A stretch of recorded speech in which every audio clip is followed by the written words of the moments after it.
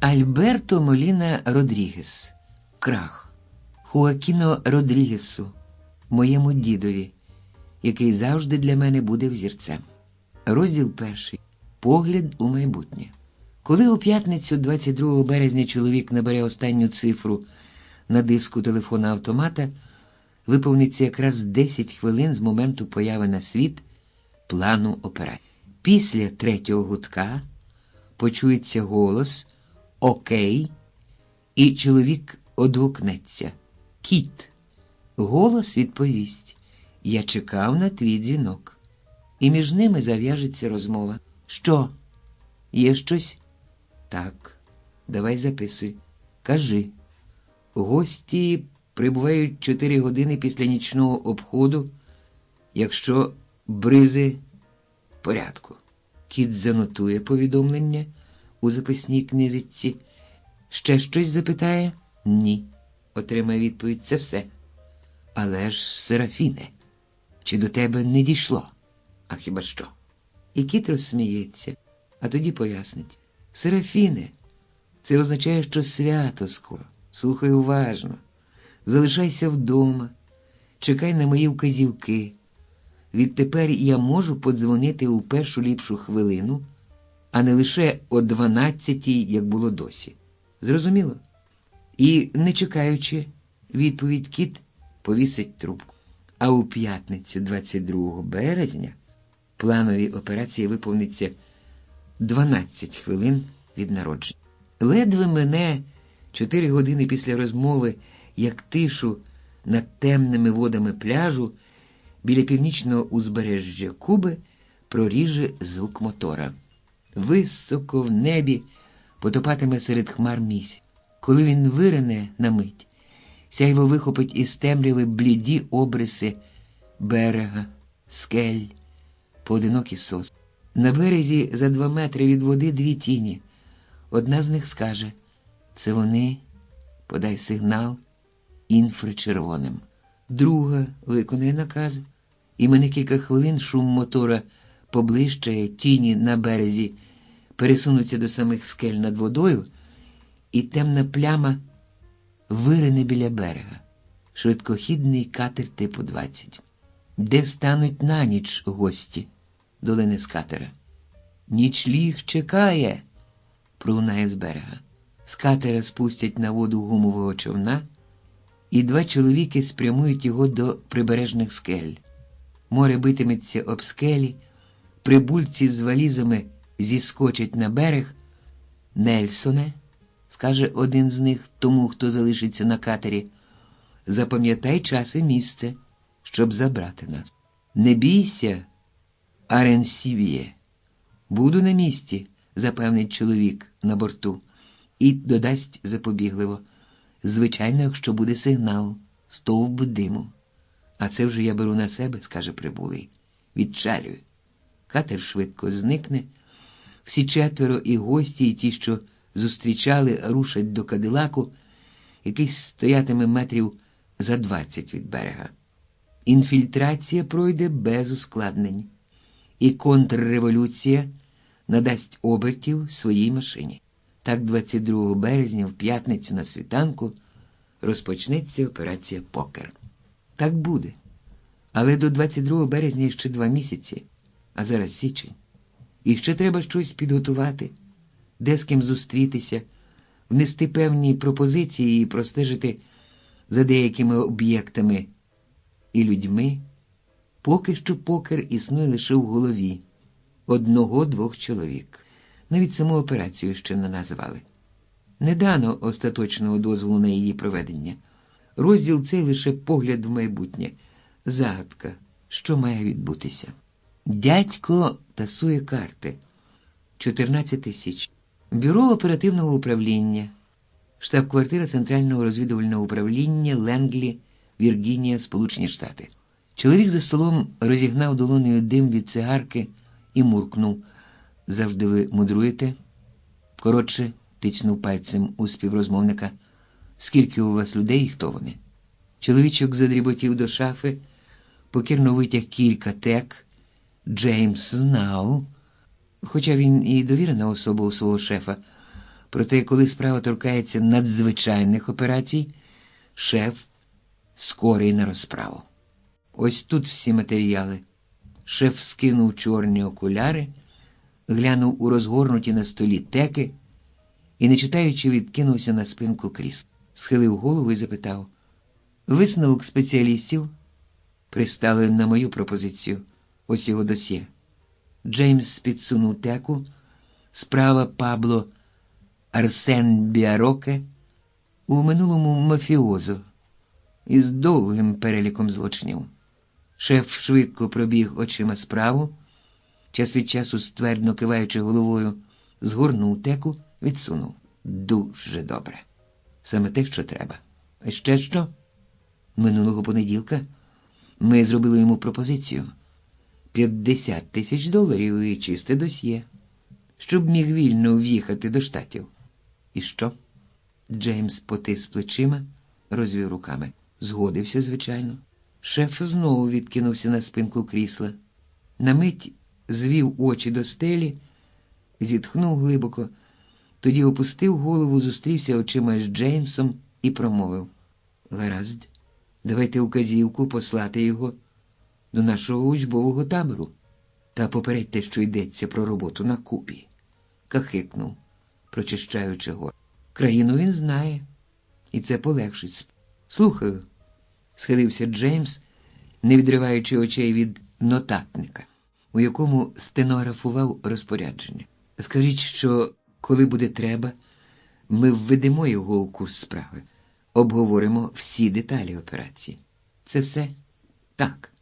Попередьте, що він піде не сам. Матиме помічника, досвідченого підривника». Шеф зачекав, поки Джеймс занотує сказане, витяг хустинку і додав, старанно протираючи скельця окулярів: «Переходьмо до другого питання». Джеймс відклав нотатник, доповів: «На сьогодні є підходящі кандидати». «А вони що, працювали там?» «Так. Обидва були там, інженерами в різний час». «Ну, чудово, продовжуйте», – підніс шеф до світла скельця окулярів. «Ми ведемо спостереження. На даний момент обидва торгові аташе Куби у країнах нашого блоку. Ми займаємося ними, проте нам потрібно більше інформації. Ну, щось таке, що дало б нам можливість установити з ними контакт. Ваша думка?» Шеф знову заходився протирати окуляри. «Мені здається», – Джеймс вдихнув повітря, розтяг уста у несмілій посмішці, «нам лишається лише чекати». Оглядний начальник бюро оперативного управління начепив окуляри, не кваплячись, згорнув хусточку, сховав її, ледве звівся на ноги і рушив до дверей. Джеймс схопився, догідливо відчинив двері, біля порога шеф обернувся. «Почекаємо». І натис на ручку двері. Двері зачинилися перед носом. 6 березня у спеціалізовану ортопедичну лікарню поклали хлопчика Альберто Альвареса Ріверо. Діагноз – остеомієліт нижніх кінців. Пастка. 19 березня. Досьє.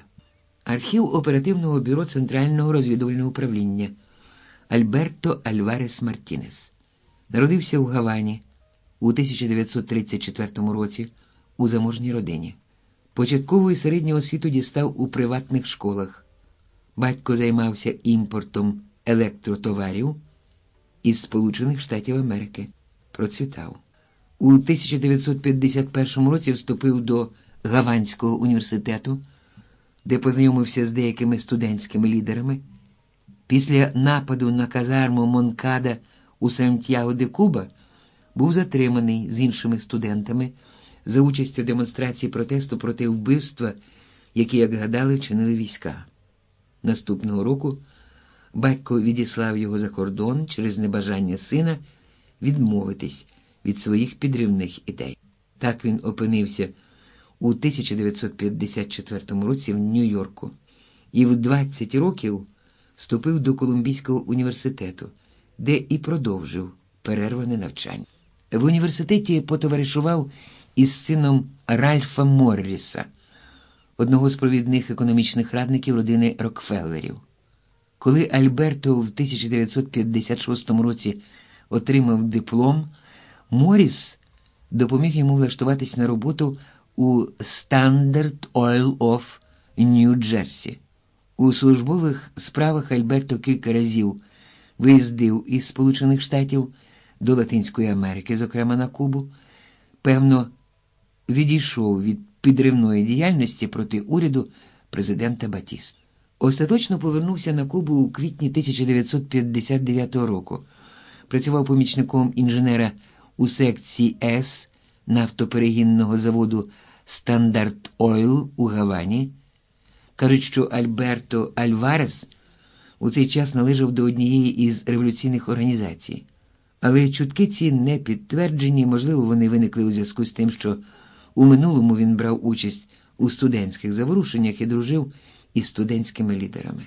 Після націоналізації у квітні 1960 року американських нафтоперегінних заводів урядом Кастро Альберто Альварес залишився працювати в Кубинському інституті нафти. Містер Девід Гамільтон, його безпосередній начальник, признався нам при зустрічі, що рішення Альвареса було для нього несподіванкою, бо він вважав Альберто одним із найдовіреніших співробітників. Від Гамільтона ми дізналися також, що через 2 місяці по тому Альберто відхилив пропозицію Standard Oil обійняти високу посаду у філіалі компанії у Венесуелі із зарплатою, яка багато перевищувала ту, що він отримував на Кубі.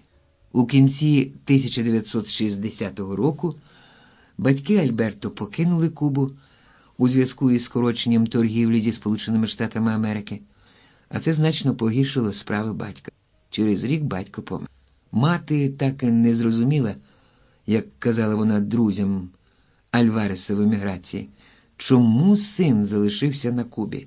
Вона все приписувала його дивному характеру, бо син ніколи не говорив з нею про свої політичні переконання.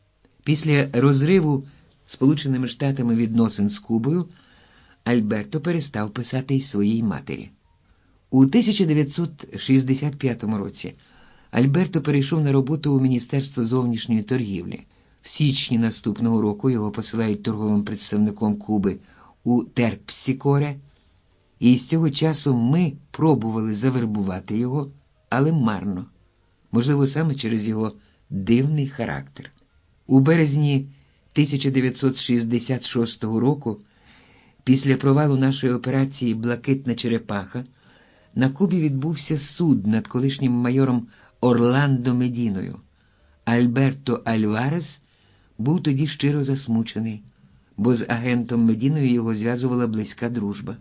Використовуючи цю обставину, ми знову спробували завербувати Альвареса, проте скоро його перевели до Тауро. Це країна Східного блоку. Здійснити вербування нам не вдалося. Нам стало відомо, що Альварес уклав важливі угоди на поставку нового нафтового обладнання комуністичного виробництва для зміни одного з блоків добре відомого Альваресу сектора С на нафтоперегінному заводі «Беллот». Блок вийшов з ладу, а відремонтувати його неможливо через нестачу запчастин, які не можна придбати у Сполучених Штатах Америки в умовах економічної блокади.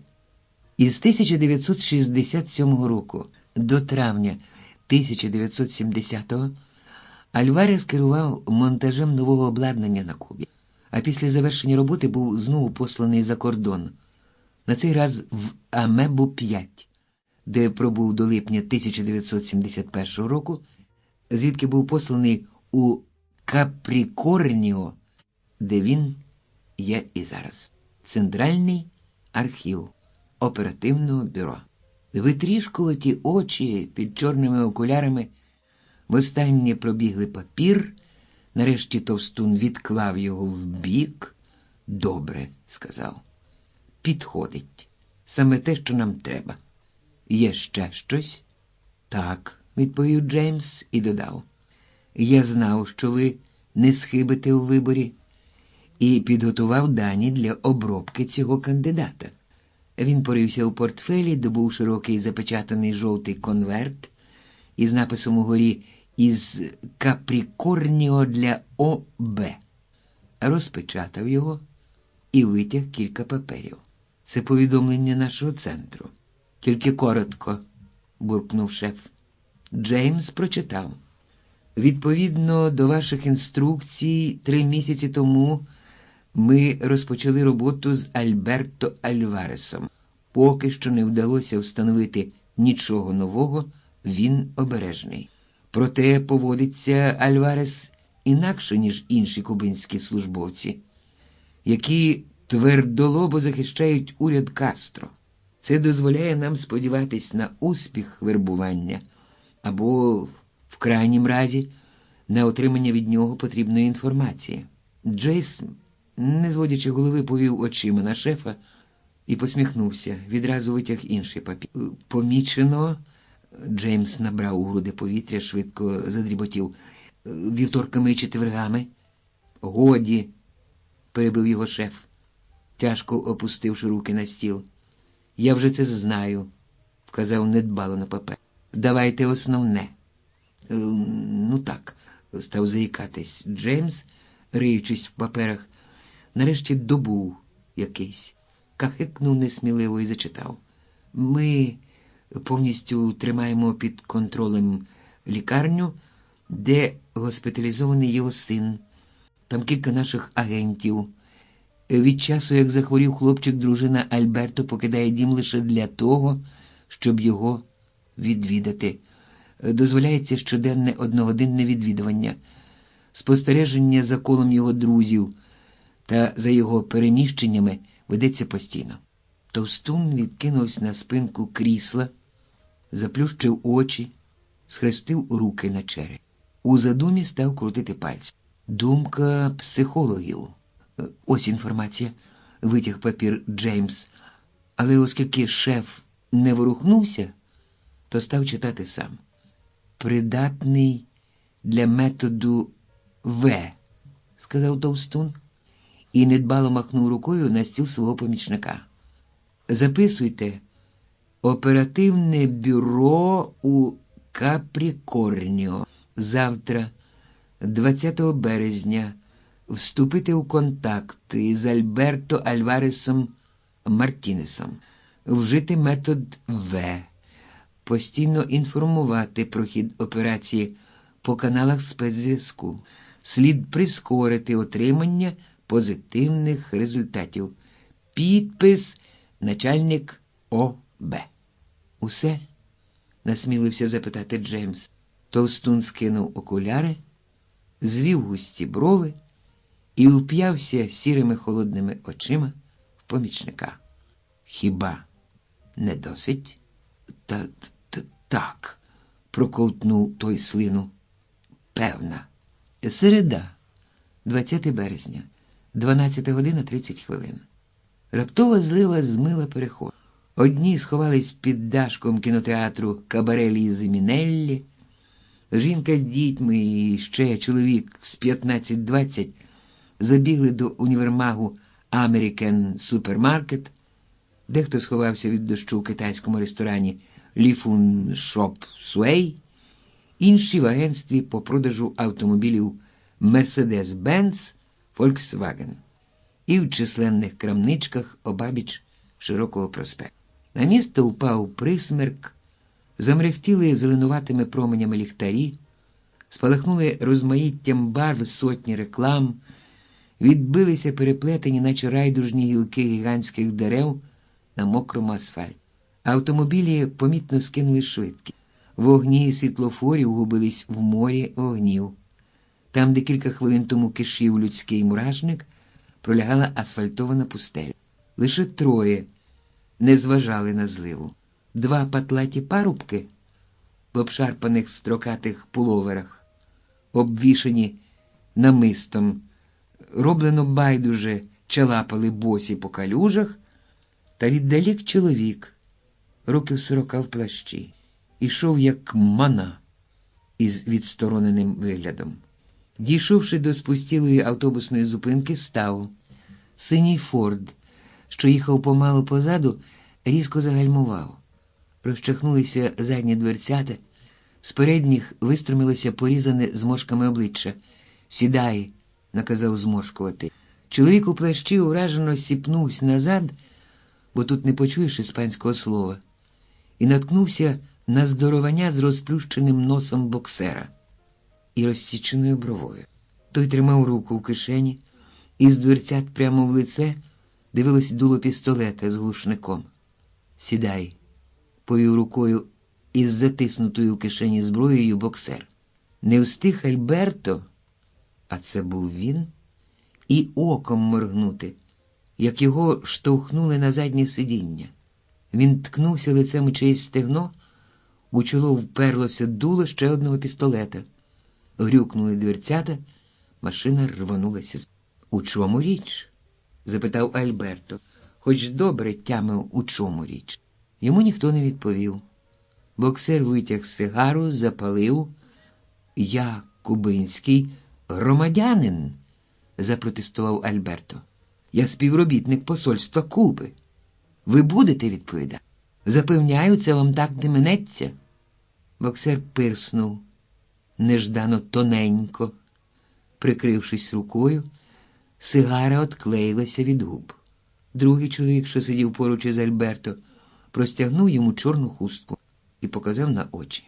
Дощ уперто періщив по вітровому. За спиною Альберто грюкнули дверцята ліфта. Він опинився у гарно мебльованій кімнаті. «Проходьте», – промовив зморшкуватий і вказав на зручну софу. Потім підійшов до стіни, натис кнопку. Боксер тим часом плюхнув у велике крісло біля дверей, витяг з пальта бульварний журнальчик і став перегортати. Штори на вікнах були щільно запнуті. Альберто уявлення не мав, де він. Вони кружляли по місту, і з зав'язаними очима важко було зорієнтуватися. Це дратувало, бо Альберто добре знав, у чиїх він руках. Уже якийсь час Альберто відчував, що за ним стежать. Кілька разів засік хвости, але сьогодні вони зовсім розперезалися. Викрасти? Але з якою метою? Руки впали на коліна. «Для чого ви притягли мене сюди?» – запитав зморшкуватого. «Мовчати!» – чистою іспанською мовою наказав боксер. «Вас ніхто не просив говорити. Заговорите, як скажуть». Альберто хотів ще щось відповісти, та раптом помітив, що двері в глибині кімнати відчинилися, крізь них входив чоловік. «Кабреро, Кабреро!» – дорікнув. «Чому ти так поводишся з сеньором Альваресом? Він наш гість, має право говорити, що хоче». І повернувся до Альберто. «Пробачте йому, він у нас новенький. Чи не поясните ви мені?» – почав Альберто, але чоловік перебив його. «Я поясню все, що ви сказали». І, витягши хустинку, протер кінчик блискучого черевика. На вигляд чоловікові було років 50.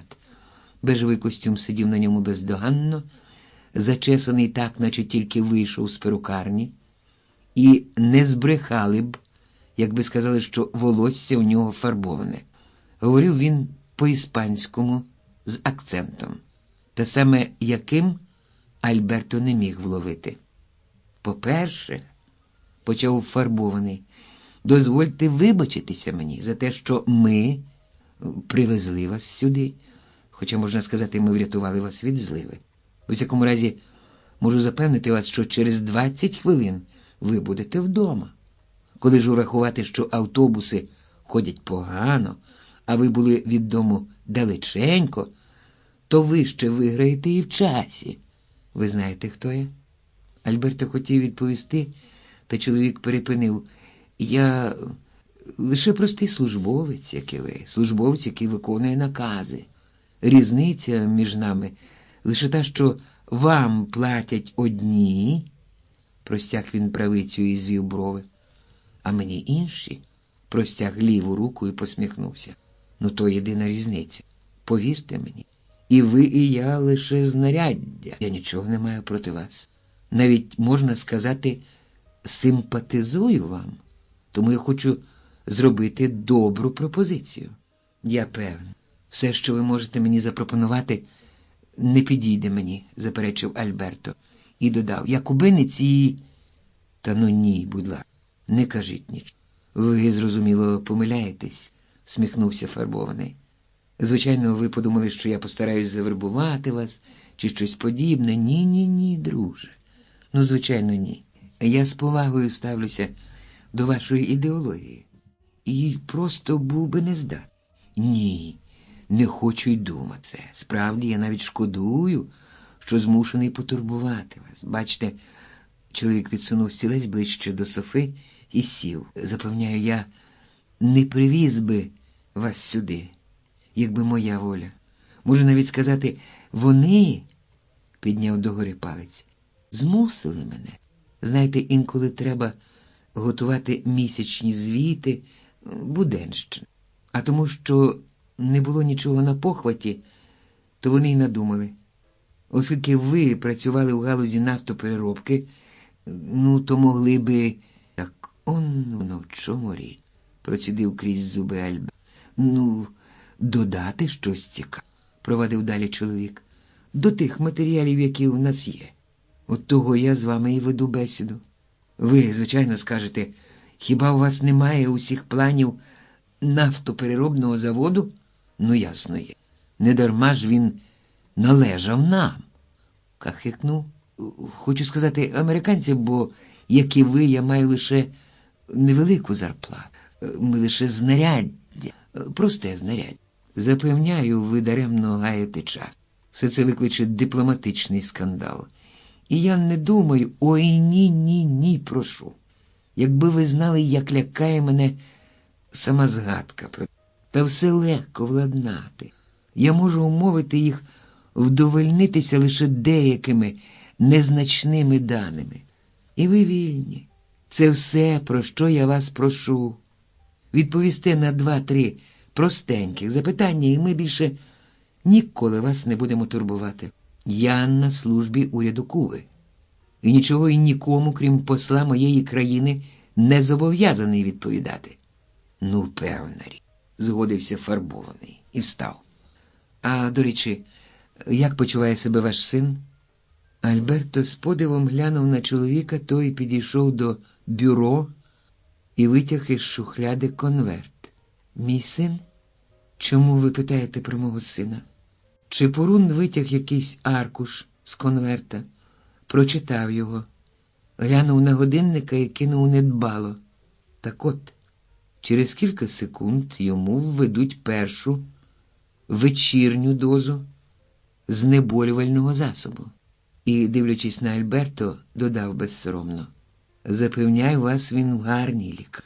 Мої люди спеціально піклуються про те, щоб за ним добре доглядали. Вам повезло, видихнув Альберто, кидаючись на негідника, той встиг закритися рукою, і кулак кубинця угруз йому в черево. Альберто знову замахнувся, та удар у потилицю звалив його, в очах потемніло. Він майже не відчув, як боксер підняв його з підлоги. Кілька ляпасів привели Альберто до тями. Фарбований, болісно скривившись, обсмикував костюм. Зморшкуватий і боксер затисли Альберто з обох боків, він не міг і ворухнутися. «Я допустив помилку», – глухо сказав Фарбований і простяг аркуш із конверта кубинцю. «Прочитайте, то перелік ліків, які приймає ваш син протягом дня, і час їх введення». Кубинець мовчки прочитав. «А це список людей, які мають доступ в палату дитини». Він повернувся спиною до Альберто, підійшов до вікна у глибині кімнати, зупинився, наче згадав щось. «О, позначені хрестиком то наші друзі». Альберто відсунув аркушики. «Не думайте, що це мене злякає». «Це може й ні». Фарбований подав знак зморшкувати. «Проте в нас є дещо, як би це мовити, що справить на вас більше вражень». Зморшкуватий подав йому фотографії. «На деяких людей зовсім не діють самі страшні слова. А от...» І він жбурнув Альберто фотографії. На одній було зображено, як дитині впорскують ліки, а на другій – лікар біля ліжка. На інших сам хлопчик. На останній фарбований бундючно схилився над його ліжком.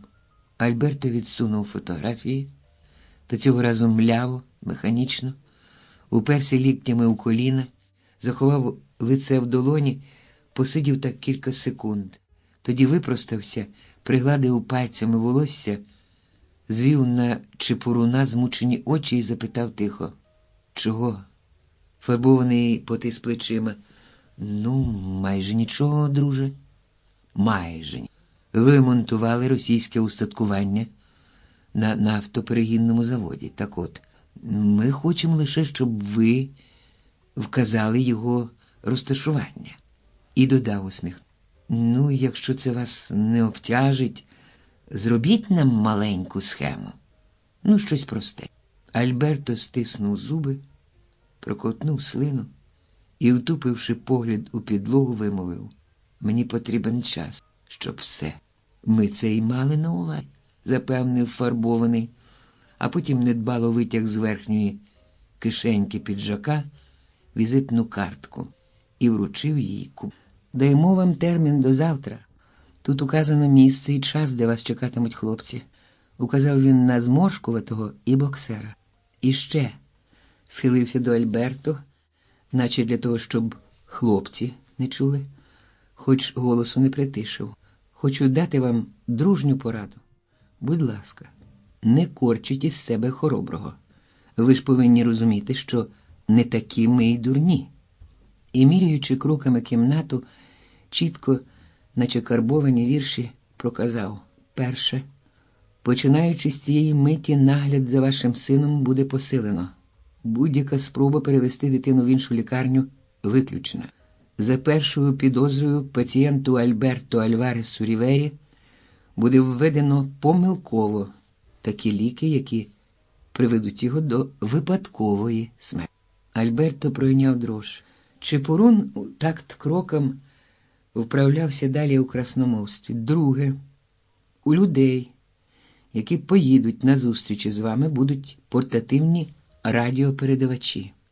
Вони негайно повідомлять про кожний непевний рух, а внаслідок те, що вже зазначено». Фарбований зупинився біля дзеркала, старанно причесався. «Ви з дружиною будете під наглядом? Яким промовчу? Третє.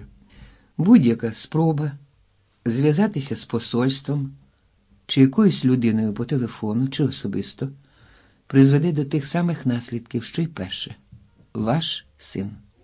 «Але ж якщо я не вийду на роботу, мене запідозрять», – спробував протестувати Альберто. «Ви нас недооцінюєте, сеньоре Альварес», – глузливо відказав фарбований. «Нам добре відомо, що до наступного вівторка вам не обов'язково з'являтися в посольстві. А до цього дня, обіцяю вам, ви звільнитесь від нагляду, і ваш син опинить, скажімо, поза сферою нашого піклування. Отоді ви зможете піти до свого шефа і поінформувати його про те, що сталося. Звичайно, якщо ви зацікавлені, щоб вони знали про це. Хоч я би порадив вам промовчати. І з свого боку обіцяю вам забути про все для вашої користі». Фарбований глянув на своїх хлопців, жестом вказав їм на двері і знову обернувся до кубинця. «Що ж, шановний сеньор, був дуже радий познайомитися з вами». І додав, злегка кивнувши: «Ну, з Богом». Альберто стало млосно, та він стримався. 3:30.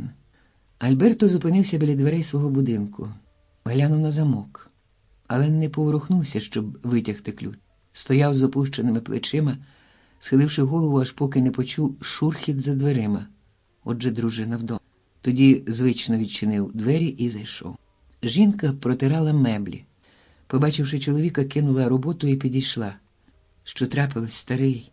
– поцілувала вона його. «Чому не приїхав обідати?» Альберто скинув плащ. «Часу не було. Я там перекусив». «А як хлопчик?» «Так само. Сьогодні я навіть поговорити з ним не змогла. Схоже, що ці ін'єкції присипляють його, і щоб порушити тишу, викликано її словами, запитала: «Зварити тобі кави?» Чоловік усміхнувся вдячно. Жінка пішла на кухню. Не встиг Альберто сісти на диван, як поруч задзвонив телефон. Він нахилився, взяв трубку. «Слухаю», – промовив механічно. «Квартира сеньора Альвареса?» – почувся чимось знайомий голос. Альберто ожив. «Я слухаю. Це Франк». «Франк?» – зіщулив очі Альберто. «Так, з гаража. Хочу сказати, що ми вже кінчаємо ремонт вашої машини». І додав ніяково: ви ж нас попросили, щоб ми сповістили». «Ага», – повеселішав Альберто. «Чудово. Коли я можу її забрати?» «Думаю, завтра після...» «Не можу, треба зробити до 9:50, щоб встигнути на роботу. Це можна?» «Ну, добре», – трохи заїкаючись, відповів чоловік. «Але для цього мені треба залишитись сьогодні після роботи». І додав із напускною сором'язливістю: «Відповідно, і надбавка до платні». «Байдуже, мені треба». «Ну, добре», – задоволено відповів Франк. «Буде готово, будьте певні». «Ой, забув. Замок у панельній полиці був зламаний. Ми його замінили». «Дуже добре, дякую. До завтра, сеньор». Чоловік повісив трубку, але Альберто все ще дослухався, поки не почув, як клацнуло вдруге, то повісили трубку на другому телефоні. Це означало, що його телефон прослуховується, і розмову було перехоплено. Коли Альберто поклав трубку, коло нього вже стояла дружина із димучою чашечкою кави. «Випий, старий. Чи досить цукру?» Хвилин 5 тому Альберто спостеріг, що за ним є хвіст. Спочатку він просто відчув небезпеку якимось внутрішнім чуттям. Тоді став навмисне зупинятись перед вітринами магазинів, побачив, що метрів за 20 позаду чоловік у сірому плащі теж зупиняється, не відстаючи від нього. Цікаво, хто ще стежить за ним. Раптом йому здалося, що він впізнав чоловіка, який йшов попереду у тому ж напрямку, що й він. Так, це Густав. То він дзвонив мені, назвавшись своєю старою підпільною кличкою Франк. Щось має траплятися і зі мною, і скоро. Біля переходу він зупинився, чекаючи на зелене світло. Було досить прохолодно, навіть холодно, але у Альберто спітніли долоні. Треба дізнатися, скільки агентів тримають його під наглядом. На зелене світло перейшов проспект, зупинився біля кіоску. Пачку жувальної гумки он з цієї полички. Поки продавець діставав гуму, Альберто швидко окинув поглядом вулицю. Чоловік у чорному піджаку пильно дивився на нього. Спіткнувся об погляд Альберто, відвернувся до вітрини, зацікавився жіночим взуттям. Їх двоє, подумав, простягаючи гроші продавцеві. Він уже знав, як триматися. З усього видно, вони не знають, що Альберто їх засів. В абонементі Альберто заповнив замовлення на книжки. Він не здивувався, побачивши поруч чоловіка у сірому плащі. Теж взяв бланк замовлення, почав щось писати. Альберто укинув замовлення в металеву шухлядку і підійшов до відділу технічної літератури. Він привітався з молоденькою бібліотекаркою, взяв з полиці товсту книгу, погортав її, пішов до столу. Йому здалося, що чоловік в сірому плащі розглядає його замовлення. Шукає вже таємне послання, всміхнувся іронічно. Сідаючи, окинув оком залу відділу технічної літератури. З 10 столів було зайнято лише 3. За крайнім правим столом чоловік у синьому светрі, років 35, щось гарячково писав, час від часу заглядаючи у одну із 3 величезних книг, які лежали перед ним. Це був Франк.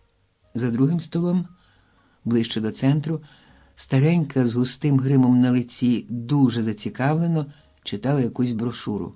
У глибині зали худий лисий чоловік поринув з головою в фоліант у шкіряній палітурці. «Нічого собі компанія», – подумав, сідаючи Альберто. Він вибрав столик перед поличками, щоб сидіти спиною до зали, а то подумають, що я хочу з кимось зв'язатись. Вийняв жувальну гумку, вкинув до рота, розгорнув книжечку, поруч поклав записничка, якого завжди брав. Поки читав, роблячи нотат, краєм ока спостеріг, як чоловік у чорному піджаку розташувався за сусіднім столом. Десь через півгодини Альберто встав, поставив книжку на місце. Біля дверей чоловік у сірому плащі з великою цікавістю читав журнали з агрономії. Якими культурними стають, подумав Альберто і попрямував до виходу. На вулиці похолоднішало, неонове світло боролося з туманом, а туман м'яко огортав теплом, спокій порушував лише вуличний рух. Зараз за мною піде той, що біля дверей, а його напарник у чорному піджаку перевірить книгу, чи не залишив я там якихось записів. Цікаво було б глянути у шпаргалку. Не пройшов Альберто і 30 метрів, як тип в сірому плащі пішов за ним, як собака по сліду. На ранок лише благословлялося, і холод проникав крізь кожну шпаринку в одежі. Боксер здоровань виліз з синього Форда, зіщулився, застібнув пальто. Ти тільки запитай, чи цікавився хтось машиною Альвареса, вихилився з вікна фарбований. Ми почекаємо тебе за рогом. Зайшовши в майстерню, боксер попрямував до контори, де чоловік у комбінезоні порпався біля полиць із запасними частинами. «Сідай, приятелю», – зачепив його здоровань. Механік неохоче відірвався від роботи. «Що бажаєте?» «Ну, хочу знати, чи готова вже чортопхайка Альберта Альвареса. Ремонт машини сеньора Альвареса мусить бути вже завершений», – відповів механік, дещо здивований жаргоном здоровання. «Я не питаю у тебе, мусить чи не мусить, я питаю, готова чи не готова», – гарикнув боксер і вказав рукою на двір. «Глянь, оно її підкотили. Який геть», – подумав механік, проте відповів чемно. «А ходімо зі мною, сеньоре, подивимося, чи закінчили ремонт».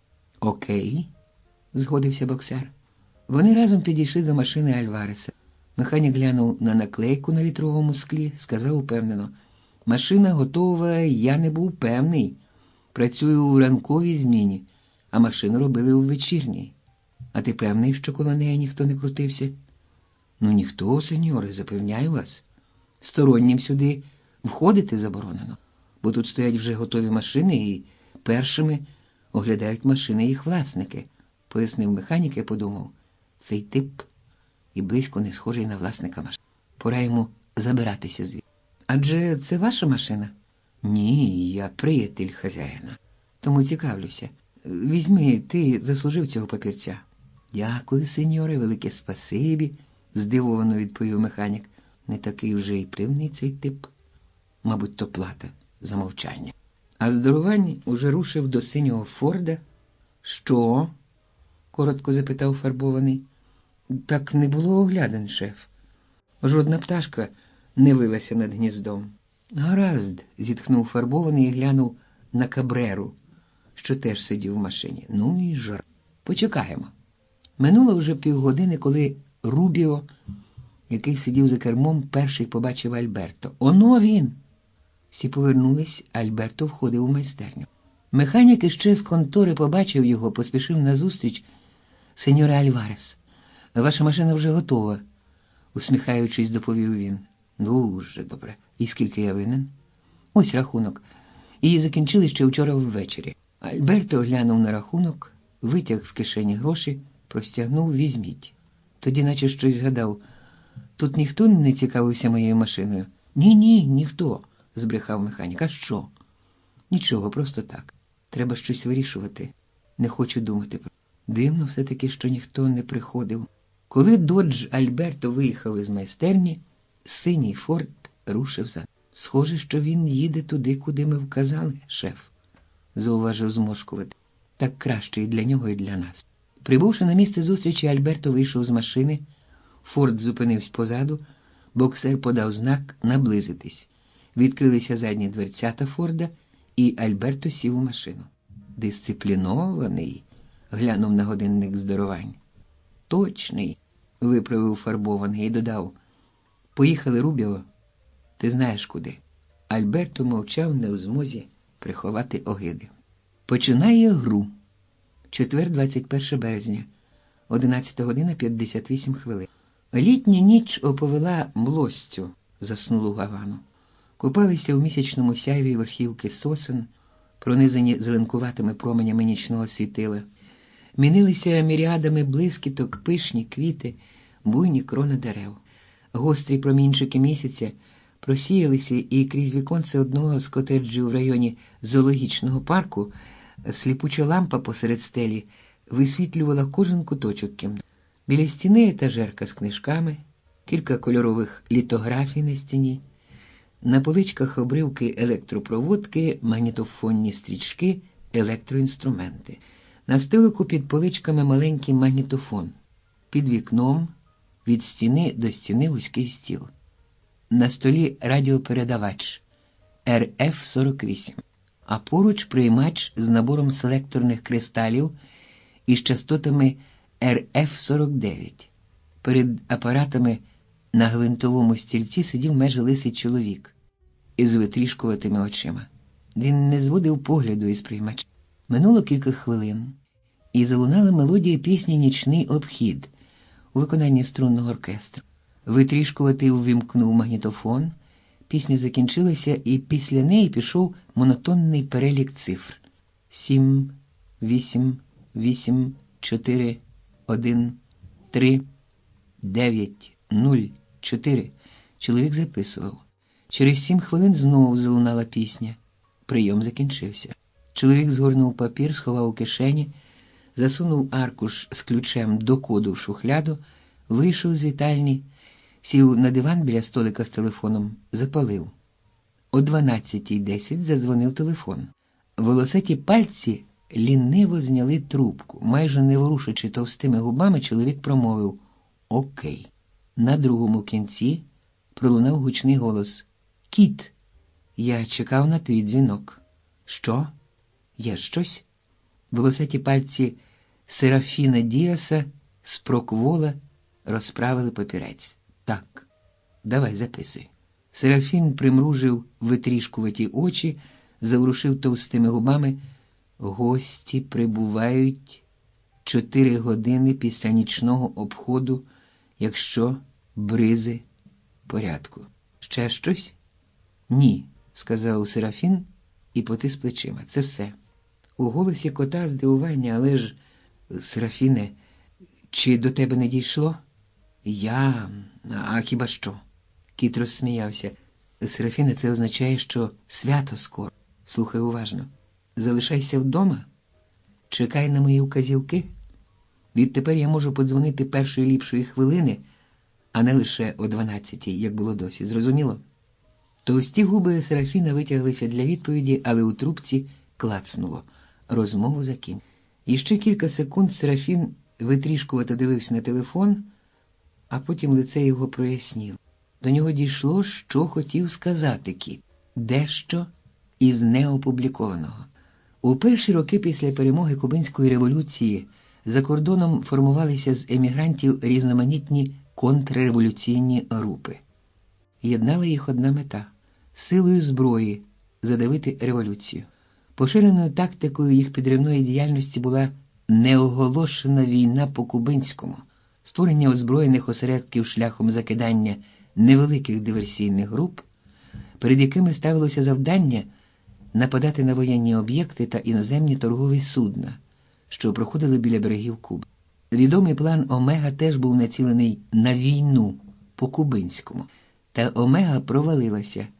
Усіх її учасників було схоплено через кілька днів після висадки біля берегів Баракоа у провінції Орієнте. Серед них був і Ромуальдо Мартінес Крус за кличкою Кіт, чоловік з великим досвідом контрреволюційної діяльності. Через кілька років після провалу Кіт познайомився у в'язниці із Карлосом Кареньо, агентом ЦРУ, якого схопили під час висадки на півночі провінції Матансас. Тоді ж Кіт включився у контрреволюційну змову, якою із в'язниці керував Кареньо.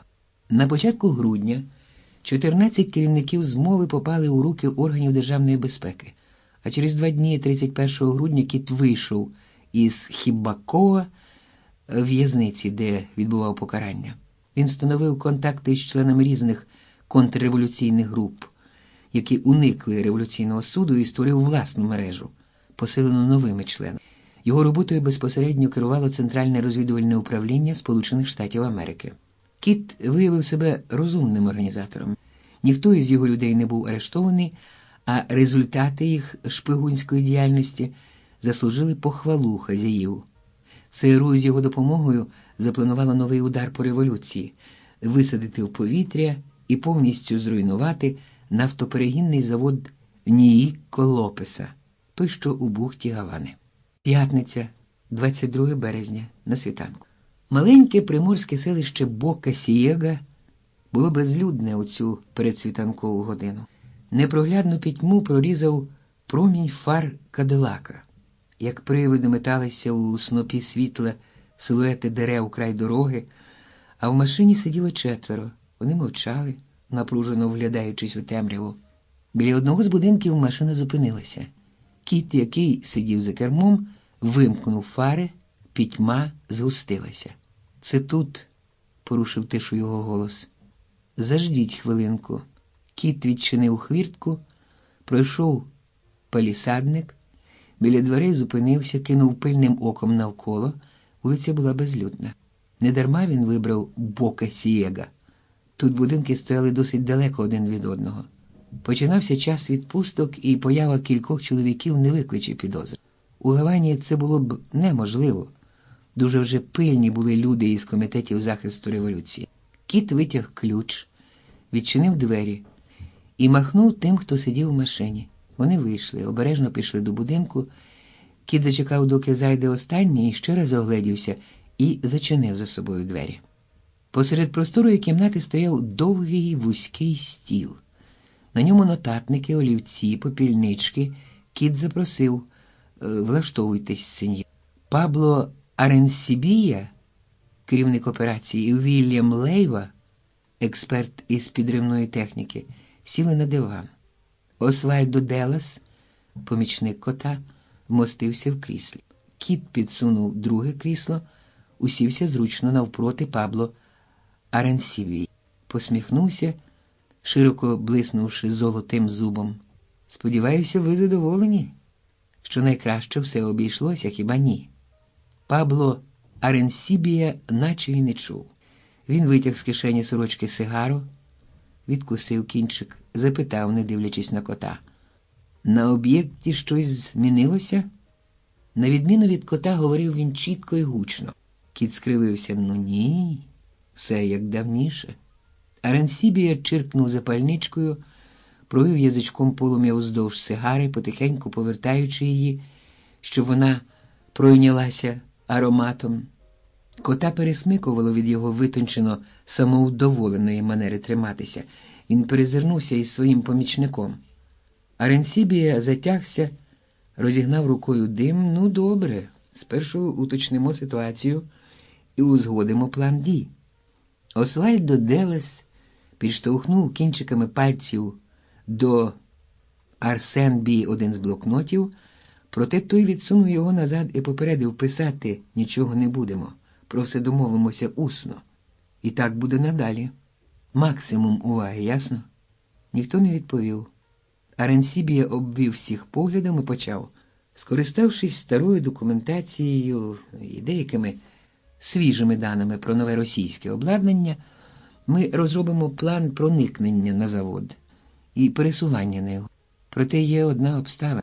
Він глибоко затягся. «Охорону заводу організовано так, що сторонній не може туди проникнути. На територію заводу можна дістатися лише пройшовши через 2 пости. Роботу постів врегульовано так чітко, що захоплення поста чи будь-який обман виключені. Досі всі наші плани розбивалися об цю перепону». «Але ж я вам послав 3 варіанти, – сказав Кіт. Аренсібія кивнув. «Ну так, саме про це ми й поговоримо. Ваш план Б, який передбачав вербовку одного з робітників заводу, був відхилений і зразу ж. Він вимагав багато часу, а нам треба поспішати. Ну, крім того, досвід показує, що робітники віддані урядові Кастро і настроєні прокомуністично. А у випадках, коли приймали наші пропозиції, згодом виявилося, що вони діяли за дорученням органів державної безпеки. Кіт зніяковів, глянув на свого помічника, перевів погляд на Вільяма Лейву, який зосереджено спостерігав за ниточкою диму від своєї сигари. Тоді знову повернувся до Аренсібії.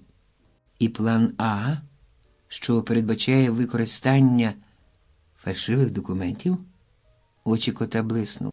Його так прозвучало хрипко і жорстко.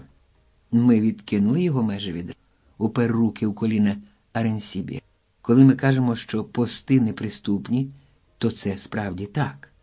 Не так перший пост, як другий. А саме він, власне, є прохідною. Спроба перейти, скажімо, під виглядом робітника може вдатись на першому пості, але не на другому. А під виглядом профспілкової комісії чи комісії охорони здоров'я про це не йдеться. Під виглядом комісії можна пройти крізь перший пост. Через нього можна пройти до контори, кафе, інших установ не дуже великого значення. Але пост номер 2 можете бути певні, не обманеш. Кіт задумався, витяг сигару, та не встиг навіть піднести її до губ, як Освальдо Делес простягнув йому запаленого сірника. Вільям, експерт, посміхнувся.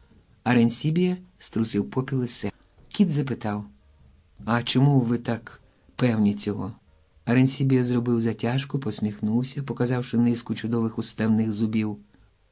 Тому що у них є список всіх комісій відвідувачів, які мають прибути.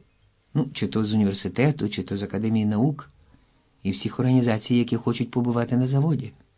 У списку точно зазначено кількість членів делегації, їхні прізвища. При появі незапланованої комісії пост зобов'язаний негайно сповістити про це начальника охорони, а той мусить зв'язатися з організацією, яка її послала. Не думаю, щоб оці типи могли зв'язатися з нашою організацією, пожартував Освальдо Делес і зразу ж скис, зустрівшись з презирливим поглядом шефа. А Вільям експерт знов усміхнувся у своєму кутку. Крім того, будь-яку комісію супроводжує відповідальна особа з того відділу, куди її посилають. Аренсібія дивився на кота, кіт встав, засунув руки в кишені штанів. «Ну і що?» – запитав. Аренсібія теж встав, вийняв з рота сигару. «А от що? Ми скористаємося їх же чудово врегульованим механізмом. Може, я дурень сказав, щось не доберу?» Аренсібія навіть не глянув на нього, обмежився лише поясненням. Кожен сектор чи відділ заводу мають свої розпізнавальні кольори. Згідно з правилами, всі робітники носять каски, колір яких і позначає сектор, де працює даний робітник. «Отже, ми підемо туди в касках?» – запитав Делес. «Не перебивай, Освальдо», – наказав кіт. Аренсібія продовжив: «Щодня на заводі буває якась комісія, робітники. Суворий контроль на постах ставить поза підозрою кожного, хто опиняється на території заводу. І тому він користується правом вільного пересування». Кіт округлив брови, запитав: «Ви хочете сказати, що…» Аренсібія не дав йому договорити. «Якщо ми проникнемо в цю зону, то зможемо ходити по заводу так само вільно, як і всі інші. А як же туди дістанемося? Чи не хочете ви сказати, що ми скористаємося планом В?»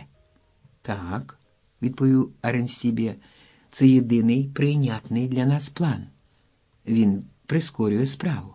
Кіт зробив глибоку затяжку, відійшов кроків на 5, наче боявся, що інші почують його думки. Очі звузилися підозріло. Не подобався йому.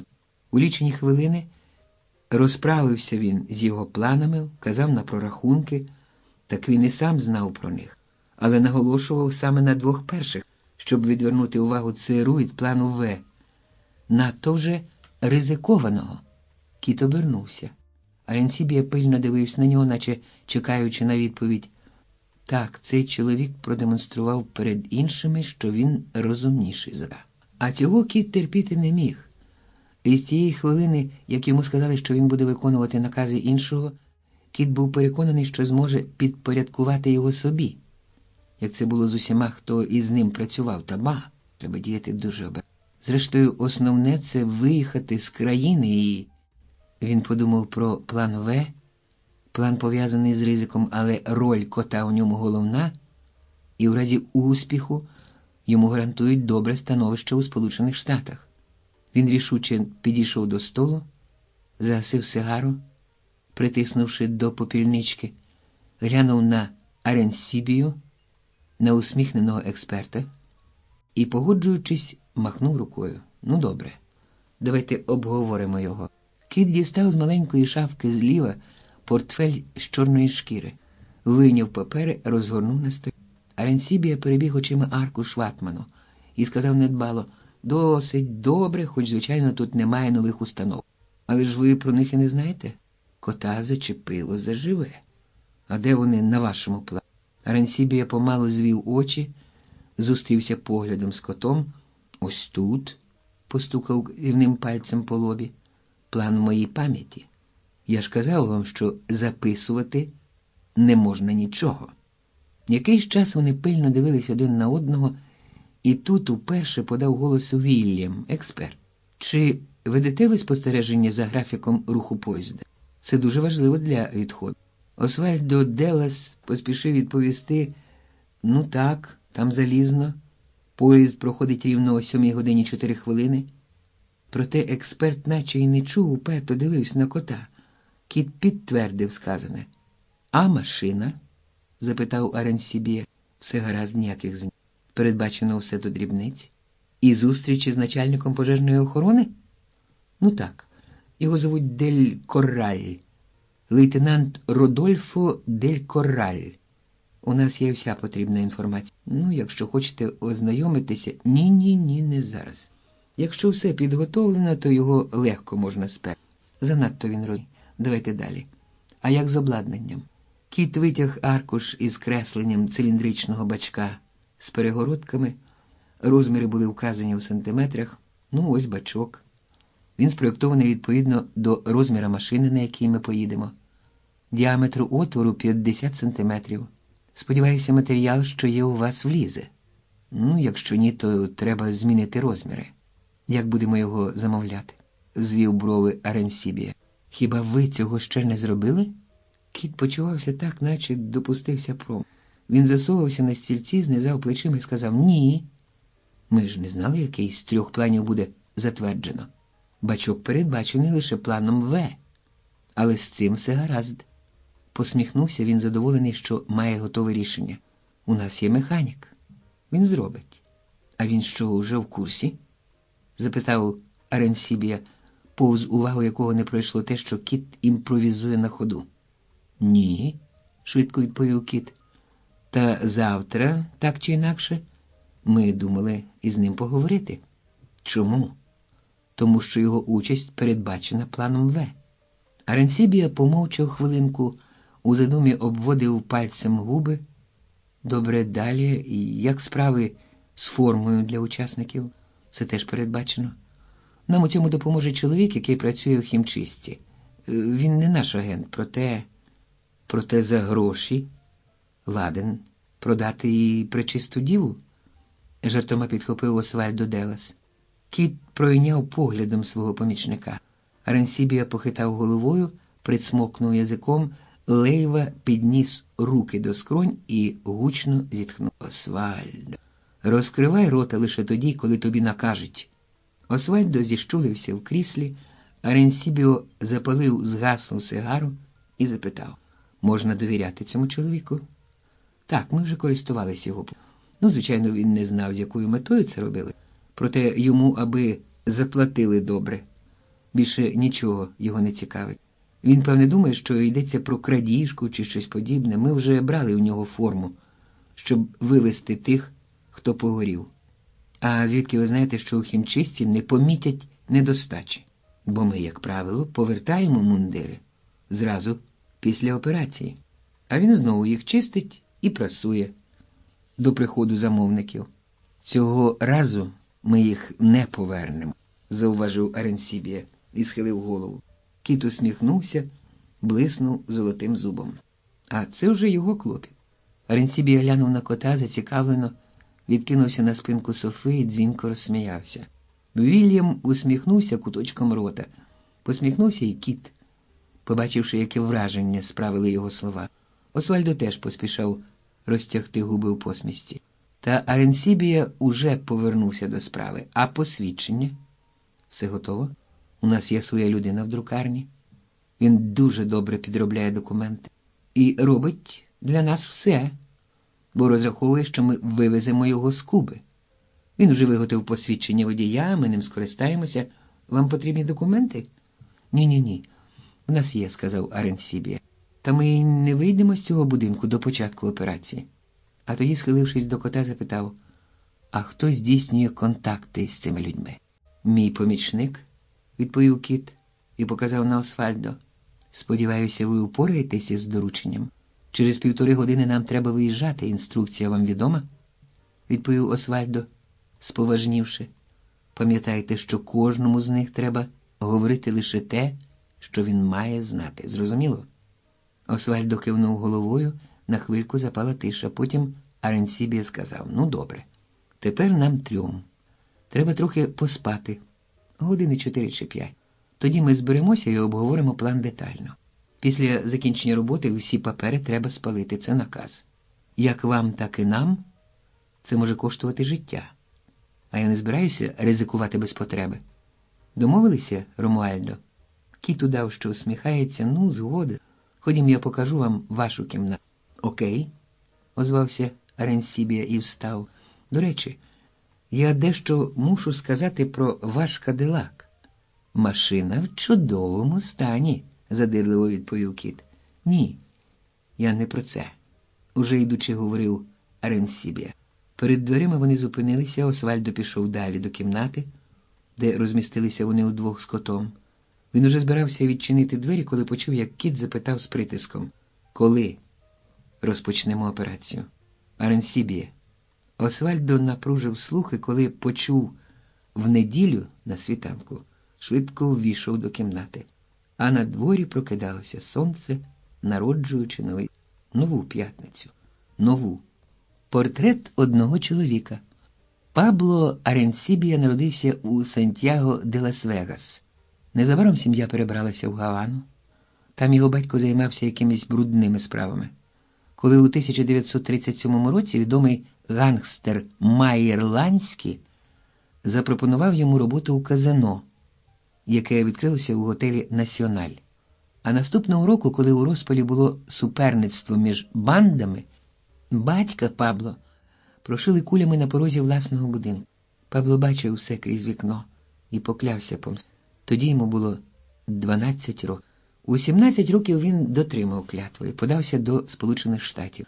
Мав на це 2 причини. Перша – втекти від кубинського правосуддя, друга – знайти Майєра Ланський, який обіцяв після смерті батька допомогу сім'ї. Ішов 1943 рік. Світова війна була в розпалі. Коли з'явився Пабло, Ланський робив дуже важливе діло. Він домагався звільнення з в'язниці свого друга, Луцький Лусіано. Ланський добився угоди між Національним гангстерським синдикатом злочинності і морською розвідкою Сполучених Штатів, за якою Лусіано, сидячи за ґратами, буде займатися всіма контактами, аби уникнути безпорядків, читай саботажу, на пристанях північноамериканських берегів. За цю патріотичну працю після закінчення війни Луцький Лусіано випустять на волю. Тому Мейєр міг запропонувати Пабло лише один вид роботи, і той згодився. З цього часу Пабло почав працювати на Національний синдикат злочинності і на морську розвідку в операції «Бруклін». Після закінчення війни Лусіано було звільнено і вислано, а Ланський перебрав на себе всі його справи. Про Пабло Аренсібію нічого не було чути, доки 20 червня 1947 року на 810-му кілометрі Ліндед Роуд, Біверлі Хейвс, Каліфорнія, неприкінчено 9 пострілами Бенджаміна Бахсі Сігела, уповноваженого західного гангстерського синдикату, який повівся занадто незалежно і втратив довір'я Ланський. Пабло був впізнаний, свідком, як один із тих, хто стріляв у Бахсі, у Сполучених Штатах Америки оголошено його розшук. У тому ж році Пабло об'явився в Марселі. Він організував вивіз наркотиків у Сполучені Штати Америки і одночасно співробітничав із ЦРУ у придушенні страйків, які загрожували паралізувати порт Марселя. У середині 50-х років Пабло повернувся в Гавану і як батько влаштувався в казино. Після перемоги революції на Кубі Майер покинув Кубу і Пабло залишився без роботи. Із січня 1960 року він став працювати на ЦРУ. Слідчий відділ революційних збройних сил виявив і затримав всіх учасників контрреволюційної групи. Проте Аренсібії вдалося вислизнути, і на краденій шлюпці він втік із Куби. Він не міг з'явитися у Сполучених Штатах, бо ще не було закрито справи Бахсі Сігеля, і йому нічого не залишалося, як загубитися десь в країнах Латинської Америки. У 1971 році Аренсібія опинився у Парагваї, але у 1972 році він знову втратив роботу у гангстерському синдикаті Санто Трафіканте Джунтора, царя наркотиків. Бо Санто довідався, що Аренсібія передає інформацію про його зв'язки ланські. Аренсібія, змушений тікати з Парагваю, опинився в безвиході, і ось 2 місяці тому йому зробили спокусливу пропозицію – $50 000 і можливість вільного в'їзду до Сполучених Штатів в обмін на роботу на Кубі. І він, зрозуміло, згодився. П'ятниця, 22 березня. Будьте ласкаві, друже, чи не покличете ви на хвилинку Даніеля? Вахтер неохоче згодився. Я покличу його, але в робочий час цього не можна робити. Спасибі, друже, подякував Освальдо. Він глянув на годинник, рівно 8.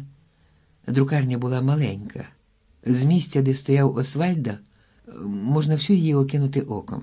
Вахтер зупинився біля складача, торкнув його за плече, вказав на двері. Освальдо помахав рукою, складач встав і попрямував йому назад.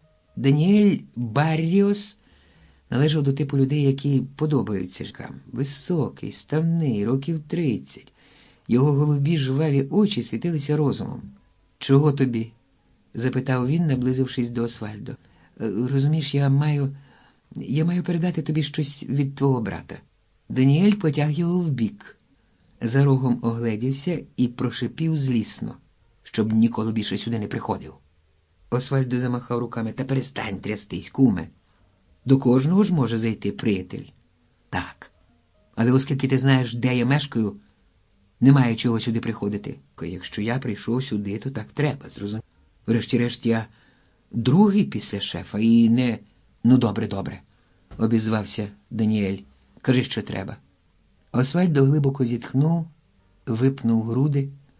«Крига з кресла. Пішла робота. Я мушу передати тобі перші вказівки». Даніель знову огледівся, підійшов ближче. «А що саме?» Другий після шефа витяг з кишені сорочки жовту картку із контрольним штемпелем. «Треба зробити не менше 40 отаких карток. Як ти на це?» Даніель сховав картку у кишеню штанів, мотнув головою у напрямку друкарні. «Ти ж знаєш, як ідуть справи. З кожним днем все гірше і гірше. Ну, добре, якось викручу. Так що скажи коту, зроблю. Слухай, а для чого це?» «Отакими картками пожежна охорона користується в установах, де перевіряє протипожежне обладнання». «Обладнання? Вогнегасники чи що?» «Ну, так. А для чого воно вам?» «А це вже не твоя справа. Роби, що тобі кажу. Про інше забудь. Мені й не цікаво знати більш, ніж треба». «Ну, правда, не цікаво. А коли зробити?» «На вечір, після 8. Я зайду по картки і скажу, що ще маєш робити. Точно не знаю, коли прийду, бо роботи з підготовкою по горло, так що домовились до зустрічі». Останні слова Освальдо підкреслив виразним жестом і, перетнувши вулицю, попрямував до припаркованого неподалік Кадилака. Якийсь час Даніель не зводив з нього очей, потім роззирнувся довкола і, прибравши незалежного вигляду, пішов до друкарні. Через кілька хвилин Кадилак зупинився біля телефонної будки. Освальдо зайшов всередину, набрав номер. Після 3-го гудка почувся глухий пропитий голос. «Хімчистка». Освальдо змінив голос. «Це гієна». Пропитий голос прохрипів. «Яка тут біса гієна?» І трубку повісили. Лице Освальдо спалахнуло, глянув навколо, наче боявся, що хтось почув, а тоді знову набрав номер. «Хімчистка». «Слухай, старий, це я, Освальдо». «Ага, це ти. А що скоїлось?» «Хіба я не казав тобі, чоловіче, про пароль?» Ні. Кинь молоти язиком. Яка у дідька гієна? Чого хочеш?» Освальдо клацнув язиком, злісно відповів. «Замовлення. Ти знаєш що. Треба 2. Один такий, як на мене, другий твого розміру, тільки ширший». «Коли?» «На сьогодні на вечір». «Гаразд. Приїзди до мене додому після 6:00 і забереш. Ціна така сама, як минулого разу, чуєш?» «Та що за розмова?» – згодився Освальдо. «Ви ж знаєте, за мною не буде». «Ну, добре, умовились. До побачення». Прохолодний вітерець гуляв по місту, нагадуючи, що зима ще не скінчилася. Бруківка на вузьких вулицях старої Гавани, мури, стіни старих будівель, чорні від часу. Живий спомин не дуже далеких колоніальних часів. Здавалося, вони стомилися від потоку людей. У повітрі висів монотонний гул автобусів, автомобілів, вантажних машин. Освальдо насилу протиснувся серед машин на стоянку проти маленької механічної майстерні управління борошномельної промисловості. Механік, худий чоловічок, який мив деталі в мисці з бензином, побачив кадилак і впізнав водія. Він витяг шматину із задньої кишені комбінезона і, йдучи назустріч кадилаку, став витирати руки. Освальдо чекав на нього, обіпершись об передок, поставивши ногу на колесо машини. «Як справи?» – запитав механік наблизу. «Нічого, друже. А ти якся маєш?» Чоловік здвигнув плечима. «Та добре. Чого сюди завітав?» Освальдо нахилив голову і сказав: «Приніс тобі добру новину». Обличчя механіка засяяло. «Якийсь бізнес?» «Ні, приятель. Те, про що я тобі казав уже кілька разів». Механік огледівся. «Тут стукачі. Вуха як лока». І додав, усміхаючись: «Я знав, що ви мені друг. Не забудете мене. Так яка у вас справа? Поки що нам треба, щоб ти зробив одну штуку». «А що саме?» «Поглянь». Освальдо відчинив дверцята, узяв із сидіння жовтий конверт і витяг із нього папір. «Подивись і скажи, що ти про це думаєш». Механік пильно розглянув креслення. На ньому було зображено циліндричний бачок. Кришка обтягнута гумовою стрічкою, щоб закривалася герметично, чи не так? Так, і це основне. І коли мусить бути? На сьогоднішній вечір. Ти з глузду з'їхав. Чому? Бо таке не змайструєш в одну мить. Та й робити його тут не можу. Тільки вдома. А кінчаю роботу я дуже пізно. Ну і деякі матеріали треба ще удати, що їду на місце якоїсь аварії, накидати до ремонтної машини всього необхідного і завести додому. І багато тобі треба? Хіба не можна відвезти на твоїй машині? Та де там? У мене кінчився ацетилен. А де його дістати? Єдиний вихід – замінити мій балон на той, що у ремонтній машині. Ну, гаразд, згодився Освальдо і додав: «А із чого ти робитимеш бачок?» «Із нікелевої сталі. Ну, це найкраще з усього, що...» «Коли закінчиш?» «Десь о 10-й, може, 11-й годині. Біля 11-ї я буду». Освальдо сів у кадилак і рушив вулицею Орейлі до Монсерратте. Там він звернув праворуч і, проїжджаючи повз управління пожежної охорони, посміхнувся. Знали б вони, що їх чекає. І натиснув на газ, щоб швидше потрапити до тунелю, який вів до Бока-Сієга. Стрілки годинника показували 9 годину 20 хвилин ранку. Як і на світанку, небо було сіре. Хоч було вже не рано, вулиці цього маленького пляжного куточка були безлюдні. Бляклий зелений колір, глухо зачинені вікна, двері надавали будинку номер 15 вигляду врочистого і тихого. Лише квіти у палісадничку якось оживляли цю картину. Освальдо зупинив машину якраз навпроти будинку. Вийшов, не заглушивши. Відчинив гараж. Тоді сів за кермо і заїхав всередину. Коли виходив, увагу його привернув слід покришки на залитій мастилом підлозі. Нахилився, пильно обстежив гуму коліс. Так, на задньому лівому колесі, певно, якийсь камінчик вибив на протекторі щербинку. Освальдо насторожився. Краще промовчати, адже слід видно лише на маслянистій долівці. Проте на всяк випадок треба замінити покришку. Він вже збирався діставати покришку із багажника, коли із дверей, що вели до будинку, висунувся кіт. «Освальдо! Я ж казав тобі, щоб ти не користувався кадилаком при виконанні завдання. Ідіотство користуватися машиною, яка так різко виділяється серед інших. Я обіцяю, нема чого обіцяти. Далі користуватимешся понтіаком. Хай ця машина стоїть у гаражі, зрозуміло?» Освальдо свердно кивнув головою, кіт пильно глянув йому у вічі, м'язи лиця напружені від злості. «Старайся більше не робити помилок», – промовив хрипко і зачинив двері. «Якби я сказав йому про слід протектора, він би мене вбив», – подумав Освальдо і прудко заходився міняти покришку.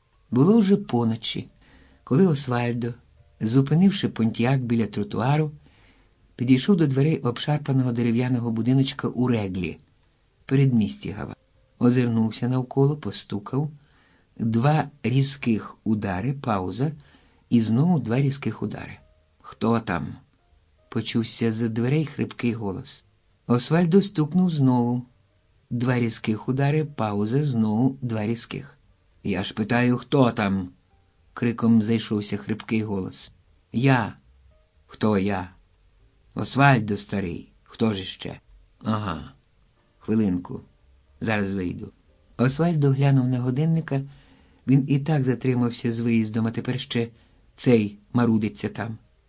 Він уже хотів постукати знову, коли відсунувся засув, двері відчинилися рівно настільки, аби тільки можна було протиснути. «Проходь».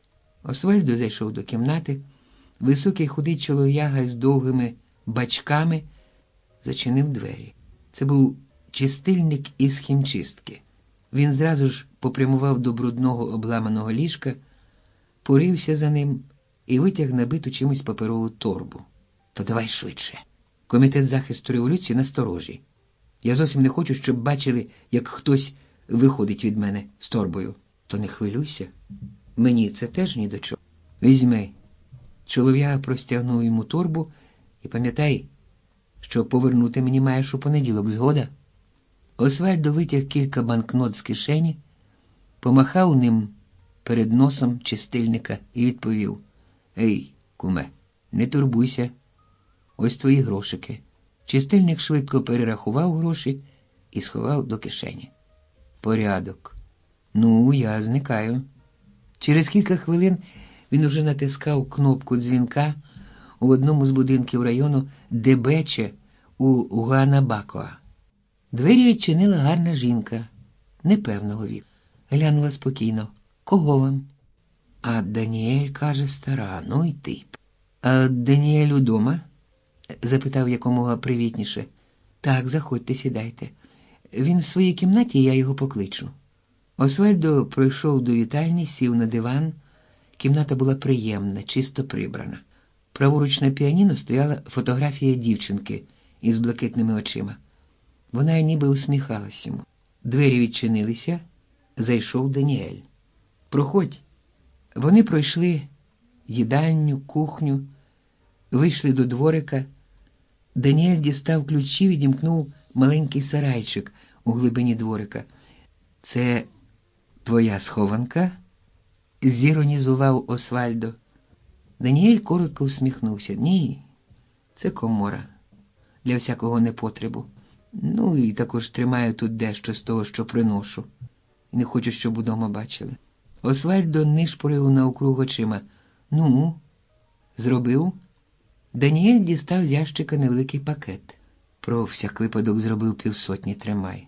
Освальдо розгорнув пакет. «Люкс!» – глянув він на посвідчення протипожежної охорони. «Працюй так і не матимеш ніякої мороки. Якщо, звичайно, не провалиш мене. Оближ, ти ж знаєш, я не зверну назад. Ну так, але ж зараз, коли плід майже вистиг, так що? Може, маєш сумнів щодо мене? Так ні, друже. Просто те дільце, що маємо владнати, то не дитяча забавка. Даніель огледівся, крізь вікно було видно, як на кухні порається жінка. Стара, може, А хіба вона не знає про мандрівку? Ай, хлопче, вона навіть не знає, що я у це встряв.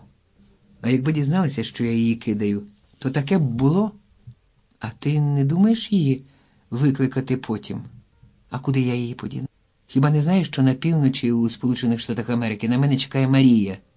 Правда, я й забув. Послухай, якщо вже заговорили про це, виїзд, справа певна? Освальдо звів руки догори. Та про що мова? Ти ж мене знаєш. Так, проте ти ж про це більше не говориш? А про це потім, хлопче. Виїзд треба заробити. А тоді жируй собі, коли нежданно-негадано опинишся на півночі і розважатимешся із своєю кралею. Даніель усміхнувся, сів на ящик, у якому були посвідчення. Я знав, ти, кіт, хлопці, надійні. Так що я повинен зробити? Освальдо прибрав таємничого вигляду, витяг з кишені сорочки аркуш і простяг Даніелю. Подзвони по цьому телефону. На нафтоперегінний завод. У той час, що тут зазначено. Тому, хто візьме трубку, скажеш все те, що тут написано. Прочитай, чи все ясно. Даніель поринув у читання, а Освальдо встав, зробив кілька кроків по комірчині, обернувся. Даніель уже ховав папірець до кишені. Все зрозуміло? Перепитав. Ну, гаразд. Друге, що маєш зробити, це підвести 6 дуже важливих для нас людей. Де їх забрати, сповістимо згодом. Тому з цієї хвилини ти з дому не відлучайся. А де я маю забрати цих типів? Не скажу, бо й сам не знаю. Завтра буде нарада у Бока-Сієга. Там отримаємо останні інструкції. Єдине скажу, їх 6. Та не знаю, чи всіх ти забереш, чи лиш декого. Після наради я і кіт зателефонуємо тобі. Де і скількох ти маєш забрати. Того ж дня треба буде тобі по телефону дзвонити. І все це ви скажете мені по телефону? Так, а що? То це ж небезпечно. Якщо хтось підслухає, ми всі провалимося. А я не можу поїхати на цю нараду у Бока-Сієга? Освальдо замислився, провів рукою по голові, відповів, ховаючи очі. Розумієш, друже, я передаю лише те, що сказав кіт. Ти не можеш прийти на нараду. І, наскільки я знаю, нема іншого способу зв'язку, так що... Ні, є. А який? Даніель встав. Ходімо. Через кілька хвилин вони стояли біля виходу. Освальдо тримав у руках пакет з посвідченнями. Даніель витяг з рота сигару. Тобі сподобалася кава? Ну, звичайно. Твоя жінка готує її дуже смачно. Шкода, що ти більше не покуштуєш її. Засміявся тихенько Даніель. Шкода, усміхнувся й Освальдо. Чого так поспішаєш? Побудь ще трохи. Лице Освальдо й знову споважніло. Ну що ти, мені треба виконати ще одне завдання. Мушу побачити іще одного хлопця-механіка. Я замовив йому бачок. Бачок для тебе? Ні, друже, для... Ну, ти знаєш. Даніель торкнувся рукою підборіддя, всміхнувся і підморгнув. Ти хочеш сказати, що на нафтоперегінному буде весело, га? Освальдо ступив крок назад, звів брови і розвів руками. Не знаю, хлоп. Уяви собі сам. Я тобі казав, що зроблю все можливе, аби встигнути, серце моє. Та часу не вистачає. Дивися, уже нарізані усі частини. Їх треба лише зварити. Ти не турбуйся, я працюватиму всю ніч і побачиш. Маленький механік метушився серед шматків нікелевої сталі, розкладених на підлозі старого гаража. Освальдо випустив кільце диму. Не метушись, друже, ну завтра закінчи. Але уже на вечір має бути готове. Так що завтра не йди на роботу. Прогули ні до чого.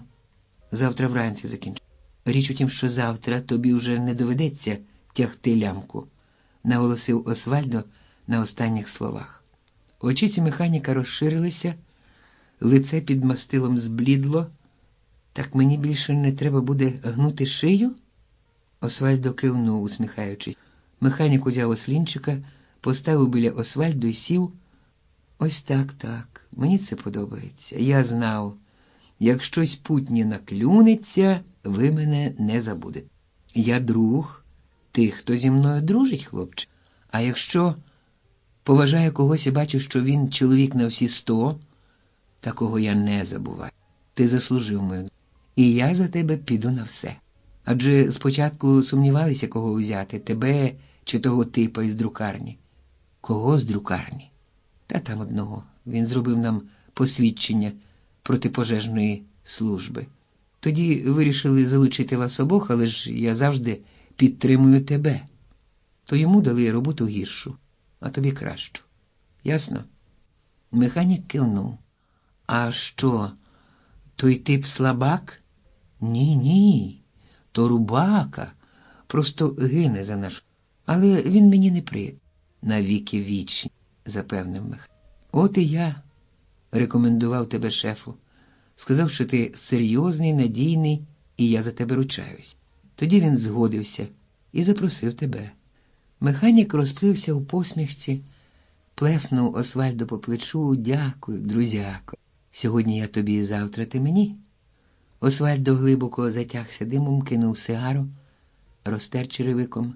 Послухай, а що я маю робити? Ну, доведеться ризикнути. Та хто більше ризикує, у того більше і грошиків буде на півночі, ясно? А справа ця певна, бо керують нею звідти, а вони ж на цьому собаку з'їли. Отже, після того, як упораємося, ми зможемо накивати п'ятами? Запитав механік. Ну, звичайно, старий.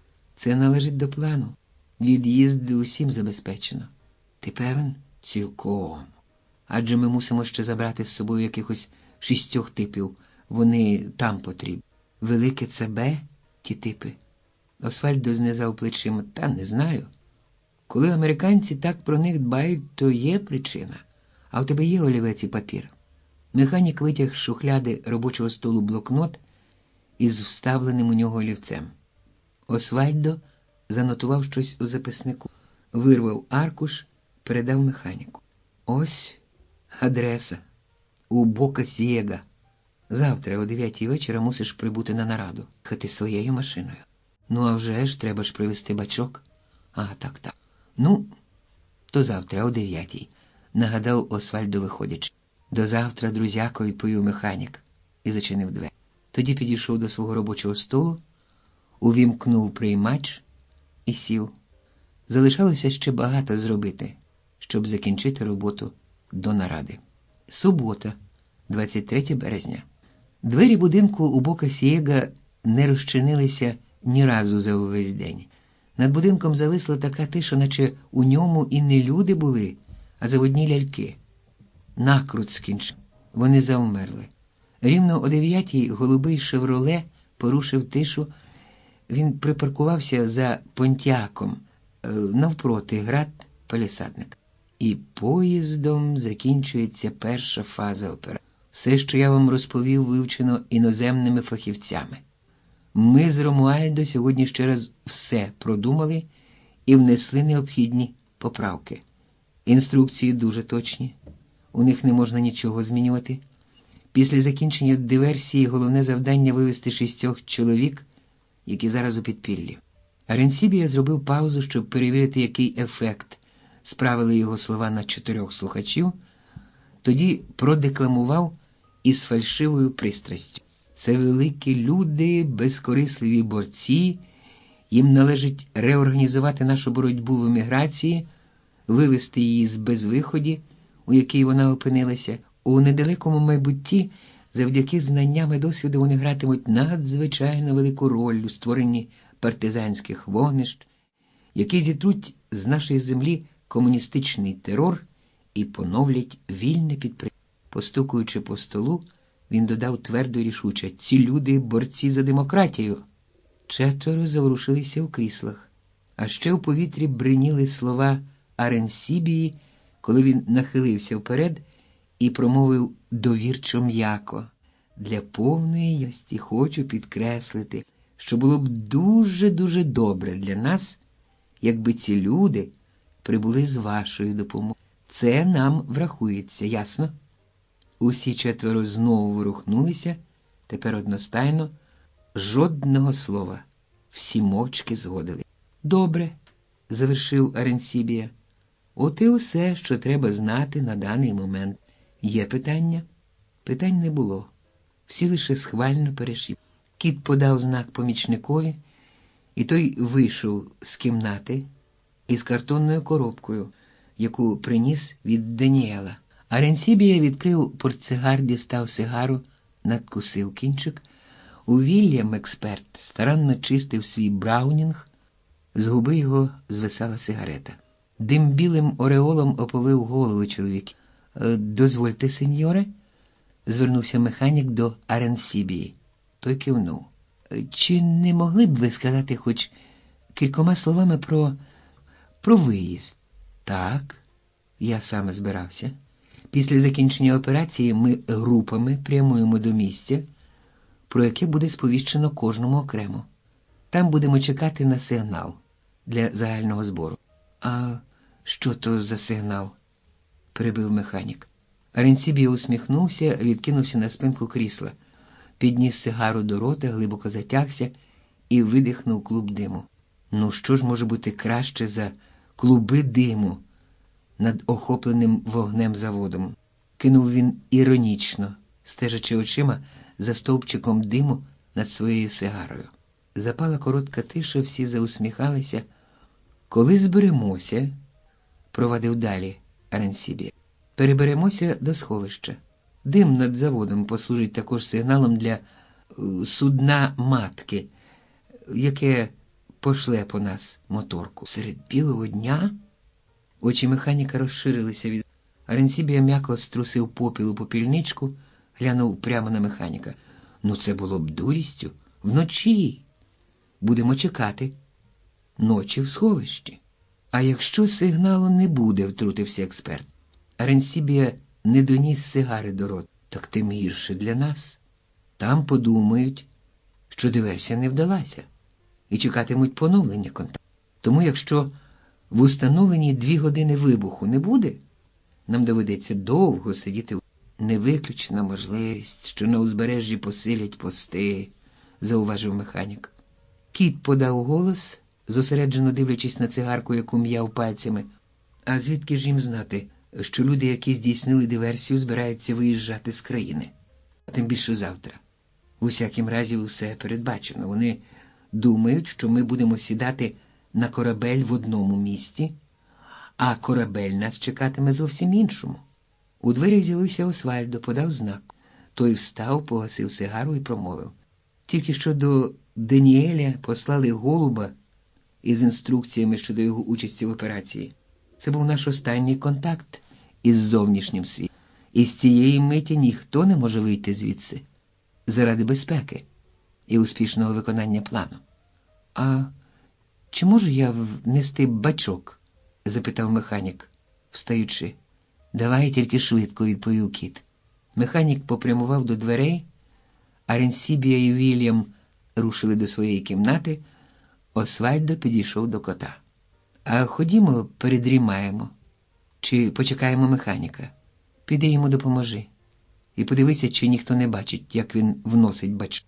Коли Освальдо підійшов до «Шевроле», йому почулося, що механік щось говорить. «Хе! Говориш сам з собою, друзяко?» Механік обернувся. «Га? А, то ти, соколику? Ну, добре, що прийшов. Самому незручно виймати». Освальдо нахилився над дверцятами. «А давай допоможу. Покер. Неділя, 24 березня, 5 година ранку. Машина молоковозом мчалася до Гуаннабо. 2 яскравих конуси, вирвавшись із передніх фар, висвічували асфальт 5-ї авеніди. Вранішня зоря тільки-но зароджувалась. Гуаннабо ще спав, коли машина зупинилась біля тротуару. Шофер виліз з кабіни, підійшов до прохідної, де стояли 2 чергових. «Як справи, хлопці?» – запитав він замість вітання. «Чудово, Рауле. Будеш ставити шланг?» «Так. А чи не знайдеться у вас трохи кави? Та знайдеться. Візьми там в термосі. Поки Рауль пив каву, на дворі світало. 5:35 ранку. Окей, сказав Аренсібія і тицьнув у механіка. А тепер твоя черга. Виїжджай на своїй машині. Інструкції тобі відомі, ясно? Так, це не важко. Певний, все буде добре. Мені завжди везло, повезе і тут. Маю надію, одгукнувся Аренсібія. У дверях механік зіткнувся з Освальдо. У руці той тримав портативний радіоприймач. Чи не мій це? Запитав механік, хоч і сам бачив, що його. Ну, так, розумієш, друже, зараз нам не до музики, того я і витяг його із твоєї машини. Добре. Залиш, утрутився кіт. Радий нагоді продемонструвати, що він відповідальний за справу. Не треба нічим відвертати своєї уваги. 5:45 ранку. Вони мовчки вийшли з будинку у Бока Сієга. Кіт двічі повернув ключ в замку. Освальдо сів за кермо Понтіака, а кіт поруч. Аренсібія та експерт умостились позаду. Ну що ж, хай нам щастить, промовив кіт, все ще намагаючись привернути увагу до себе. Краще побажаємо собі доброї дороги, відрубав Аренсібія. Я не дуже вірю в щастя. Береженого Бог береже. Маєте рацію, зауважив кіт, помовчав, тоді додав. Я завжди обережний. А вже ж, вказав на кота Освальдо, обережний, як звір. Аренсібія ковзнув по ньому порожнім поглядом, знизав плечима, а через мить сказав котові, уже час чи не так? Рушай, наказав кіт Освальдо. «Шевроле» під'їхав до стоянки біля ресторану «Тарамар». Механік виліз з машини, зайшов до ресторану, сів біля шинквасу і замовив каву з молоком, а сам спостерігав за дорогою. Місце для спостереження було чудове, усе гаразд, майнула думка. Офіціант поклав перед ним серветку, поставив на неї чашку. Механік сьорбнув кави, їсти не хотілося ні трішечки. Він дістав з кишені сорочки олівець, почав креслити на серветці кружечки і рисочки. І чого вони затримуються? Аренсібія попереджав, аби нічого не писати. Даремно я граюся олівцем. Та кожен із 6 відвідувачів, що були у залі, займався лише своїм сніданком. Механік сховав олівець, знову надсьорбнув каву, кинув сторожкий погляд у бік автостради. Трохи згодом на стоянці біля Тарамару з'явився Понтіак і зупинився ближче до шосе. Кіт вийшов з машини, підняв капот. Аренсібія з машини зауважив, уже мусив би проїхати. Кіт удав, ніби перевіряє мотор. Та спробуй ще раз, гукнув Освальдо. Почекай, заглуши. Усі, хто сидів у машині, та й сам кіт, уважно стежили за машинами, які курсували автострадою. Віа Бланка із Гуанабо. Молоковоз, що їхав по Віа Бланка, залишив позаду пляжне селище Тарару. Музичний пляж Куби, згадав шофер Рауль і заспівав «Тарара, тарара». Під'їхавши до Тарамару, Рауль побачив Понтіак, у моторі якого копався чоловік. Він не надав цьому ніякого значення, не звернув уваги і на те, що чоловік при під'їзді молоковоза швидко опустив капот і сів в машину. Все було буденно. Навіть те, що Понтіак виїхав із стоянки і рушив слідом.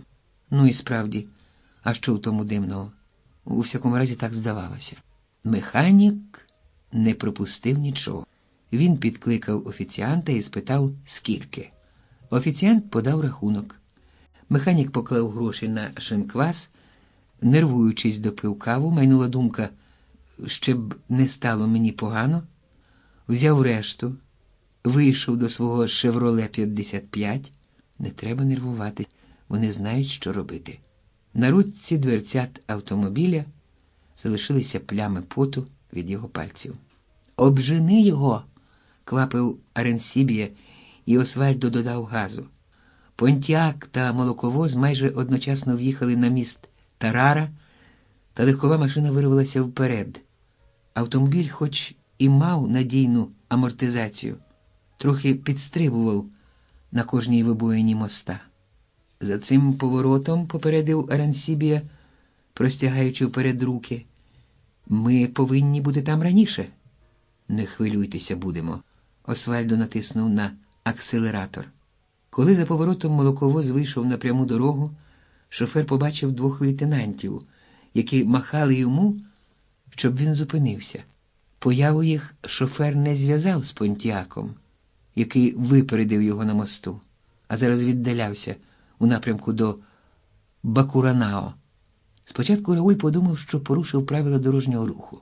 Потім вирішив, що по нього послали із молокозаводу, але зразу ж відкинув це припущення, просто військові просяться, щоб їх підвезли. І він, звичайно, зупинив. Рауль дуже здивувався, коли почув. Товаришу, у нас наказ обшукати вашу машину, вийдіть.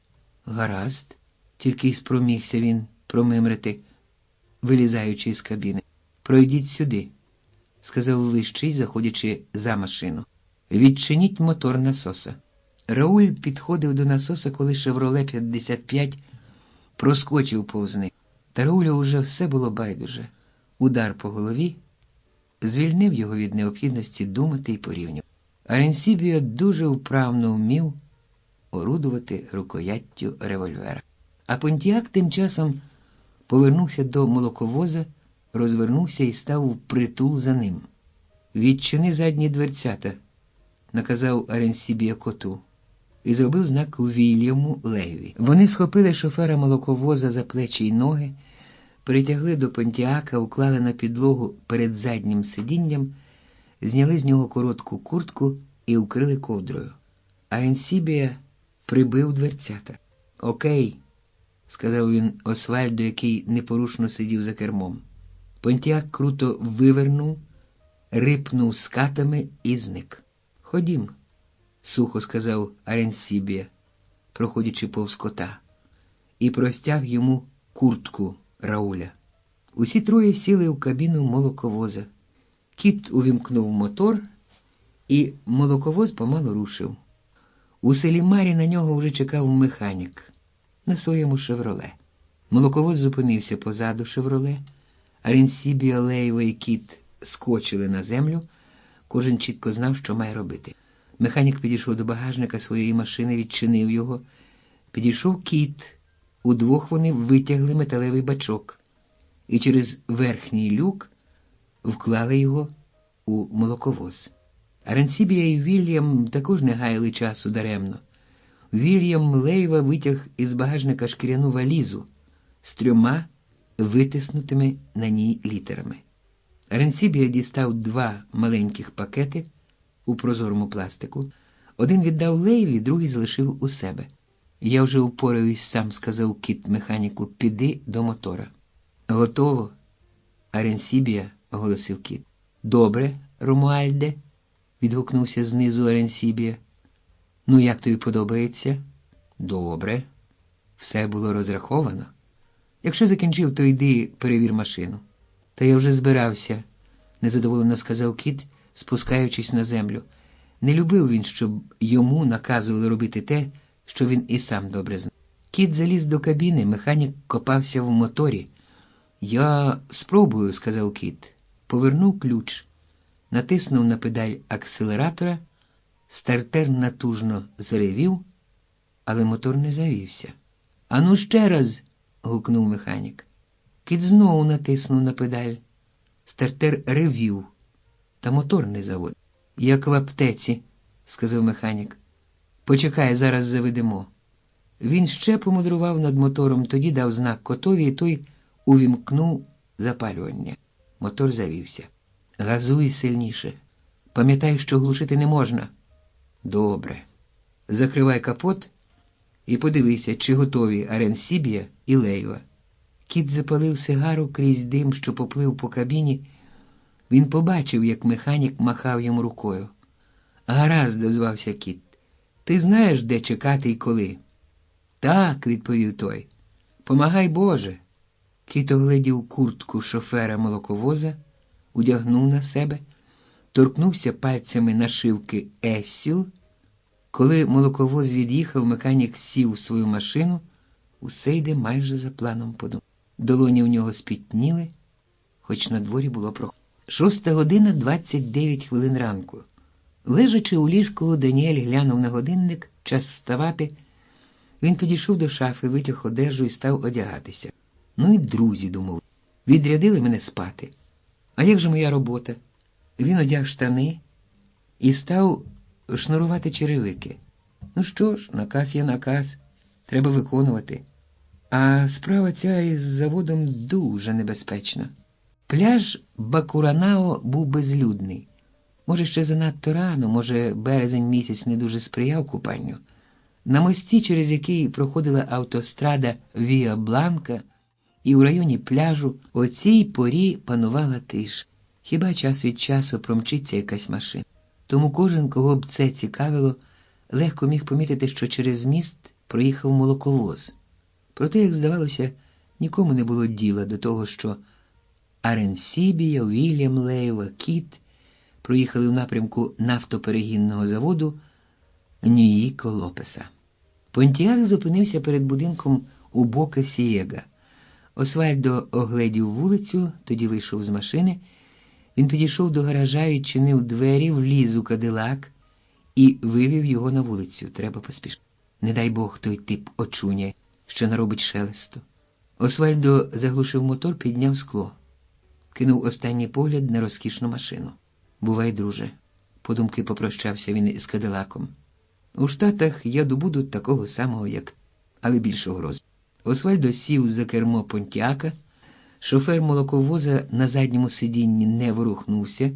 Видно, добре вдарив його по гамалику Аренсібія.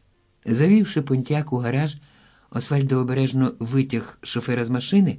Ну й тяжкий же, як лантух, подумав він, несучи його крізь внутрішні двері до вітальні. Там скинув шофера на диван, добув із шафи в стіні довгу мотузку і заходився зв'язувати. Тоді дістав з кишені хустку і заткнув шоферу рота. Про всяк випадок. 6:45. Біля в'їзду до нафтоперегінного заводу о цій порі панував незвичний спокій. Неділя. Лише світлофор невтомно блимав жовтим оком. Під ним зароджувалося відгалудження від Віа Бланка до заводської брами. За 100 метрів від світлофора був перший пост охорони. Там чергували 2 охоронці. Коли машина звернула біля світлофора із Віа Бланка на дорогу до прохідної, один із них, Фаусто, сказав: «Ось і молоковоз. Перевір його сам», – попросив Херардо і додав: «Пам'ятай про інструкції, адже ти вперше на цьому посту». «Не хвилюйся», – відповів Фаусто. «Ось і перший пост», – думав Кіт, скеровуючи машину до будки. «Зараз побачимо, хто хитріший. Ми чи комуністи?» Машина зупинилася, один з охоронців став неквапливо обходити навколо неї, а другий підійшов до кабіни. Кіт вистромився у віконце. «Доброго ранку, товаришу», – привітався він. «Доброго ранку.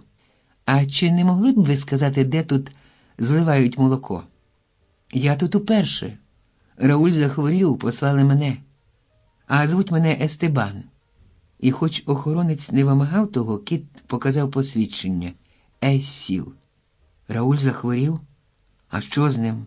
– запитав Херардо і узяв посвідчення. «Так», – відповів Кіт. «Підхопив десь вірусний грип. Зараз ця зараза усіх качає». «Дозвольте», – сказав охоронець, і, ступивши на підніжку, заглянув до кабіни. Нічого не зауваживши, спустився на землю. Фаусто тим часом скінчив обхід машини і подав знак «Товар». Колією повз старий локомотив, тягнучи низку цистерн. 6:52. Гілка на Касабланку залишилася позаду, а попереду пост номер 2. Тільки крізь нього можна потрапити до найважливіших цехів заводу. Крім того, пост тримав під контролем переїзд через залізничну колію, всього лише за кілька метрів од нього. Один з охоронців сидів у будці, слухав радіо. Його товариш був на дворі, він бачив, як охоронець на посту номер 1 повернув посвідчення шоферу молоковоза, і машина повернула до них. «Цей найважчий», – згадав кіт, наближаючись до поста. «Тут потрібен психологічний». Вистромив голову. «Ей, товаришу! Охорона з того поста сказала, що молоко зливають тут. Де приєднується шланг?» Кіт зупинив машину біля самісінької будки. Шлагбаум на переїзді був піднятий. Коли охоронець підійшов до молоковозу, кіт заглушив мотор, виліз з кабіни і зобразив на обличчі несміливу посмішку. «Ну, тут, бачиш, така справа. Рауль захворів, а я ще ні разу не був тут». «Хвилинку», – сказав службовець. «Евхеніо», – покликав він, – «я займусь товаришем. Ти можеш побути біля машини?» «Отож». «Ходімо», – кивнув охоронець котові. І обидва рушили вузьким проходом, що вів до заднього дворика кафетерії. «Хіба сьогодні починаються військові маневри?» – запитав кіт. «На шляху я зустрів валку вантажних машин і джипів з солдатами». Охоронець глянув на нього здивовано, а потім одвів погляд вбік. «Я нічого про це не знаю. Дивіться, сюди проведете машину, а он там, біля того отвору, приєднаєте шланг». «Ой, дякую», – відказав кіт. «А в маневри ти повірив, Соло. Поки що все йде гаразд». Більшість будинків приморського селища Касабланки іще не розчиняли дверей. Неділя, ранок, 6:59. Блакитний «Шевроле» механіка зупинився на тихій вулиці. Кіт скочив до кабіни, сів за кермо. Стартер загудів натужно, та свічки були попсовані. Мотор не заводив. Кіт глянув на охоронців, прицмокнув язиком, і машина, мовляв. «Треба ж таке. Знайшла час для жартів», – сказав він. І знов натиснув на стартер. «Марне. Механік добре потрудився. Товариші, а чи не могли б ви підштовхнути мене?» – попрохав кіт. Охоронці підійшли до молоковоза ззаду. Почали його штовхати. Машина зрушила з місця. Мотор ледве не заглух знову, та кіт учасно знову натиснув на педаль, так вмикаючи і вимикаючи щеплення, і, не даючи мотору заглохнути, кіт докотився до залізничної колії. «Стій!» – гукнув постовий. «Зараз!» – озвався кіт і натиснув на гальмо, забарившись лише на мить. Цього було досить, щоб передні колеса переїхали рейку, і машина зупинилась на колі.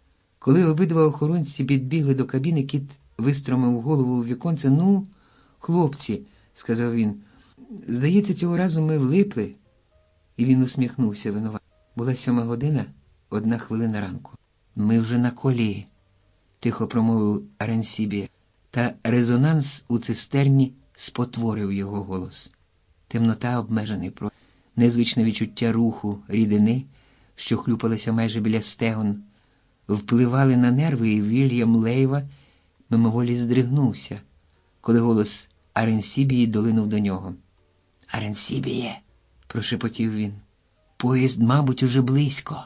Різкий, тужливий, наче стогін звук металу проник до цистерни, заполонив усі її куточки. Сумніву не було. Локомотив сигналив. «Це найбільш ризикована частина», – пробурмотів Лейва. І подумав, ніколи ще я не відчув, та зараз здається. «Підштовхніть, будь ласка», – попросив кіт. Міг би й не просити.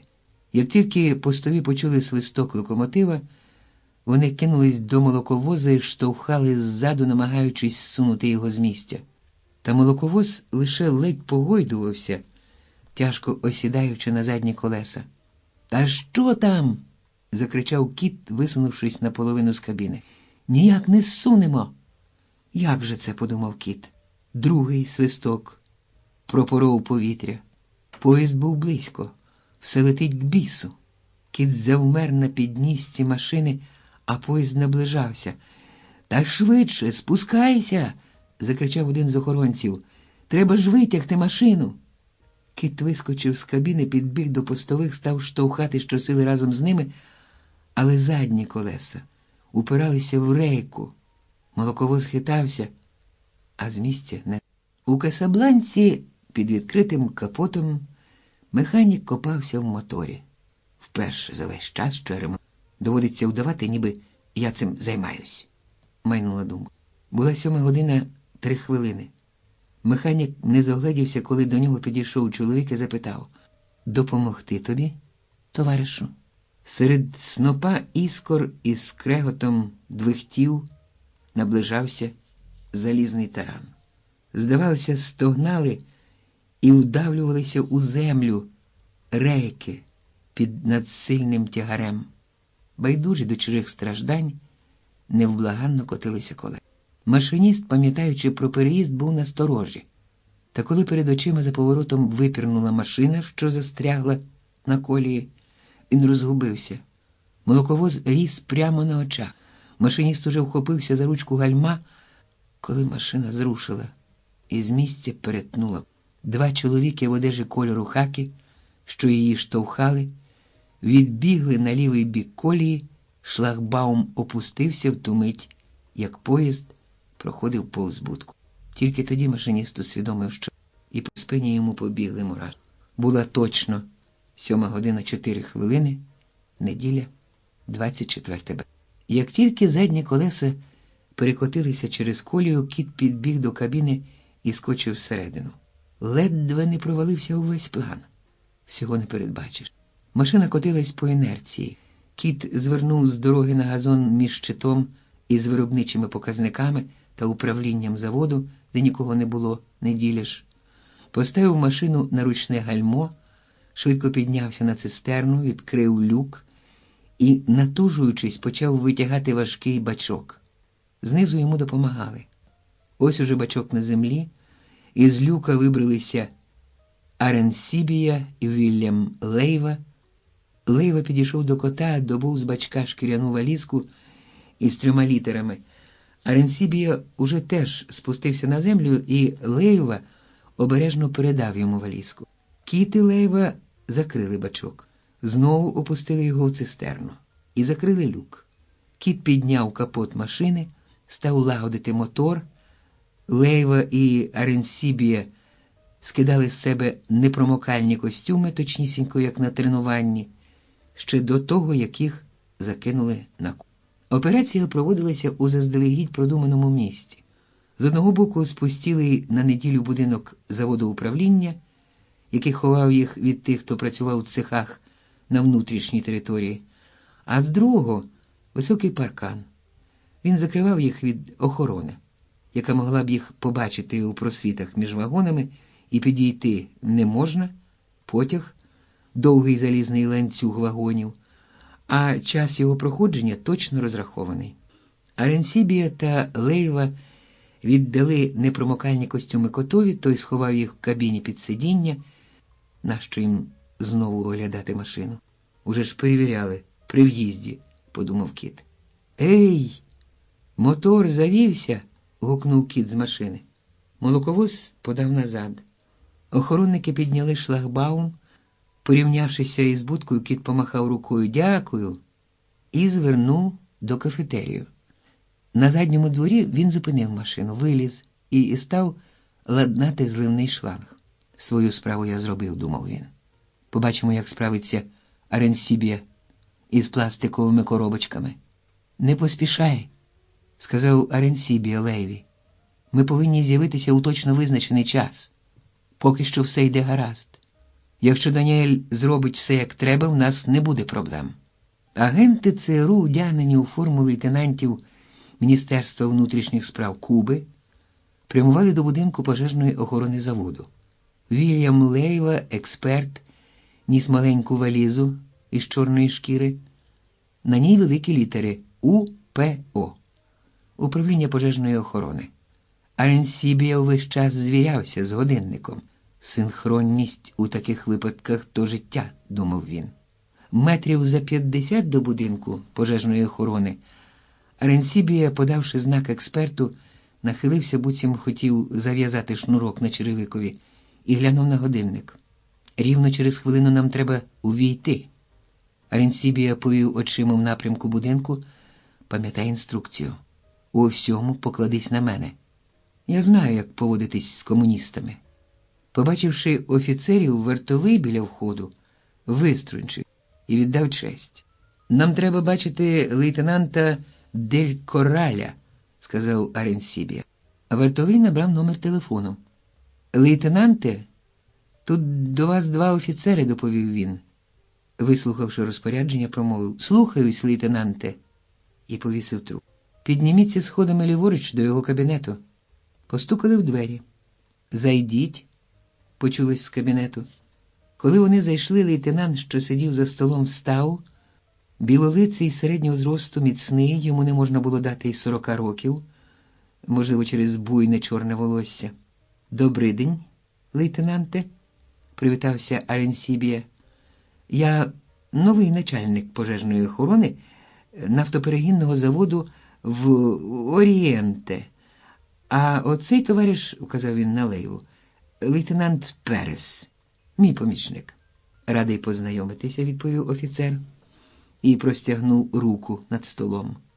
«Лейтенант Родольфо дель Корраль, сідайте. Чим можу бути корисний?» «Перш за все, мене просив передати вам привіт лейтенант Оліва», – усміхнувся Аренсібія. «Він цікавиться, чи ви і зараз чемпіон з пінг-понгу? Він би не проти зіграти з вами». «Ой, той Оліва», – засміявся лейтенант. «А що з ним? Хіба не він начальник пожежної охорони на заводі імені братів Діас?» «Ну так, але кілька тижнів тому отримав підвищення. Перевели у провінційне управління, а на його місце призначили мене. Тому і послали нас до Гавани підучитися». Воно ж. Ми приїхали позавчора. Уже побували на кількох підприємств». Аренсібія глянув на годинник. «Ну, залишилися тільки ви, зрештою, тут нам найцікавіше, бо й у нас нафтоперегінний завод». «Що ж, до ваших послуг?» – відповів офіцер. «Через 5. Має подзвонити телефон, інакше». Нетерпеливився Аренсібі, а зовні спокійно провадив розмову далі. «А що передати Оліві?» «Ну, скажіть йому, що…» Телефонний дзвінок перебив розмову. Даніель Барріос почув гудок. Він ждав. Як було наказано рівно о 7:16, він набрав номер пожежної охорони нафтоперегінного заводу імені Ніїко Лопеса. «Слухаю», – почулось на другому кінці лінії. «Мені потрібен лейтенант Дель Корраль. Я біля телефону. І з вами говорить класний керівник Рудольфіно, вашого сина. І з ним сталося нещастя». «Що?» «Не хвилюйтеся. Здається, він лише зламав руку. Ну і трохи забився». «Як це трапилось?» «Автобус, на якому діти їхали на екскурсію в Сороа, попав в аварію». «Ви певні, що в нього немає нічого серйозного?» «Так, але він весь час кличе вас. Він в лікарні Пінар дель Ріго. Я більше не можу говорити з вами, бо мушу зв'язатися із іншими батьками». «Ну так, звичайно. Дякую, що подзвонили». «Нема за що», – відповів Даніель і провів рукою. «Не подобається мені». «Щось трапилося?» – запитав Аренсібія лейтенанта, коли той поклав трубку. «Нагальна справа. А ви не могли б прийти завтра? Тоді я особисто міг би показати вам все, що ви бажаєте. Я і збирався це зробити, та не передбачено обставин. Річ у тім, що в нас уже квитки на літак на вечір», – сказав Аренсібія. «Та ви не хвилюйтеся, адже ми маємо уявлення про обладнання. І якщо ви дасте нам когось, щоб супроводжував нас, цього буде цілком достатньо». Лейтенант потер підборіддя рукою, тоді вирішив: «Нема ради. Ви вже мені пробачте. Хотілося самому все показати, але сьогодні не можу. І з вами піде інший товариш». Він підійшов до селектора, натиснув кнопку. «Фулледо? Зараз спустяться товариші, що приїхали до нас. Пройди з ними, покажи те, що вони захочуть подивитися». «Зрозуміло? Ну, добре. Вони вже йдуть». Коли Аренсібія і Леєва спустились на перший поверх, боєць Фулледа виструнчився і привітався. «Фулледа до ваших послуг, лейтенанте. А який цех хотіли б ви подивитись перший? С, сказав Аренсібія. Ми хотіли б перевірити обладнання лише цеху С. Він спритно замінив слово «подивитися» на «перевірити». Справи йдуть краще, ніж ми гадали. Негадано ми стали інспекторами. Механік у Касабланці длубався в моторі «Шевроле». Чоловік, який запропонував йому допомогу, став поруч, а він симпатичний. Ремонт машин моя. Але зараз доведеться терпіти помічника. Небезпечно. У зоні не палити. Тут легкозаймисті матеріали. Діючи усупереч забороні, ви скоїте свідомо карний злочин. Не будьте безвідповідальні. Не порушуйте наказу самі й не будьте байдужі до порушників. Вас попереджено. Боєць Фулледа давав пояснення про складне обладнання переодягненим агентам. Встановлено, що на цій дільниці цеху стратегічна установка протипожежних заходів буде... Аренсібія вдавав, що дуже зацікавлений розповіддю. Уільям Лейва тримався осторонь, оглядаючи вогнегасники і роблячи нотатки у записнику. Закінчивши пояснення, боєць запросив їх пройти до іншої дільниці цеху. «Добре», – згодився Аренсібія і додав, звертаючись до експерта. «Пересе, залишся тут. Занотуй всі необхідні дані. А товариш тим часом покаже мені протипожежні установки на іншій дільниці. Коли закінчиш, доженеш нас. Ясно?» «А вже ж», – відповів Лейва. Коли Аренсібія з бійцем відійшли, експерт підійшов до найближчого вогнегасника і став відкручувати кришку. Кіт від'єднав зливний шланг і під'їхав до поста номер 2. Гукнув вартовим: «До завтра! Дякую за все. Побачимо, чи не підведе мене знову оця стара чортопхайка». «До завтра», – відповіли вартові. «Тільки б товаришам, що проводять маневри, не заманулося зупинити мене. Бо якщо мотор знов заглухне, ну та добре, всього найкращого». Машина від'їхала. Це щоб не забули про військові маневри, подумав про себе кіт. На полустанку проти тютюнових складів локомотив відганяв порожні цистерни, залишаючи цистерни заповнені патокою. Це було на 5-му причалі в бухті Уасабакоа у Реглі. Час 7:39 ранку.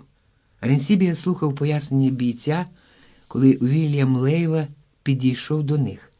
«Ти все записав?» – запитав Аренсібія.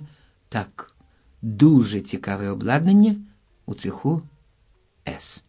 За кілька хвилин Аренсібія і супровідник знову відійшли на іншу ділянку. Залишившись один, експерт обережно поставив валізу на підлогу, спробував відкрутити кришку вогнегасника. «Товаришу!» – почув він голос за своєю спиною. Лейву застукали на гарячому. Та він не розгубився. Все було передбачено. «Слухаю вас». Чоловік у робочій спецівці і зеленій касці стояв поруч. «Я член протипожежної бригади.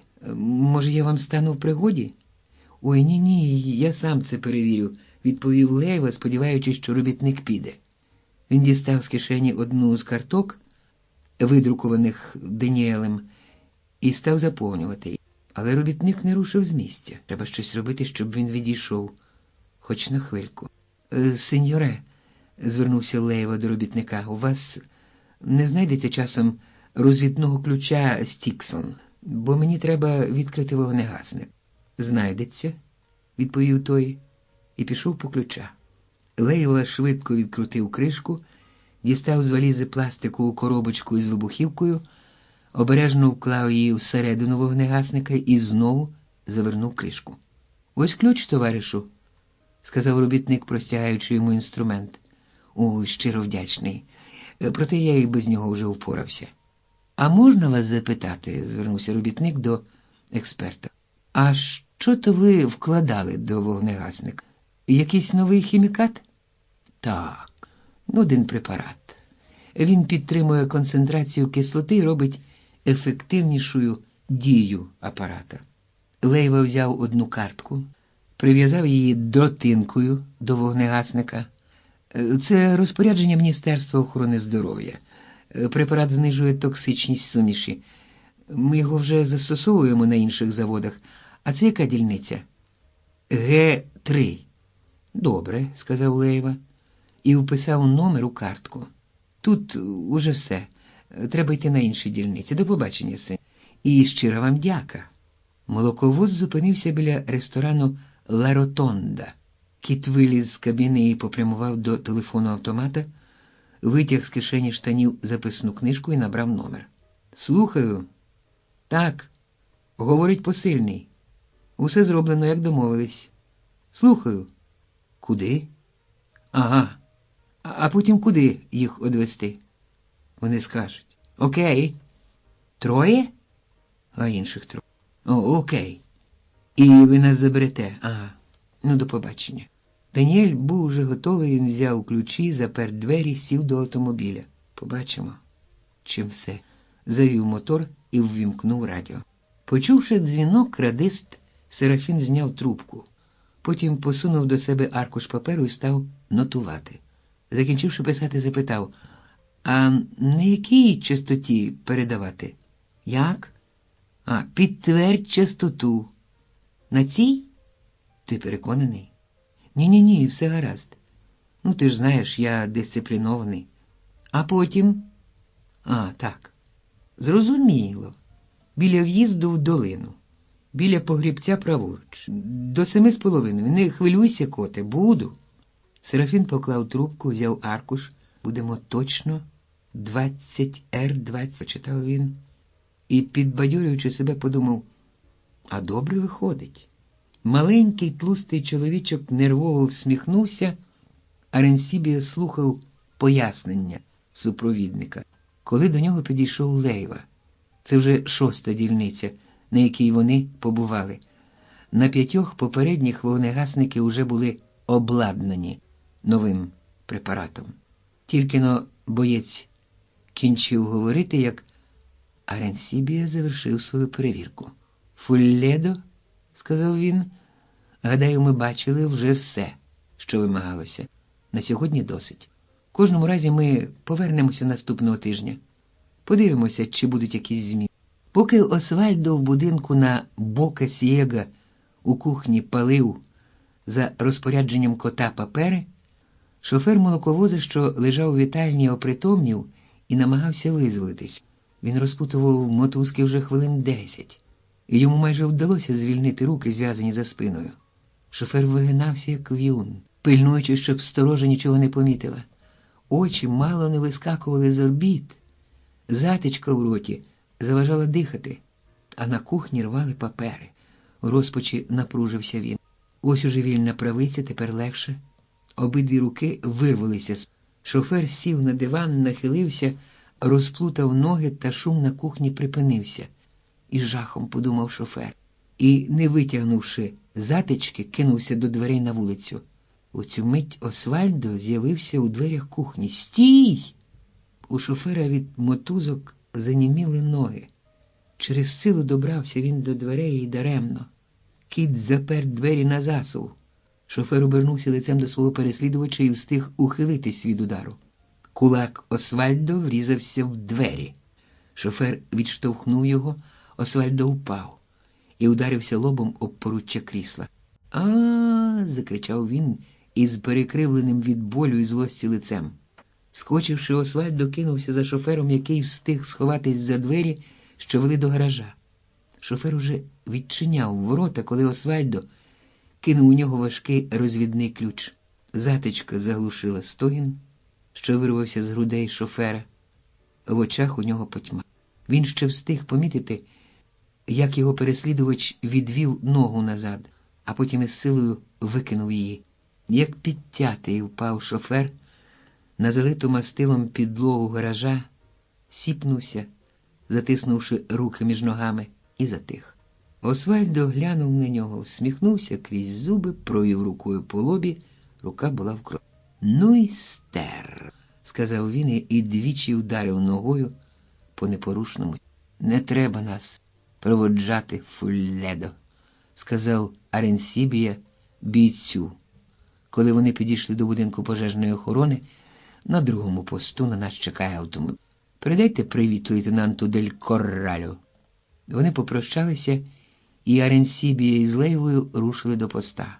Так, сказав Аренсібія дорогою, з цієї хвилини ми повинні думати лише про одне, як врятувати свою шкуру. Почувши 2 швидких удари у двері, лейтенант відділу розшифрування Департаменту державної безпеки Фундора сказав: «Прошу». Солдат рвучко наблизився. «Лейтенанте, ми тільки що перехопили радіограму», – доповів він схвильовано. «Товариші вже працюють над розшифровкою». «Ходімо», – сказав Фундора, встаючи. «Треба розшифрувати негайно». Вітальня будинку на Бока Сієга. На столі розбита ампула й шприц. На підлозі зв'язаний шофер із затичкою в роті. «Так треба було зробити з самого початку», – подумав Освальдо, стоячи біля нього. «Тоді в мене не було б цієї рани». «Паршивий молодчар», – прошепів він, і у 100-й раз копнув ногою тіло без видимих ознак життя. «Якби мені не йти, я б забив тебе». Освальдо намацав пістолет біля паска, тоді рушив у гараж, вивів на вулицю Понтіак, повернувся, щоб заперти двері, ввімкнув мотор і глянув на годинник. «Бо приїду пізніше за кота». І Понтіак зник вдалечині. Даніель загальмував машину, постукав у двері будинку. Двері розчинились. На порозі жінка витирала руки об фартух. «Чого вам? Тут мешкає Неліда Лопес?» «Ні, Нена виїхала на північ», – сказала жінка, відповідаючи на пароль. «Я посильний. Приїхав по голуби». Аренсібія зупинився біля бака для сміття. «Тут», – сказав він експерту, і огледівся. Навколо нікого не було, лише віддалік розмовляли між собою кілька робітників, та вони не могли їх бачити. «Давай». Лейва підняв кришку бачка, засунув всередину шкіряну валізу і закрив бачок. Аренсібія витяг з кишені сорочки папір. «Ходімо». «Ну все», – промовив чоловік. «Нарешті, ну тепер по...» – озвався механік до чоловіка, який напросився йому допомогти. «Думаю, що більше мені нема чого тут робити. Щасливої дороги», – попрощався чоловік. Механік, усміхаючись, проводжав його поглядом.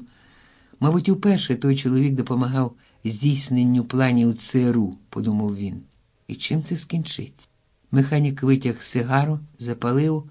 «Ну так, якщо кожен з нас точно виконає все, що йому доручить, усе буде добре».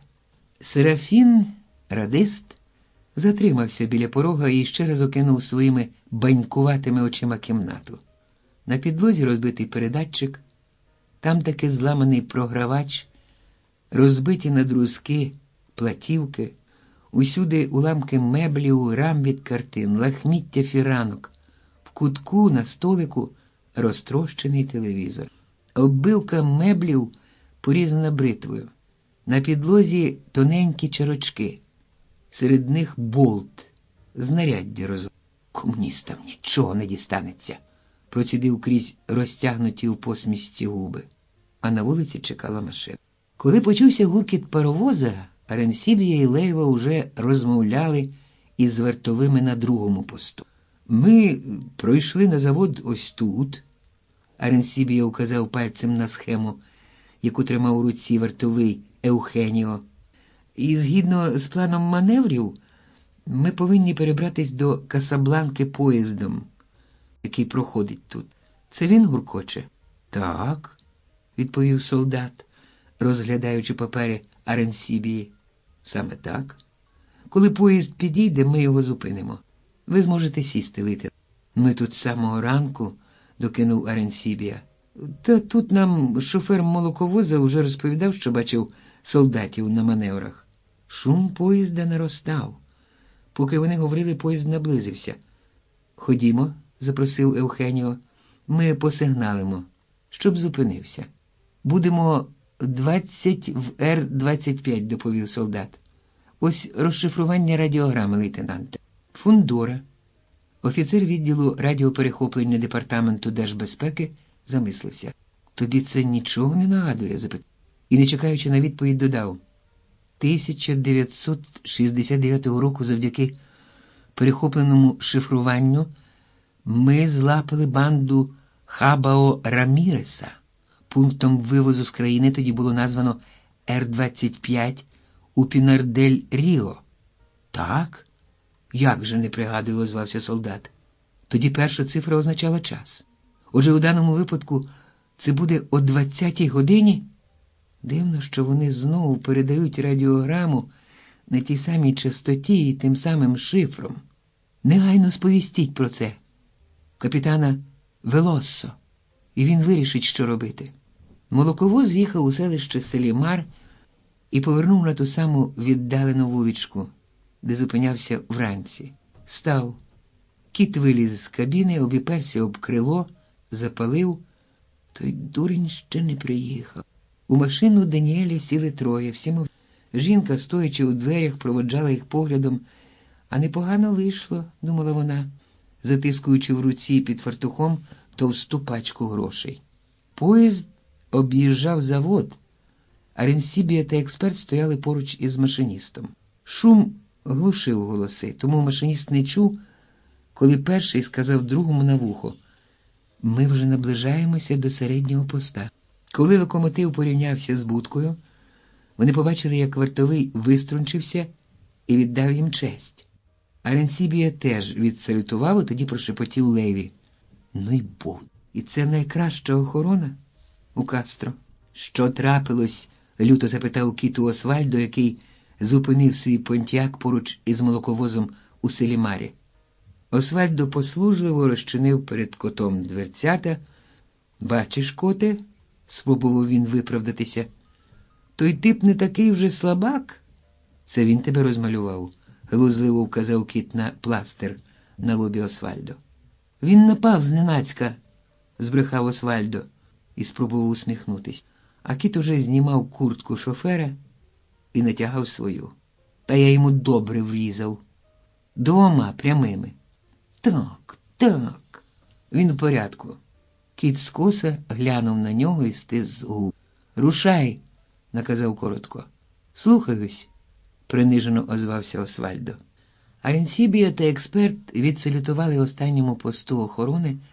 Ну що ж, найбільша небезпека позаду. Якщо й повернення пройде з таким самим успіхом, то я непогано проведу час на пляжах у Майамі-Біч.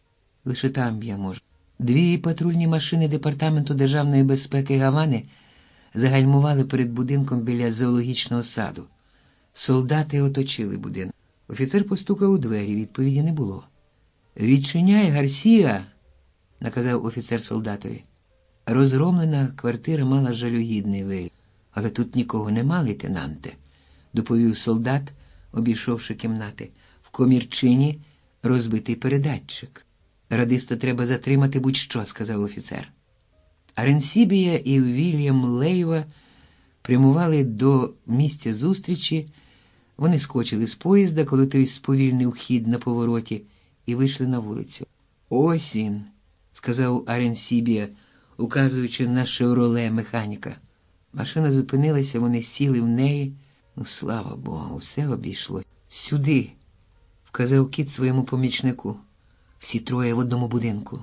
«Коте, а чому ти не дозволив Даніелю забрати усіх 6 разом?» – запитав Освальдо. «Ну, не знаю.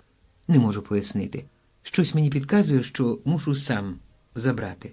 Хоча б 3 з них. Проте не знаю чому».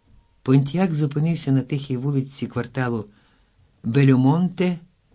Кіт і Освальдо вийшли з машини, піднялися сходами до будинку. Двері розчинилися. «Містер Кіт, ми вже готові», – сказав чоловік. «Ми чекали на вас». «Привіт, як справи, Хуаніто і Джонні?» А ранок наливався жаром. Палав. Блакитний «Шевроле 55» проїхав повз взуттєву фабрику «Ково». Троє сиділи в ньому і вели бесіду. І той самий робітник дав мені ключ, щоб я відкрив вогнегасник. Аренсібія і механік розсміялись. «Я знав», – сказав Аренсібія, все ще усміхаючись, що наш план не міг провалитись, бо то вони його розробляли. Не потаю, я дуже нервувався, признався механік. Ну і зараз я ще не у своїй тарілці. Страх то вже вчорашній день. Зараз до місця збору, тоді до печери, а як стемніє, вийдемо на волю. Усе вийшло як на. Так що курс на міст Бакунаягуа. Серафін, радист, їхав по шосе у Пінар-дель-Ріо. Крізь товсті скельця окулярів збуджено поблискували банькуваті очі. Хто сказав, що Пінар-дель-Ріо – попелюшка Куби, процідив крізь зуби. Вітер бив в усміхнене лице, пальці вибивали ритм на кермі. У Пінар-дель-Ріо мулатко наспівав на власний мотив. В Пінар-дель-Ріо життя моє, лечу в Пінар-дель-Ріо місце втіх. А у Департамент державної безпеки Пінар-дель-Ріо саме надійшов наказ про затримання групи контрреволюціонерів. Указувалося місце і час їх появи. Коли Понтіак знову вибрався на Віа Бланка, в ньому сиділо 5 чоловік. Тіто, прозваний Гаванцем, організатор і керівник групи саботажників у провінції Гавана, дивився вбік. Хоч він і відростив бороду та пофарбував під сивину волосся, вираз лиця його залишався жорстокий.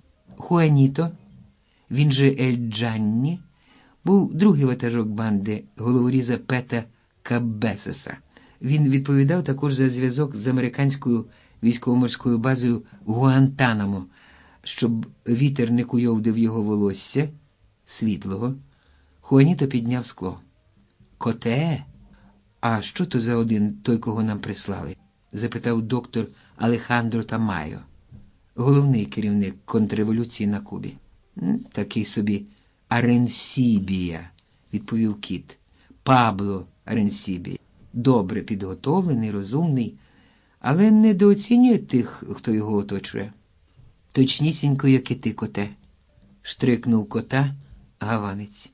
«У твоїй групі всі сиділи тихо. Лише такий, як оцей», – указав він на Освальдо Деласа, який сидів за кермом. «Ладні йти за тобою. Другорядні». «Ти що? Гаванцю?» – підскочив Хуаніто Ель Джонні. «Я був другий в групі, Пето». «Але аж ніяк не другоряд. А Пето справжній вождь. У бійці він звір». «А де ти був у день тієї бійки?» – дошкуляв Тіто Гаванець. «Виконував завдання». «Завдання своєї коханки?» «Досить», – обірвав доктор Тамайо. «Досперечаєтеся на півночі. А скажи, коте, як там операція?» Доктор Алехандро Тамайо вигляд має поважний. Не треба було багато часу, аби зрозуміти, що людина ця кмітлива і обачна. «Там, де я брав участь, усе йшло гаразд», – відповів кіт. «Моя робота – вищий клас. Решта справи Аренсібії». «А твоя думка?» – запитав доктор. Кіт двічі плеснув себе по коліну, схилив набік голову і знизав плечима. «Гадаю, зробить. Цей тип може висадити у повітря завод комуністів». «Мені страшенно кортить побачити личину Леле. Швидше, в Майамі», – прорипів Хрипун. «То він тяг мене в діло. І з його вини мало не коцнули мене комуністи». Хрипун сидів у машині Даніеля праворуч від нього. Він теж створив одну із контрреволюційних груп і лише чудом вник арешту. Але коли Анхель Валес, той самий Леле, з'явився по нього, бо було домовлено. «Я теж хотів би глянути на Леле», – заявив Маріо Порруа. Хуліо, його брат, що сидів поруч, схвально кивнув. Обидва вони раніше мали свої банди у горах Ескамбраєя, і ось уже кілька років ховалися в Криївці, не бачили сонця. Шкіра на їхніх лицях набула молочно-білого кольору. «А тобі що накоїв Леле?» – запитав Хрипун. «Та я 20 разів казав собі, що надіслані ним автомати не стріляють. Мабуть, зірвав чималий куш. Дай Боже, щоб зброю в нашу печеру постачав не він. Будьте певні, я йому нагадаю про зустрічі. Хай начувається, проскрипів, як іржаві завіси, голос Хрипуна. Та цур йому, краще розважимося. Хрипун нахилився вперед, почав крутити ручку приймача на щитку автомобіля. Він зламаний, сказав Даніель і хутко вимкнув приймач. Куплю собі у Штатах 2 нових, а то й 3. Добудемося до Бакунаягуа і почекаємо сигналу на оглядовому майданчику. Якого сигналу, коте? Перебив його тіто Гаванець, потерши підборіддя. Сигнал, що диверсія вдалася, самовдоволено відказав кіт. Дим пожежі над заводом. Гуд, містере, гуд, усміхнувся Хуаніто Ель Джонні. Димовий сигнал.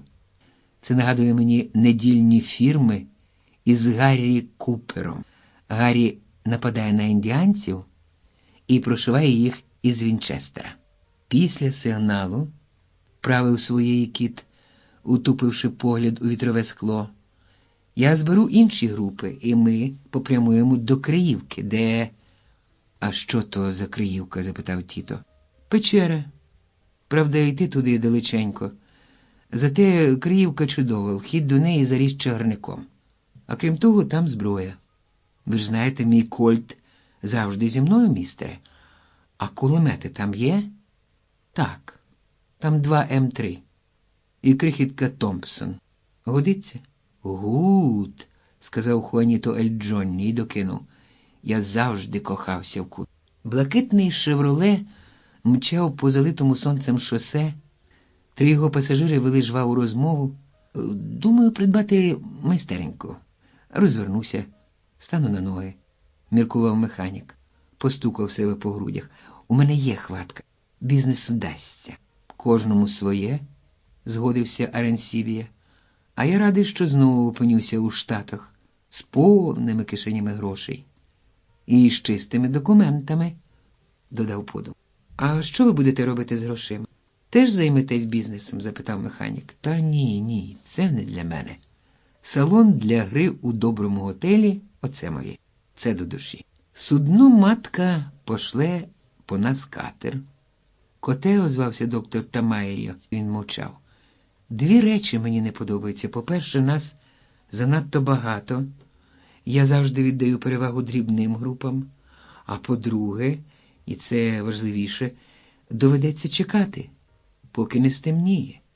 Держбезпека встигне за цей час посилити пильність на узбіччі.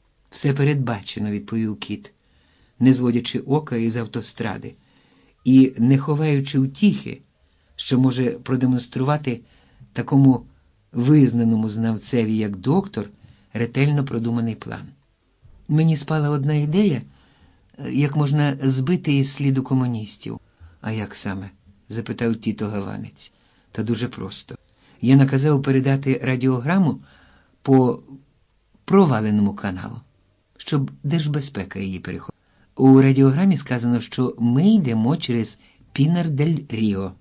Ви лишень послухайте, вигукнув Освальдо, не відриваючи рук від керма. І ти певен, що вони повірять? Запитав доктор. І додав, на кілька годин візьмуть район під нагляд. Та коли ніхто не з'явиться, зрозуміють, що їх обдурили. Кіт усміх. Кажу ж, усе передбачено, докторе. Річ у тім, що там дехто з'явиться. Доктор Алехандро Тамайо зіщулив очі. Як то? Ну, пригадуєте, докторе, того типа Серафіна. Ми ще хотіли його позбутись, бо він придуркуватий, необачний. Так от він з'явиться на так званому місці виходу з Куби. Держбезпека гадатиме, що ми теж потрапимо в засідку. А коли до них дійде, що їх ошукали, ми вже будемо балакати по-англійському на судній матці. Серафін, радист, їхав на своїй машині і співав: «Їдемо в Пінар-дель-Ріо, мулатко, їдемо в Пінар-дель-Ріо». Понтіак звернув з Віа-Бланки, вузьким в'їздом під'їхав до оглядового майданчика біля мосту Бакунаягуа. Біля кафетерію машина зупинилася, і всі 5 вийшли. У кафетерії юрмилися люди. Багато було й на майданчику. «А ходімо, перехопимо», – запропонував кіт. «Thank you, містере кіт, але я не голодний», – сказав Хуаніто Ель Джонні. «В кафетерії місце явки», – відрубав кіт. «Що з тобою, Хуане Хосе? Живіт перехопило?» – глузливо поцікавився тіто Гаванець.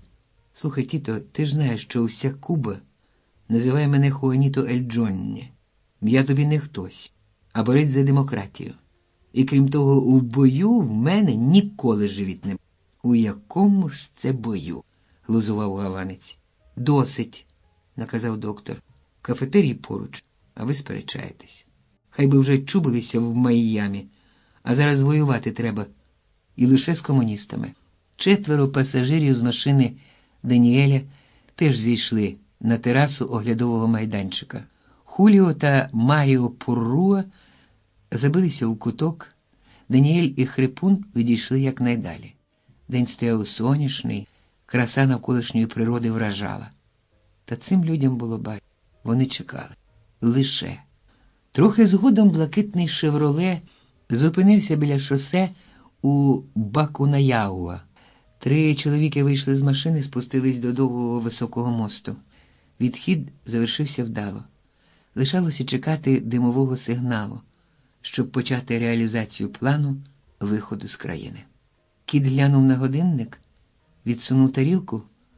«Розплатися», – наказав він Освальдо, і встав. Попрямував, не поспішаючи, на терасу оглядового майданчика. Там уже стояли Даніель і Хрипун, вдаючи, ніби милуються величною глибокою панорамою. Кіт перехилився через кам'яний мур, кинув погляд на міст, серце тьохнуло. 2 чоловіки у військовій формі та 1 цивільному розмовляли, спершись на поручні. Це були Аренсібія, Вільям Лейва і механік. Кіт глибоко зітхнув, лише зараз усвідомив, що весь цей час він був у полоні страху. Якщо досі все йшло гаразд, то з виходом з країни проблем не буде, подумав він, намагаючись заспокоїтись, але йому це не вдалося. Тіто Гаванець, Освальдо Делес, Хуаніто Ель Джонні і доктор Тамайо закінчили свій вимушений. «Місце вибрано дуже вдало», – зауважив Тіто, коли вони вийшли з кафетерію. «Пейзаж вандефул, прекрасний містере Тіто», – ствердив Ель Джонні. «Оті горби нагадують мені гори, де Хемфрі Богарт перестріляв голодранців-мексиканців, коли вони хотіли одібрати у нього золото. Пригадуєте? В тому фільмі, де копальня і така сама гора». «Я не про те, Хуане Хосе. Місце гарне тим, що тут завжди повно людей. Тут зупиняються автобуси по дорозі з Гавани і в Гавану. Бачиш, воно під'їжджає. Чим більше людей, тим важче нас зауважити». Тіто Гаванець показав на шосе. Саме прибув міжміський автобус.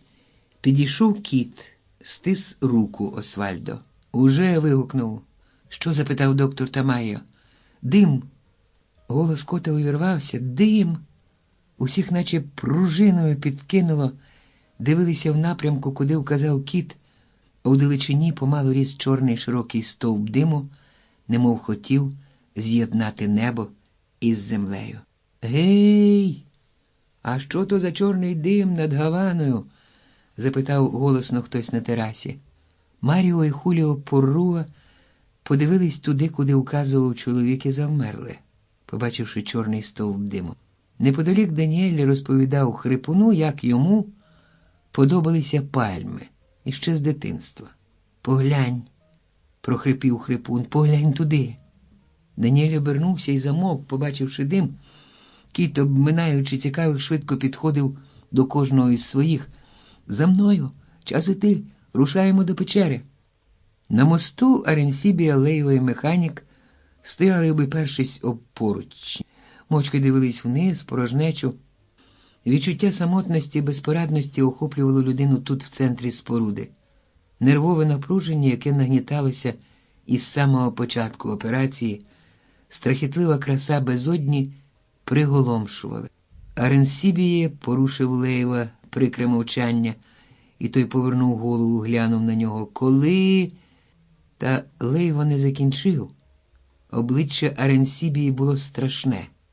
Вираз грубої сили спотворив його. Довго стримуване почуття вихлюпнулося назовні. Тільки й промовив він. Обидва обернулися. Величезна безмежна колона диму здіймалася угору, розпанахавши обрій на вертикалі. Аренсібія сперся на поручні. Завдали ми їм перцю, Вільяме, ох і завдали. Лейва і механік перезирнулися, і раптом Лейва зареготав. Аренсібія сміявся, схлипував. Завдали. Ну і завдали. На механіка теж напав нервовий сміх. Реготали всі троє.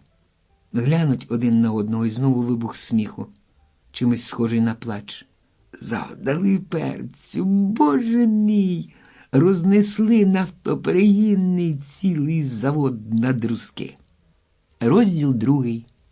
СОС до Департаменту Державної безпеки. Вівторок, 19 березня. Дозвольте. Увійдіть. Двері відчинилися, і лейтенант Густаво Санчес увійшов до кабінету. «Сідай», – сказав капітан Велосо, указуючи олівцем на стілець перед столом. Кабінет був не дуже. Світло-сірий колір стін приємно доповнював гаму більш темного сірого кольору шаф і робочого столу. Кабінет був на розі будинку, і крізь вікна в обох стінах його продував легенький вітерець. Лейтенант сів і сказав, дивлячись на Велосо: «Слухаю, капітане». Антоніо Велосо не можна було дати його віку. Середнього зросту, худий, з тонкими рисами обличчя, гарячий. Він виглядав років на 10 молодшим за свої 35. Легкі рухи, непосидючість, уміння займатися кількома справами воднораз могли дати привід поверховому спостерігачеві скласти ураження про нього як про чоловіка неглибокого, легковажного. Але пильний спостерігач побачив би зрілу й мудру людину. Такого не обкрутиш, не обведеш круг пальця. Велосо, капітан Департаменту Державної безпеки, міг приймати точні і швидкі рішення. «Насамперед», – сказав Велосо, – «дозволь привітати тебе з чудовою роботою, проробленою у Пінар-дель-Ріо. Ці люди завдали тобі клопот. Признаюсь, ми були стривожені, оскільки гадали, що вони готують вивід агентів.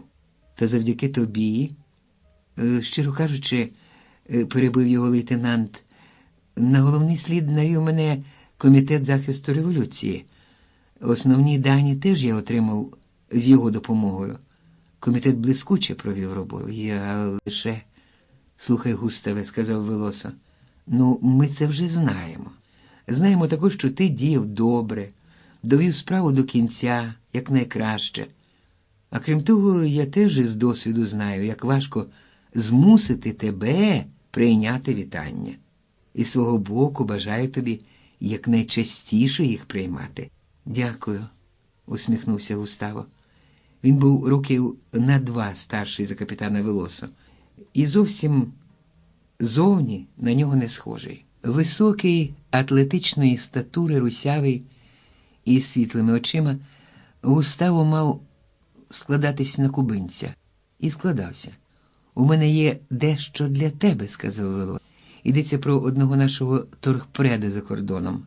Ми отримали від нього тривожний сигнал. Схоже, що хтось хоче завербувати його. Спочатку його засипали дарунками, запрошували на коктейлі, прийоми, а останнім часом він помітив, що за ним посилено стежить». «Таке вже бувало», – сказав лейтенант. «Так, проте це особливий випадок. Ми отримали інформацію, що ворог замахнувся на одну із найважливіших галузей нашої економіки – нафтову промисловість. Ми не маємо точних даних, який об'єкт вони обрали. Проте все вказує на те, що це або завод імені Ніїко Лопеса, або завод імені братів Діас. Це треба з'ясувати, щоб відвернути небезпеку. Посилено охорону обох заводів, там розміщено спеціальні групи». «Так в чому річ?» запитав лейтенант. А у тому, відповів Велосо, що наш торгпред добре знає нафтоперегінний завод імені Ніїко Лопеса, бо працював на ньому багато років. То чи не гадаєш, що було б не зайве поберегти цього чоловіка? Почулося замість відповіді. Ще дещо змусило нас тебе викликати. Бачите, 6-річний син торгпреда зараз тяжко хворий і лежить там в лікарні. Та через 2 дні після госпіталізації хлопчика чомусь обмежили його відвідання. Батьки вважають, що це має зв'язок із стеженням. Простіше кажучи, вони підозрюють когось із обслуги. А чому ж вони не переведуть хлопчика до іншої лікарні? Не можуть. Хлопчика можна лікувати лише в ортопедичній клініці. До того ж, знаючи, що наші вороги не зупиняються ні перед чим, ми не можемо дозволити діяти дипломатичними каналами, бо це загрожувало б життю дитини. І тут треба шукати інших шляхів. Зрозуміло? Ну що скажеш? Справа делікатна. Є 3 причини, щоб доручити її тобі. Перша – твій досвід. Друга – у тебе готові всі документи. Ти ж недавно їздив до цієї країни разом з економістами. І третя – ти друг цього торгпреда. А хто він? Здивувався лейтенант. Альберто Альварес Мартінес, сказав Велосо. Он як? Промовив лейтенант, потираючи коліно. Альберто – його товариш із часів студентського руху проти диктатури Батісти. Після революції працював з ним в армійській розвідці. Вони разом відзначилися, викриваючи зрадника Медіну. Альберто діяв за кордоном, Густаво на Кубі. Альберто на заклик революції покинув роботу в органах безпеки і присвятив себе цілком справі великої ваги роботі торгового аташе. Велосо передав течку лейтенантові. Ну, тут вся ділова інформація, а також паспорт та інші необхідні документи. Твоє завдання – дізнатися, що насправді там відбувається. Будеш підтримувати з нами прямий зв'язок по системі ЕРС. Не виключено, що зараз ворог пішов далі. Треба бути тобі дуже обережним, вступаючи у контакт із Альберто. Зрозуміло? Цілком, відповів Густаво. Рауль збере тобі всю необхідну інформацію по країні. Вилетиш сьогодні рейсом 478. У Мадриді пересадка. А на місці тебе чекають 2 товариші. Вони введуть тебе у курс останніх подій. То співробітники посольства, і хоч не звикли до такої роботи, постараються допомогти тобі, чим тільки зможуть. Ясно? Є питання? Ні. Поки що все є. Тоді йди до Рауля. Подивись, що в тебе є і що тобі ще треба. Вони встали майже водночас, потисли один одному руки. На порозі Густаво обернувся. Не хвилюйтесь, капітан. Я перевершу самого себе. Коли двері за Густаво зачинилися, Велосо сів, перевів погляд на вікно, постукав олівцем по столу, потім витяг із шухляди чистий аркуш і написав «Франка послано». Вклав аркуш у теку і підійшов до сейфу. Середа, 20 березня. Дозвольте відрекомендуватися, доктор Віктор Кассель. Чоловік указав на свого супутника, і ваш слуга покірний Едуардо Местре. Ми чекали на вас. Дуже приємно, відповів Густаво, потискуючи їм руки. Шкодую, що не зміг прилетіти раніше. Затримала робота в клініці. А як конференція? Учора було відкриття, відповів Местре. Обговорюється питання про фактори емоцій при різних захворюваннях. Вас залучили до нашої комісії завдяки знанню мови. Сьогодні буде поставлено на обговорення питання про метаболічні та ендокринологічні порушення. Он як? Густаво усміхнувся. Якраз я привіз дещо стосовно порушення роботи щитовидної залози та деяких форм діабету. Ну, чудово, сказав Местре, дивлячись на доктора Касселя. Саме це нам потрібно. Ну що ж, докторе, якщо ви не заперечуєте, можна йти по багаж. Що ж, ходімо, сказав Густаво і встав. Якби хтось із тих, що сиділи поруч, поцікавився конференцією медиків, то переконався б, що вона справді розпочала роботу в місті. Трохи важче було б спробувати знайти в якійсь із комісій конференції оцих трьох вчених, що зустрілися на аеродромі. Їхня увага на цей час була прикута до зовсім іншої хвороби, іншої, більш важкої і небезпечної. Фіат мчав містом на шаленій швидкості. Карлос, він же доктор Местре, сидів за кермом. Раміро сидів поруч. Він обернувся до Густаво, який розташувався на задньому сидінні, і запитав: «Під час польоту не виникало якихось ускладнень?» «Ні, все пройшло добре», – відповів Густаво. «Ну, славетні лікарі, введіть мене в курс справи». Раміро переклав портфель на заднє сидіння.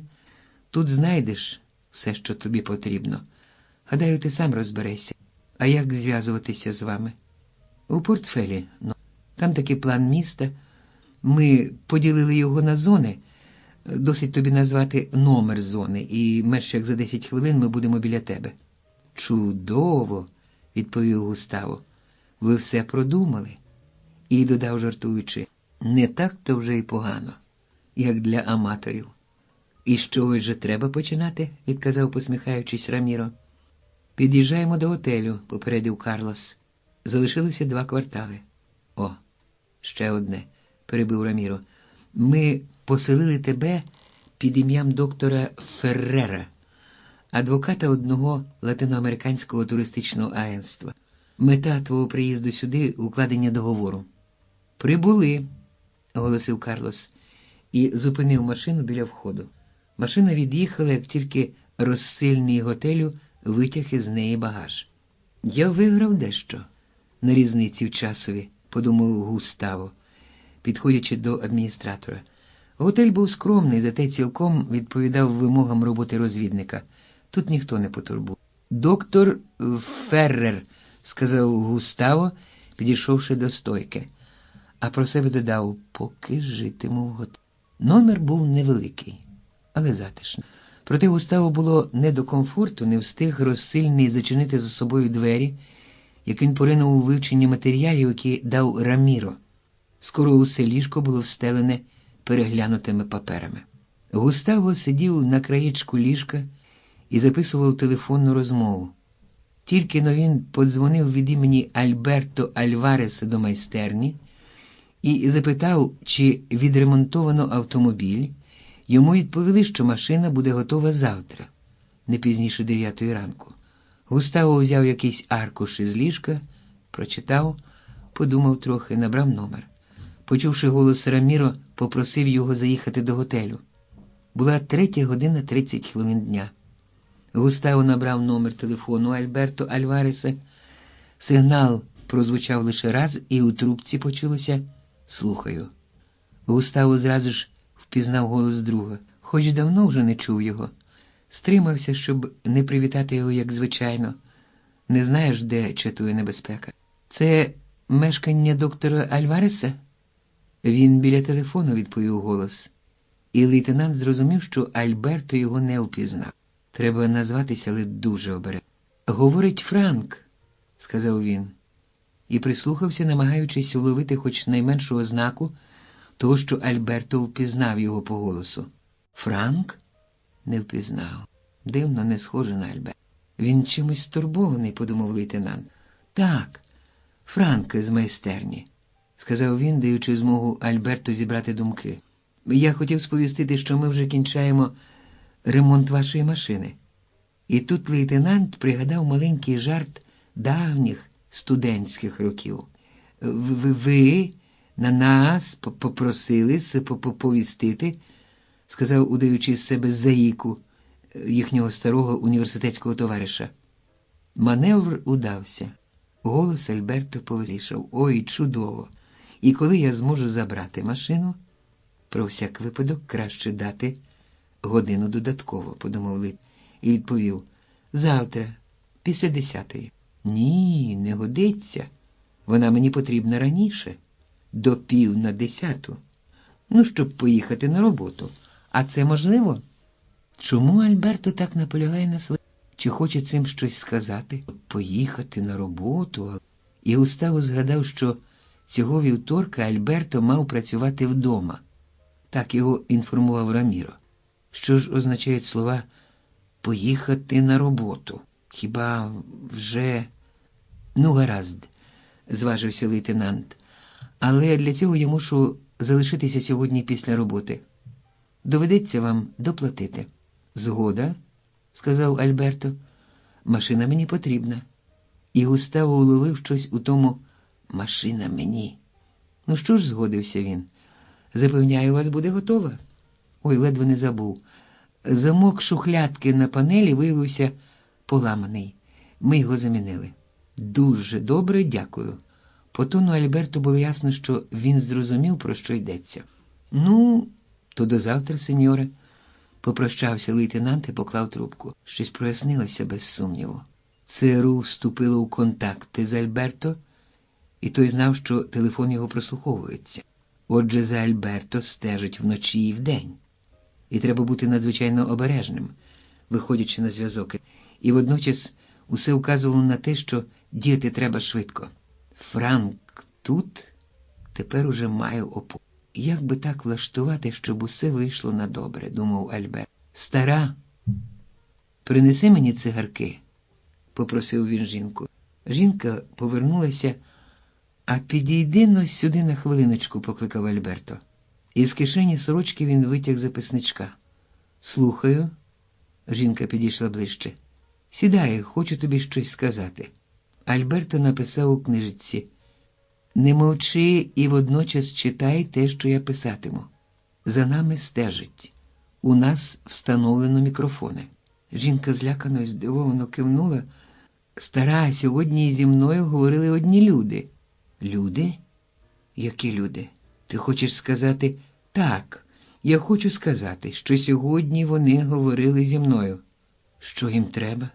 Деякі відомості. За той час, як я працював на нафтоперегінному заводі, пояснив він, а сам підсунув дружині книжечку, і вона прочитала: «Тільки не хвилюйся, постарайся вдати, ніби моя новина тебе ошелешила». «Але ж які дурні», – сказала вона, прочитавши написане. «Ну як вони могли подумати, що ти...» «Вони мені погрожували», – перебив Альберто. «Погрожували сином». «Ой, ні», – вирвалося з грудей. Жах скував її тіло. «Хлопчик, мій хворий син». Чоловік стис її руку. «Слухай, стара, подумай добре», – попросив Альберто, а рука його написала: «На мене». «Ну, ти розумієш моє становище?» Так, розумію». «Так», – вона глибоко зітхнула. «А дитина?» «Я не можу допустити навіть думки про зраду революції. Ти ж знаєш, що це для мене важить?» «Проте, Альберто, а дитина?» Вона поставила це запитання, щоб дати час чоловікові написати, а також дізнатися, що ж все-таки чекає її сина. «Не обманюй себе, стара», – сказав Альберто. І знову подав написане: «Дитину тримають під наглядом цілодобово. У них агентура в лікарні. Якщо ми спробуємо його забрати, це може призвести до фатального кінця, розумієш?»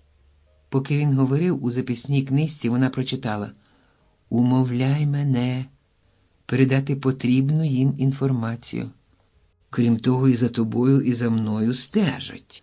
Телефон прослуховує. І хто знає, як ще вони пильнують за нами. А що ти думаєш робити?» «Не знаю. Тільки зрадити революції я не можу». «Саме зараз треба вдати ніби», – подумала жінка і сказала: «Але, Альберт, хіба ти не розумієш? Вони ж заб'ють Альбертіко. І зрештою, винятковий випадок. Вони не можуть кваліфікувати це як...» «Замовкни, не кажи так. Ти ж добре знаєш, що будь-яке співробітництво з тими людьми саме так буде кваліфіковано», – казав Альберто, стискуючи руку дружини і даючи їй зрозуміти, що все йде як слід. Хоча, з другого боку, дитина? Не знаю. «Альберто, ти завжди виконував свій обов'язок, куди б тебе не послали. Але це особливий випадок. Твої товариші зрозуміють. Син, Альберто. Подумай, йдеться про Альбертіко. Ну так, я знаю. Але... Ой, стара, може, ти зрештою маєш рацію. Може, це справді винятковий випадок. Саме так, Альберто, саме так, наполягала жінка, ввійшовши у роль. Ти не можеш нічого зробити, мова йде про життя твого сина. Кожен на твоєму місці вчинив би так само. Якби тобі загрожувала небезпека, я б не стала так говорити. Але Альбертіко, він ні в чому не винен. А потім? А що потім? Запитав Альберто, передаючи жінці новий запис.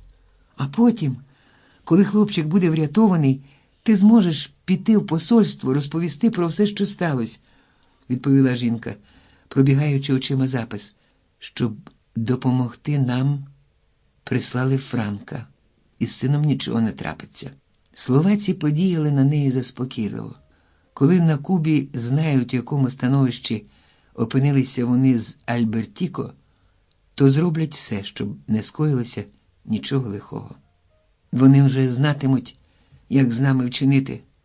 Разом ми вистоїмо. Ми втрьох. Альберто зрозумів двозначність цієї відповіді. Правда твоя. А в мене немає іншого виходу. Я паленію від сорому, але мушу передати потрібну їм інформацію. Не турбуйся. Побачиш, усе не так безнадійно, як ти гадаєш, сказала жінка, і обличчя її навіть ледь освітилося тихою довірливою усмішкою. Адже революція милосердна. Нема в мене іншого виходу, жалібно повторив Альберто. Жінка кивнула головою. Альберто встав, взяв пальто, схилився над столом і жестом попросив дружину говорити будь-що, поки він буде писати. Ти знову йдеш? Здивувалась вона. Так, до бібліотеки. Вони наказали мені, щоб я працював далі, як звичайно, до завтра, коли я повинен передати їм інформацію. Ну, ти ж знаєш, що сьогодні бібліотечний день. Альберто простягнув жінці запис. Публічна бібліотека – то визначене місце зв'язку на випадок переслідування. У посольстві мусили довести це до відома Франка. Не затримуйся, попросила жінка, так ніби застерігала, будь обережний. Не хвилюйся, я швидко повернусь. Альберто поцілував жінку, спустився сходами вниз, на вулиці подивився на всі боки, хвоста не було. Хоч дощу немає. Мокрий асфальт, вогні, кольори, людські турбот. Усе відбувається Он там, вказав Раміро. Він сидів за кермом. Чудово. Висади мене, озвався Густаво. Цю частину роботи я маю виконати сам. Про всяк випадок постав машину біля входу. У бібліотеці Густаво заповнив формуляр і зайшов до відділу технічної літератури, як підказував йому Раміро. Там зняв з полички 3 книжки, сів за столик, звідки міг би бачити майже всю залу. Лейтенант розгорнув книжку, витяг з-під светра аркуші паперу, заздалегідь покладені туди ще в готелі, і на чистій половинці аркуша почав писати нікому, навіть йому самому, незрозумілі закарлючки. Через кілька хвилин до зали зайшов Альберто. Не встиг торгпред Куби сісти за столик перед стелажем спиною до лейтенанта, як до зали зайшов чоловік в чорному піджаку. Побачивши його, Густаво зітхнув глибоко, наче втомився від писанини, і заходився знову робити виписки. Альберто витяг жувальну гумку, розгорнув, вкинув до рота. Густаво здивувався і розсердився.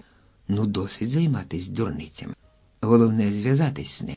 Можна щось придумати. Хоч це й нелегко.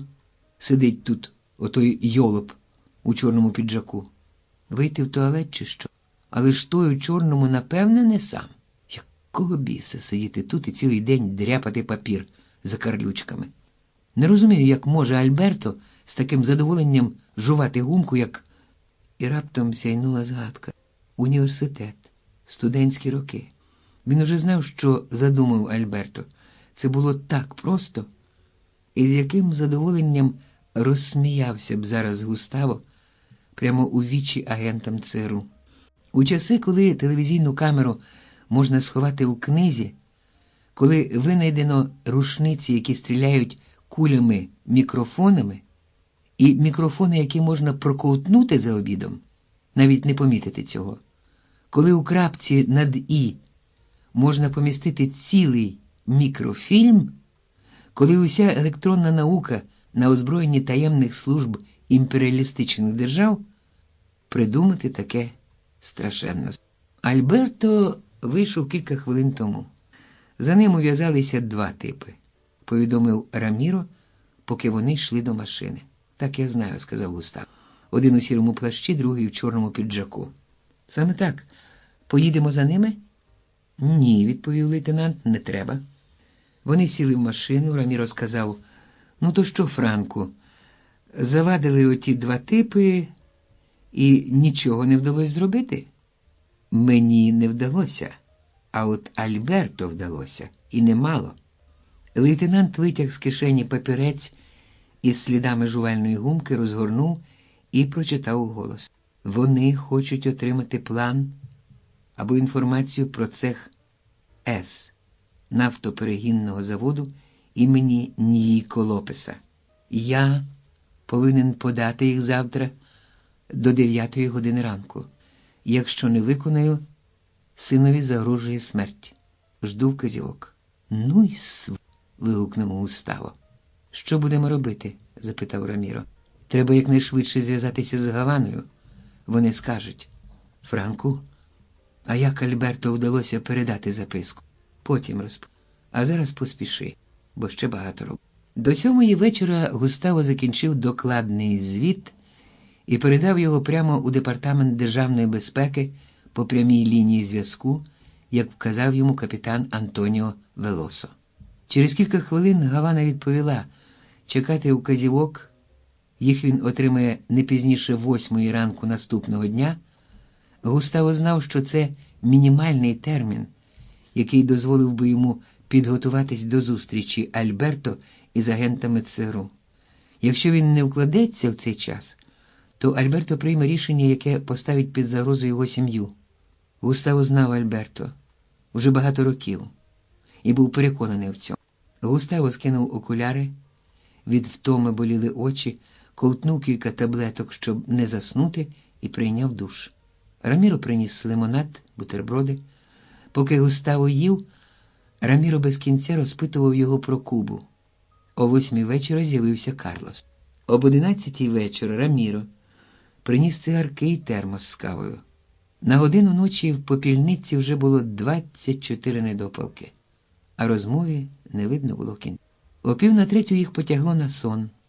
Раміро влігся на тахті. Добре, товариші, я трохи поспав. О 3:45 уже вичерпані були всі теми розмови, очі почервоніли. Ти ж не Ні. О 4:45 вже й диму від цигарок не лишилося. Поглянь, може, в тій пачці ще щось є? Ні. Я випалив останню. Густаво. Що? Нічого. А о 6 ранку 3 пари очей вп'ялися в радіограми, які тримав Густаво. Чудово, сказав Густаво, склав аркушики, розправив на собі костюм. Раміро, розігрій мотор. Виїжджаємо негайно. Четвер, 21 березня. Червоний фіат, у якому їхали Раміро і Густаво, зупинився за 2 квартали до пункту автосервісу. Переконавшись, що навколо немає нічого підозрілого, Густаво вийшов з машини. Світало, холод просочувався крізь одежу. «Почекай мене десь за квартал», – сказав лейтенант Раміро. Пункт автосервісу – це заправна станція, ремонтна майстерня і простора стоянка для машин. «Десь тут стоїть Додж, Альберто», – подумав лейтенант, проходячи повз майстерню. Заглянув у вікно, там горіло світло, і чоловік у комбінезоні вибирав на стелажах запасні частини. Отже, розрахунок на те, що механік нічної зміни лише заправлятиме машини бензином, а в майстерні і на стоянці нікого не буде, не виправдався. Уже майже розвиднилося, і треба було поспішати. Якщо механік уже тут, то інших чекати недовго, і тоді нічого тут буде робити. Густаво пройшов дорогу будинку до маленької кондитерської, а там звернув праворуч. За кондитерською був невеликий пустир, в глибині височила стіна, огорожа стоянки. Біля стіни Густаво зупинився, присів, наче зав'язував шнурки на черевиках. Огледівся. Нікого. Тоді він підскочив, вхопився за край стіни, підтягся на руках і заглянув на стоянку. Вікно майстерні закривав виступ гаража. Отже, ніхто не помітить, якщо зіскочить. Пригнувшись, лейтенант пробирався між машинами, шукаючи «Додж Альберто». Кілька машин стояло осторонь, серед них він зразу побачив ту, що шукав. Але між ними машиною пролягла смуга світла із вікна, метра з 1,5 завширшки. Не міг вибрати, клацнув пальцями Густаво. Та нема виходу, треба йти. Лейтенант крався від одного автомобіля до другого, доки не добрався до корвета біля самої смуги світла. Обережно вистромив голову, механік стояв спиною до нього. Недовго думаючи, лейтенант перескочив небезпечну смугу і через кілька секунд був біля «Доджа Альберто». Легенько натиснув на ручку, дверцята відчинилися, Густаво підсунув у шухлядку на панелі кілька аркушів паперу, затис папери кришкою, але так, щоб кінчик аркушика трошечки вистромлювався назовні. Досить для... Якщо він пригадає нашу вчорашню розмову по телефону, то здогадається. Тим самим шляхом лейтенант вибрався із стоянки. «Вони вже тут», – подумав Альберто, побачивши блакитний форт. Він йшов до майстерні, щоб забрати свою машину. За повідомленням Франка, вона мусить бути вже налагоджена. Якщо Франк говорив про машину по телефону, значить, він хотів сповістити не лише про те, що вступає в гру, а й про можливий спосіб зв'язку. Але, побачивши блакитний форт, Альберто знову захвилювався, а раптом Франк не зуміє передати мені вказівок, майнула думка. У майстерні до нього підійшов чоловік у комбінезоні. «Сеньоре Альваресе, ваша машина готова». «Дуже добре. Скільки я винен?» «Ось рахунок. Ще вчора ввечері закінчив. Якщо Франка, то доведеться самому приймати рішення». І Франк згадав про шухлядку на панелі. А замок не зламаний був. Альберто сів у машину. Одного погляду було досить. З-під кришки шухлядки вистромився кінчик аркуша, то сигнал. Франк побував тут. Альберто розклав аркушики на сидінні. На першому було написано «Іди на контакт. Залишаю необхідну інформацію щодо цеху С. Наші інженери підготували її для ЦРУ. Франк». Альберто виїхав із стоянки, синій форт прилаштувався за ним.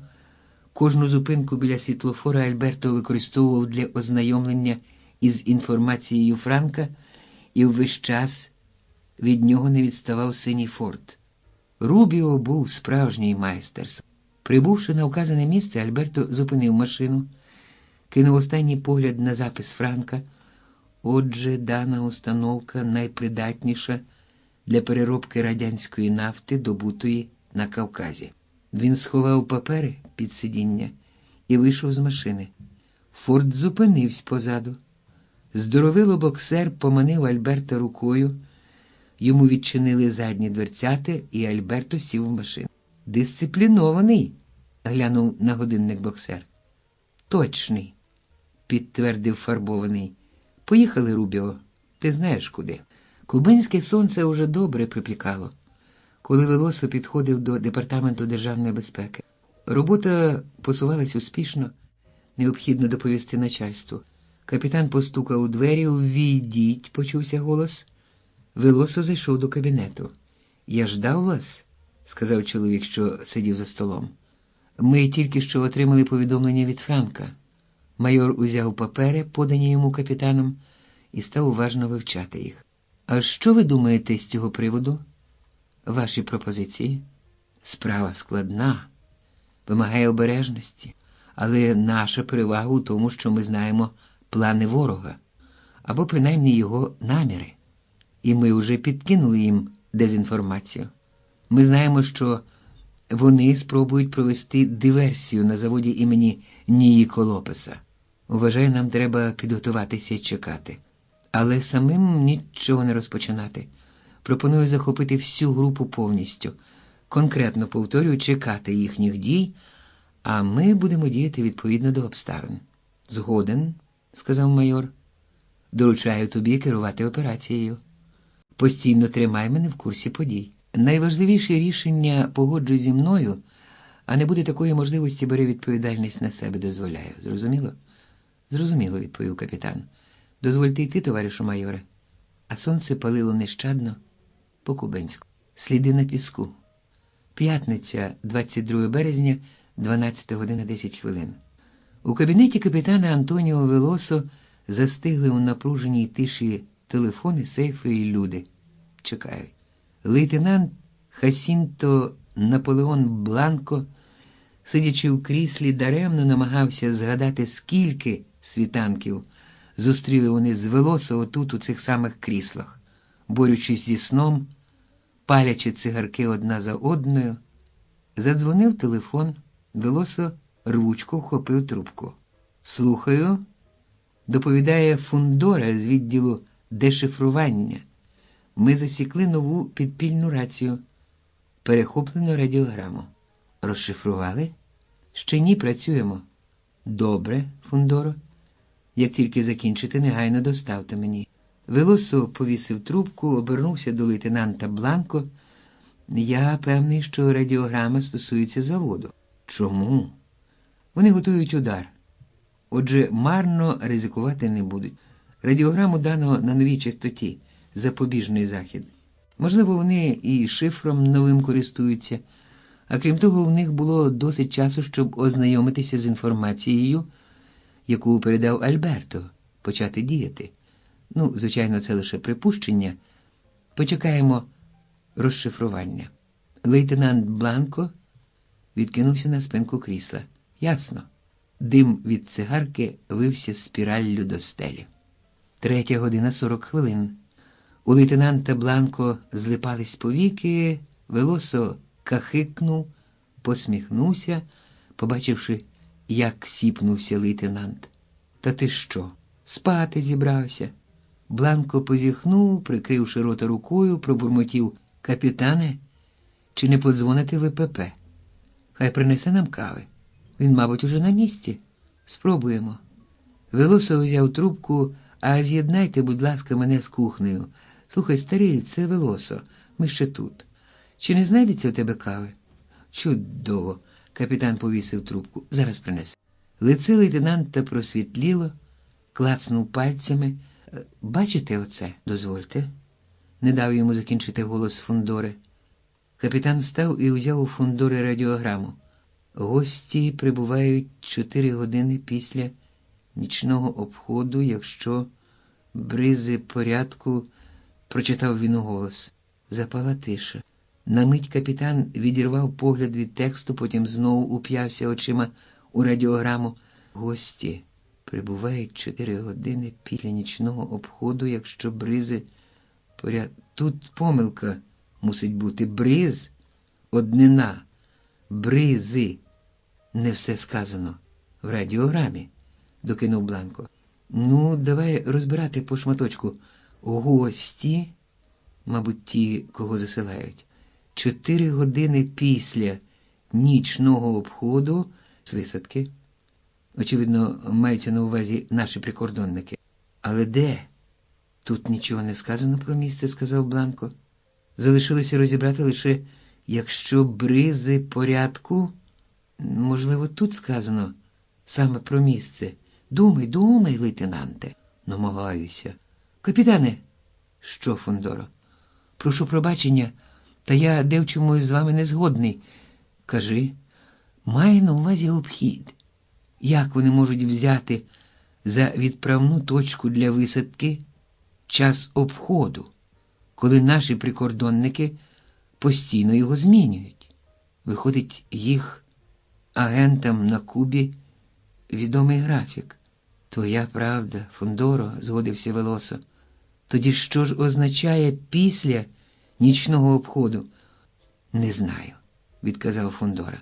А все-таки мені здається, що це з чимось пов'язано. Ну, згадуй, сказав Велосо і обернувся до лейтенанта Бланко. Що будемо робити із бризами? Ну, я ось подумав, може, це стосується якогось пункта на нашому узбережжі, де ночами не буває сильних вітрів, або щось в такому дусі. А де може бути це місце? От не спадає мені на думку. Ну, давай подумаємо, сказав Велосо. Згадуй, всі населені пункти на узбережжі провінції Гавана. Матансас чи Пінер-дель-Ріо. Тільки не дуже віддалені. Карта потрібна, сказав Бланко. Зараз згадаю найближчі. Санта-Марія, Мегано, Бока-Сієга, Гуанабо, морські бризи. Ой! Вигукнули одночасно і лейтенант, і капітан. Морські бризи! Зрадів Бланко. Оце воно і є. Якщо охорона у морських бризах буде слаба, таке, мабуть, значення, чи не так, Фондоро? Про що ви питаєте? Я сам думаю про обхід. І що надумав? Та поки що нічого. Знаю, десь чув, ніяк не згадаю. А ми знайшли місце висадки. Велосо подивився на Бланко. Зв'яжись якомога швидше із прикордонниками. Лейтенант Бланко підійшов до стінної шафки у правому кутку кабінету і увімкнув радіопередавач. Капітане, я думаю, знаю. Що, ну кажи ж. Знаю, який обхід. Певний, що йдеться про пісню. Нічний обхід. Що? Як? Передача радіограми почалася із цієї мелодії. Велосо пильно дивився на Фондору. Ти хочеш сказати, що передача радіограми передувала пісня «Нічний обхід»? Ну так. І перехопили ми радіограму о 23 годині 50 хвилин. Велосо вийшов за столу. Отже, висадку можуть провести о 4 годині ранку, а зараз котра година? Фондоро глянув на ручний годинник. 4 година 10 хвилин. Велосо стукнув кулаком об стіл. Прикордонники вийшли на зв'язок, капітане. Велосо круто повернувся і узяв мікрофон. Капітан Велосо, хто говорить? Прийом. Лейтенант Веласкес. Прийом. Слухай, Веласкесе, негайно рушай у селище Морські Бризи. Там здійснено висадку 10 хвилин тому. Як зрозумів, прийом. Вас зрозумів, Велосо. Точно назви місце, прийом. Точно не знаю, поспіши. Зустрінемось там, добре? Прийом. Прийом закінчено. Велосо зняв навушники, подивився на товаришів. Ходімо, Бланко. Ти нам здорово допоміг, Фондоро. Може, ще встигнемо. Сюди, вказав капітан Велосо, коли машина в'їхала на вулицю, що вела до селища Морські Бризи. Лейтенант Бланко пригальмував і звернув ліворуч. Коли вони наблизились до арки, поставленої при в'їзді до селища, назустріч їм вийшов прикордонник. Лейтенант Бланко зупинив машину. Капітан Велосо, запитав він. Так. Мені наказано зустріти вас і провести до місця, де було зроблено посадку. Гаразд, сказав капітан, сідайте. Прикордонник вліз в машину. Зараз направо, в кінці вулиці звернути ліворуч. На березі їх чекав Веласкес, офіцер прикордонних військ. На пляжі, ближче до берега, зо 20 бійців щось робили. Тонкі промінці ліхтариків покреслили темряву. Велосо підійшов до Веласкеса. «Знайомся, це лейтенант Наполеон Бланко», – сказав Велосо. «Дуже приємно, Хосе Веласкес». «І з вашого дозволу, капітане», – звернувся Веласкес до Велосо. «Дещо з'ясувалося. Судячи із слідів, їх було 4. Спочатку 2 підійшли до води, а метрів за 10 від того місця, де вони зупинилися, з'явилися сліди ще на 2. Потім всі разом пішли. Отже, Куби ніхто з них не покинув?» – додав Бланко. «А вже ж», – підтвердив Велосо. «Ти провів добру роботу, Веласкесе. Я ще не визначив, пішки вони пішли чи їхали машиною, сліди губляться». «А є у тебе ліхтарик?» – спитав Велосо. Є, а як же, відповів офіцер і витяг із кишені ліхтар. Зачекайте мене тут, я прогуляюся, промовив капітан. Бланко, Веласкесе, долинув до них голос капітана, йдіть но сюди. Треба викликати трасологів. У промені ліхтарика на тонкому шарі піску з краю вулиці на протязі кількох метрів чітко видніли протекторні сліди автомобіля. Цілком імовірно, що це сліди їхньої машини, висловив своє припущення капітан. Чи тут проходила машина? Ні, заявив старий сторож. Уночі лише краби тут повзають.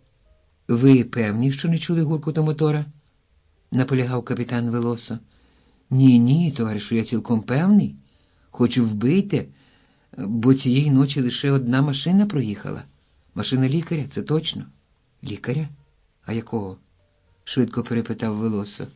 Ну, лікар, який у селищі мешкає, пояснив сторож. Його всі знають, навіть я. Хоч роблю тут всього 2 місяці. Одне слово, лікар. А звідки ви знаєте, що то авто саме лікаря? Запитав лейтенант Бланко. А що тут знати?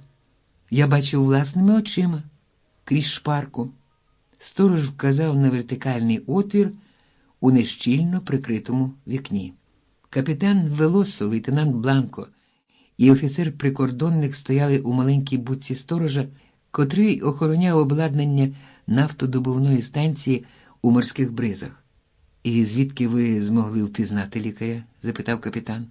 «Ой, товариші, ну я не знаю, ким треба бути, щоб побачити звідси обличчя лікаря. Але можете самі переконатися, він вказав на вікно, там, де проїздять машини, стоїть стовп з ліхтарем. І машину було добре видно, коли вона проходила. А чому ви переконані, що то було саме авто лікаря?» – наполягав Велосо. «Уявіть собі, товаришу, якщо я бачу велику чорну машину, то хіба то не автомобіль лікаря?» – стенув плечима сторож. «Тут ні в кого більше такого нема». «Чудово», – сказав Велосо. «І ніякої іншої машини ви не бачили?» «Бачити не бачив, а чув мотор машини лікаря».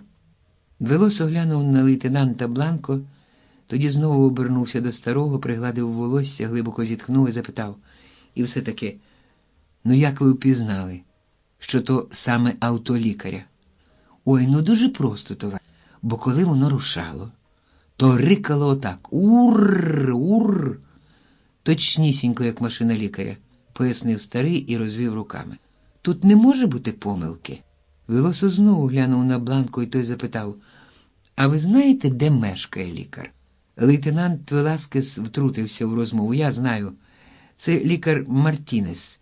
Він живе недалеко». «Добре», – сказав капітан. «Щиро вдячний вам, товаришу», – звернувся до сторожа. «Нема за що, це мій обов'язок». Офіцери розпрощалися із сторожем, сіли в машину і, дотримуючись вказівок Веласкеса, рушили до будинку лікаря. За хвилину вже були там. «Ходім», – наказав Велосо, і вони утрьох пішли по росяній траві до дверей. Капітан Велосо постукав, ні звука, тільки цвірчання коників та цикад порушувало нічну тишу. «Наче нікого нема», – зауважив лейтенант Бланко. «Спробуємо ще раз». Велосо знову постукав у двері. «Нема тут нікого. І це мені не подобається», – сказав Веласкес. Всі перезирнулися. «Зараз!» – почувся нараз сонний голос з хати. «Хвилиночку!» Бланко відчинив двері кабінету і побачив Велосо з чашкою кави у руках біля вікна. Капітан обернувся, вказав Бланко на другу чашку, що стояла на таці на столі. «Прошу», – сказав, – «що кажуть трасологи?» Бланко сьорбнув каву. «Як тільки отримають дані експертизи, то негайно сповістять нас». Велосо поставив чашку на тацю, поплескав лейтенанта по плечу. «Ну що ж, сідаймо», – запросив. «Проаналізуємо ситуацію, порівняємо наші висновки. З повідомлення Густаво ми знаємо, що готується диверсія на нафтоперегінному заводі імені Ніїко Лопеса. Але коли?» Агент ЦРУ сказав Альберто Альваресу, що після вівторка той може повернутися до звичного способу життя і займатися сином. Це означає, що коли сьогодні, в п'ятницю, вони закинули диверсантів, операцію можуть провести в суботу, неділю чи понеділок? Міркував лейтенант. Саме так. Але як ти гадаєш, у якому місці вони спробують проникнути на завод? Із боку міста нелогічно. Там сильна охорона. З моря уже пробували, піймали облизня, так що навряд чи поткнуться ще раз. Про всяк випадок ми подвоїли охорону на заводі. Правда твоя, згодився Велосо. Але ж подумай, як небезпечно, що ми не знаємо, як вони збираються проникнути на завод. А вже ж, сказав лейтенант, треба їх виявити щодо того, як будуть готові здійснити диверсію. У двері легко постукали. Обидва обернулися. «Зайдіть», – сказав Велосо. Лейтенант Аріоса з відділу трасології приступив поріг кабінету. Він виклав на стіл картонну коробку, папери і кілька фотографій. Бланко і Велосо уважно розглядали фотографії. На одній можна було помітити слід від покришки із щербинкою. «Можливо, є багато машин з такою щербинкою на покришці», – зауважив Аріоса. «Але кілька кадилаків з такою щербинкою на покришці лівого заднього колеса», – одгукнувся Бланко. «Так», – підтвердив Аріоса. «Про це свідчить ширина сліду». «Ну, чудово», – вигукнув Бланко. «Чорний кадилак», – уточнив Велесо, щось нотуючи. Очі лейтенанта звузилися. «А чому чорний?» «Не переживай, ми не кращі за тебе слідці», – пожартував Бланко і пояснив, скинувши окуляри. «Просто сторож, який вартував цієї ночі, бачив чорний авто і подумав, що то машина містечкового лікаря. А ми побували у нього. Це доктор Мартінес, відомий хірург із військового госпіталю. Ми бачили у гаражі його машину, чорний Крейслер Імперіаль. Автомобіль стояв на козлах, а поруч на долівці повністю розібраний для ремонту мотор. Якщо вірити сторожу, жодна машина, крім автомобіля доктора, не проїжджала там цієї ночі», – утрутився капітан Велосо. «Тобто він бачив не що інше, як чорний кадилак. Тому Аріосо замов у лабораторії кілька копій цієї фотографії. І не відлучайся. Може, будеш потрібен». «Ясно, капітане», – сказав Аріоса і вийшов. Капітан глянув на годинник. 8:15, час наглить. «Слухай уважно, Бланко. Підеш у відділ радіоперехоплення, скажеш Фундорі, щоб про кожну перехоплену шифровку негайно доповідав. Далі зайди до фотолабораторії. Забери фотографії, віднеси їх Альфонсо, ясно?» «Ясно, капітане. А я піду до начальства. Зустрінемось через годину біля машини». Велосо підійшов до телефону, набрав номер. «Альфонсо?» – говорить Велосо. «Зараз до тебе прийде Бланко з фотографіями слідів заднього лівого колеса чорного кадилака. Розійшли їх і доповіси про наслідки пошуку». Опель зупинився біля світлофора на перехресті Віа Бланка і бульвару Ротаріа у Гуннабакоа. Капітан Велосо і лейтенант Бланко, розмовляючи, сидячи в машині, про нараду говорили, яка мала відбутись на заводі. «Якщо дізнаються робітники, можуть стривожитися. Крім того, вів далі Велосо, треба посилити пости, не зволікаючи». Бланко, який сидів за кермом, кивнув головою, повернувся до капітана. «А де ми розмістимо командний пункт на заводі? А ти як гадаєш?» Бланко натиснув на акселератор, дали зелене світло. «Думаю, найліпше в будинку протипожежної охорони. Вона має зв'язок з усіма цехами». «Згоден», – сказав Велосо і попередив. «Нам треба вдягти форму пожежників». Офіцери розвідки вийшли з заводу, сіли в машину. «А куди їдемо, капітане?» – запитав Бланко. «У відділ патрулювання», – відповів Велосо.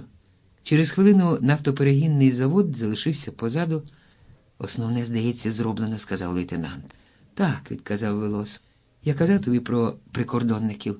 «Ні», – відповів Бланко. «Подзвони Веласкесу, хай посилить охорону всього узбережжя провінції. Очевидно, він і сам це вже зробив. Але ми повинні бути певні. Не виключено, що після здійснення диверсії контрреволюціонери планують втечу. В такому разі треба перекрити їм шлях. Візьмеш це на себе. Хоте-1, Хоте-1, металевим голосом озвався радіотелефон. Говорить відділ патрулювання, прийом. Велосов взяв трубку. Відділ патрулювання. Говорить Хоте-1. Я у дорозі. Через хвилину прибуду. Прийом. Добре, Хоте-1. Вас зрозумів. Машина зупинилася, капітан вийшов. Гляну, як ідуть справи з розшуком Кадилака, сказав. Їдь, Бланко, у департамент. Перевір, чи нема для нас чогось, і чекай на мене. У відділі патрулювання оперативного управління Департаменту державної безпеки Велосо слухав молодшого лейтенанта Рохаса, стоячи біля великої карти з указкою в руці. Той пояснював деталі операції із розшуку машини контрреволюціонерів. Здається, ми діяли не дуже оперативно. Не занепадай духом, сказав Велосо. Вони могли змінити машину або відсиджуються де-небудь. Я вже думав про можливість такого варіанту. Тому ми наказали усім постам нагляду роззосередитись і почати розшуки в місті за секторами. Добре задумано, сказав Велосо і встав. Щось виявите, доповідайте негайно. О 9:40 капітан Велосо зайшов до свого кабінету. Я ждав вас? Бланко простягнув йому папір. Донесення Маріо. Велосо прочитав у Маріо Мойсесу. Чорний Кадилак контрреволюціонерів мав контакт із ворожим елементом. Попросив. Велосо читав, лейтенант ходив по кімнаті. Як вам подобається замовлення, яке вони йому зробили, запитав Бланко. Не уявляю, для чого це може здатись. Дивно, докинув лейтенант. Проте ясно, що це має безпосередній стосунок до нафтоперегінного заводу. Зверніть увагу на кінець.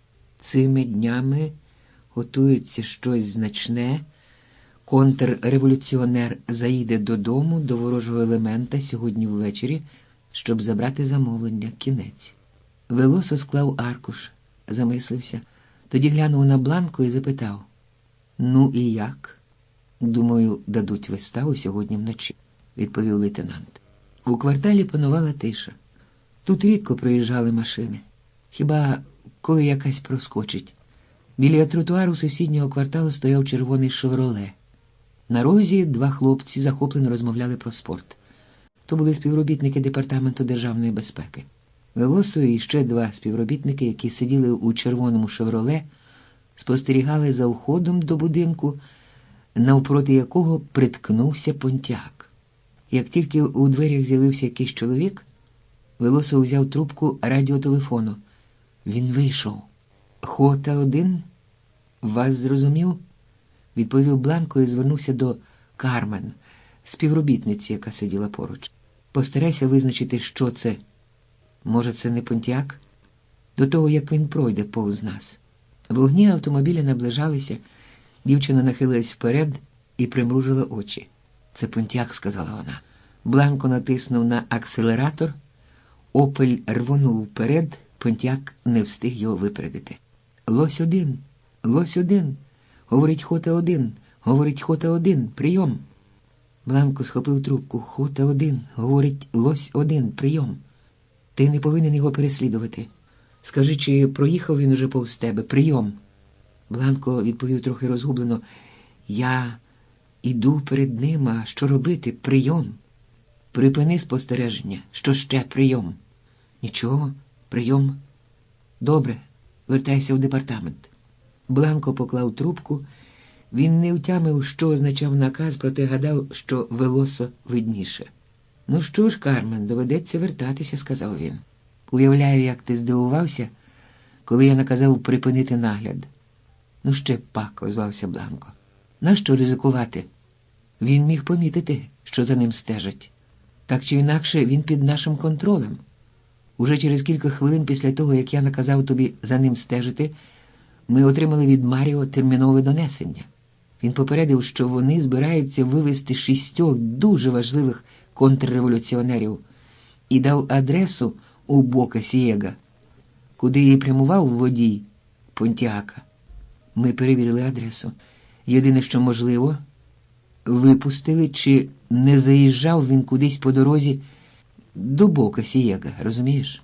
Ну, а вже ж, відповів Бланко. Ось повний текст донесення Маріо. Я розділив його на 4 ключові пункти. По-перше, є людина, яка працює в друкарні, котрій замовили зробити кілька посвідчень протипожежної охорони.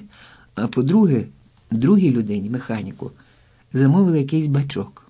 І по-третє, сьогодні вночі у них буде проведено нараду. По-четверте, вони спробують вивезти з країни 6 контрреволюціонерів. Ми повинні встановити, кого саме. Вони, очевидно, належать до керівництва підпілля. Тому, підкреслюю, дуже важливо захопити їх. Ось на ці дані ми і мусимо спиратись, готуючи операцію. Що скажеш? Логічно. Я згодний. Тоді почнімо, сказав Велосо. Бланко скинув окуляри. Мені здається, що оскільки нам відоме місце, де вони перебувають, ми стоїмо перед вибором. Захопити лише тих агентів, яких закинули до нас, і членів банди, що їм допомагає, чи піти на ризик і не брати їх зараз, а дати можливість діяти, а тоді захопити всіх разом з тими 6. Слушна ідея.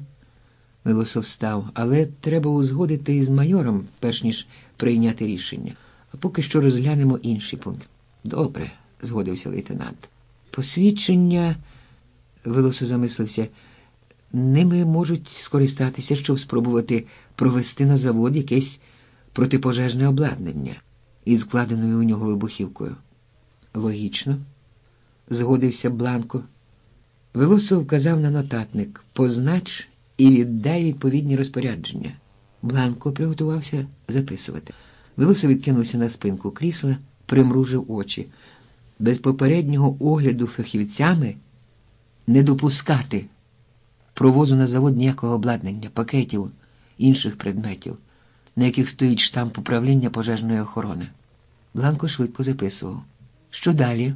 – запитав капітан, коли Бланко кінчив писати. «Нарада сьогодні вночі?» «Так. Як повідомляє Маріо, на цій нараді будуть обговорювати подробиці й диверсії. Але він не певний, чи зможе щось повідомити нам до закінчення наради. Отже, треба чекати». Бланко зробив позначку в нотатнику. «Залишається бачок?» «Так», – відповів лейтенант. «Правду кажучи, не маю ні найменшого уявлення, для чого він потрібен». Подумав, чи не має це якогось стосунку до посвідчень. Ну, можливо. Але ним можуть скористатися і для транспортування. Правда твоя, занотує це. А тепер, підсумовуючи усі факти, прикиньмо. У який день вони збираються провести диверсію? Є в мене деякі міркування, підтримав Велосо лейтенант. Давай доповідай, заохотив його капітан. Виходячи з того, що термінові замовлення повинні бути виконані на сьогоднішню ніч, і маючи на увазі графік роботи заводу, цілком імовірно, що вони розраховують на ранок у неділю. У цей день управління заводу не працює. Частина робітників відпочиває теж, навіть деякі охоронники і пожежники вихідні. Саме так. Маріо теж вважає, що диверсію призначено на завтра, і мені так здається. Ну, а тепер до діла. Бланко встав. «Зустрінемося в оперативному відділі», – додав Велосо. «Скажи капітану Ерреро, щоб він був готовий негайно приступити до здійснення операції. Я буду там за кілька хвилин». Майор, очевидно, поставив питання лише для того, щоб ще раз почути відповідь. «Так», – відповів капітан, – «вони справді не зможуть провести диверсію, це чітко. Найважче для нас – змусити їх повірити, що вони її провели. Крім того, план, який передав їм Альберто Альварес, це план відділу F, а він не має великого значення». «Дуже добре. Дійте», – сказав майор. В оперативному відділі панувало пожвавлення. Бланко безперервно розмахував руками, розмовляючи по телефону. Капітан Хосе Кармона ходив туди і сюди по кімнаті перед молодшим лейтенантом Рохасом та іншим офіцером із відділу патрулювання. Віддавав розпорядження. На великих столах 2 техніки-креслярі під керівництвом інженерів спритно пересували рейс-шини. розбиваючи кольоровими рисками дрібномасштабний план міста Гавани. Двері відчинилися.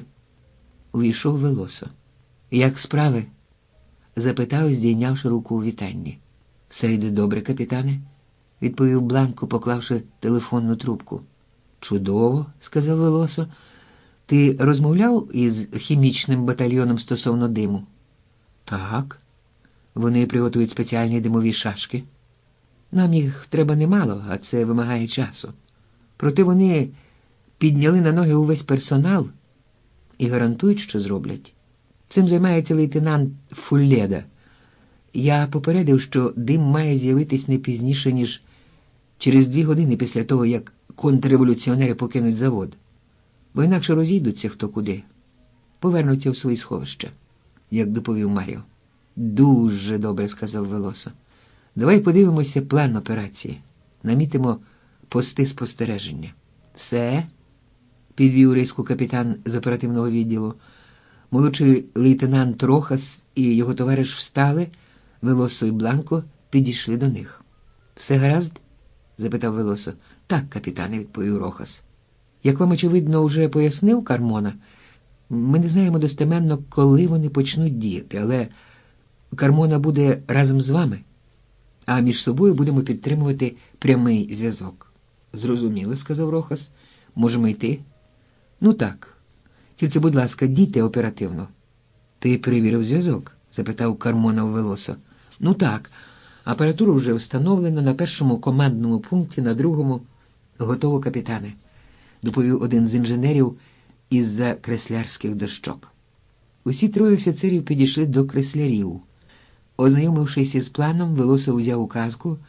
На карті перетиналися десятки кольорових рисок, позначаючи райони й шляхи руху. «Дивись уважно, Бланко», – сказав він. «Я рушаю звідси, із 7-го району, щоб встановити пости спостереження. Ти рушиш із 12-го, установиш пости. Ми зустрінемося біля 9-го району. Там, біля ресторану «Колінас», я заберу тебе». Бланко кивнув, Велосо обернувся до Кармони. «Люди, які поїдуть із нами, готові?» «Так». «А ті, що з тобою?» «Готові», – відповів капітан Кармона. «Добре», – сказав Велосо, і знову повернувся до карти. «Поглянь ще раз, Бланко. Тут ти стоятимеш, потім рушиш за розробленим маршрутом і чекатимеш наказу, щоб почати діяти. На зв'язок будеш виходити під кодовою назвою «Леон»?» «Ясно?» «Ясно», – відповів капітан. Так звірився з годинником Велосо. «Уже час. Можемо починати. На вулиці стоять напоготові машини. Мотори заведені. Сокіл. Неділя, 24 березня. Від гаража, що біля мосту у Бакуранао, від'їхала машина Велосо. Там він залишив солдата з радіотелефоном. Тепер це пост «Циклон-3». Машина виїхала на автостраду Віа Бланка і помчала у бік Гавани. Сонце ще не зійшло, і фари Б'юїка, за кермом якого сидів Велосо, краяли нічну пітьму. «Отут», – подумав капітан, і зупинив Б'юїк на узбіччі. До машини підійшов чоловік, відчинив дверцята, сів. Машина помчала далі. «Усе готово», – доповів лейтенант Бланко. «Людей розставлено на постах, на місцях машини, завезено димові шашки». «Добре», – сказав Велосо, удивляючись у темряву, прорізану фарами машини. «Ну, ще раз проаналізуємо хід операції. План контрреволюціонерів можна розділити на 6 етапів. Перший – підготовка, другий – проникнення на завод, третій – їх дії на об'єкті, четвертий – вихід з заводу, п'ятий – зникнення із району дії і шостий – виїзд за межі країни. Усе це випливає з логіки подій і підтверджується наявною інформацією». «Точно», – підтвердив лейтенант Бланко. «Подивимось, що нами уже зроблено», – підвів риску Велосо. «Що стосується другого етапу їх плану, ми не знаємо, як вони збираються проникнути на завод. Можливо, вони скористуються спецмашиною, можливо, на приватній машині. Номер буде змінений на службовий.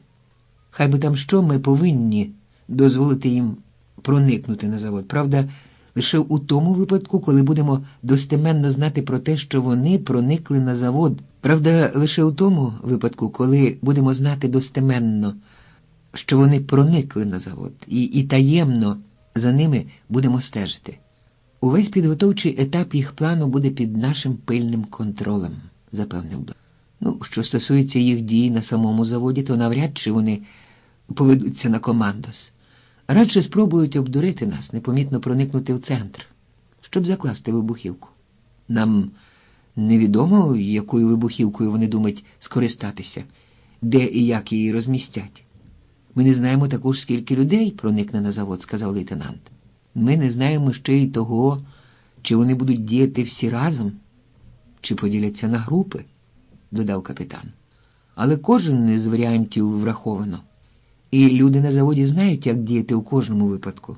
Що стосується виходу диверсантів із заводу, то наше завдання полягає у тому, щоб дозволити їм непомітно покинути завод, щоб вони повірили, буцім пошили нас у дурні.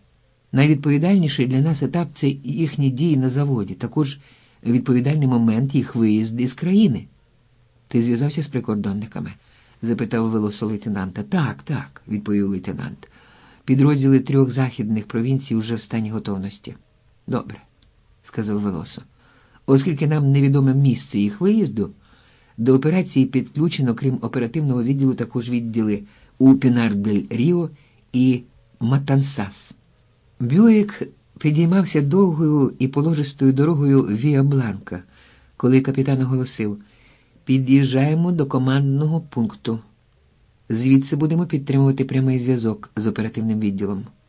Думаю, що контрреволюціонери почнуть діяти рівно через годину». На всіх можливих підступах до нафтоперегінного заводу імені Ніїко Лопеса були розміщені співробітники Департаменту державної безпеки. Основною запорукою успіху у даній ситуації було повне збереження таємниці операції. «Увага!» – пошепки передав своєму товаришу дозорець з біноклем. «Хтось виходить із будинку». Боєць відклав фотокамеру, узяв трубку радіотелефону. «Хоте-1, – став викликати він. «Говорить Циклон-2, прийом». «Циклон-2, говорить Хоте-1, слухаю, прийом». Якийсь чоловік тільки-но вийшов з будинку. Він сів у блакитний «Шевроле 55». «Прийом». Обидва співробітники Департаменту державної безпеки сховалися за густим чагарником на положистому горбі у бока Сієга. Їм було доручено доповідати про переміщення людей в будинку, узятому під нагляд. Машина рушила. «Механізм пущено в дію», – сказав капітан Велосо. Лейтенант Бланко дивився на карту.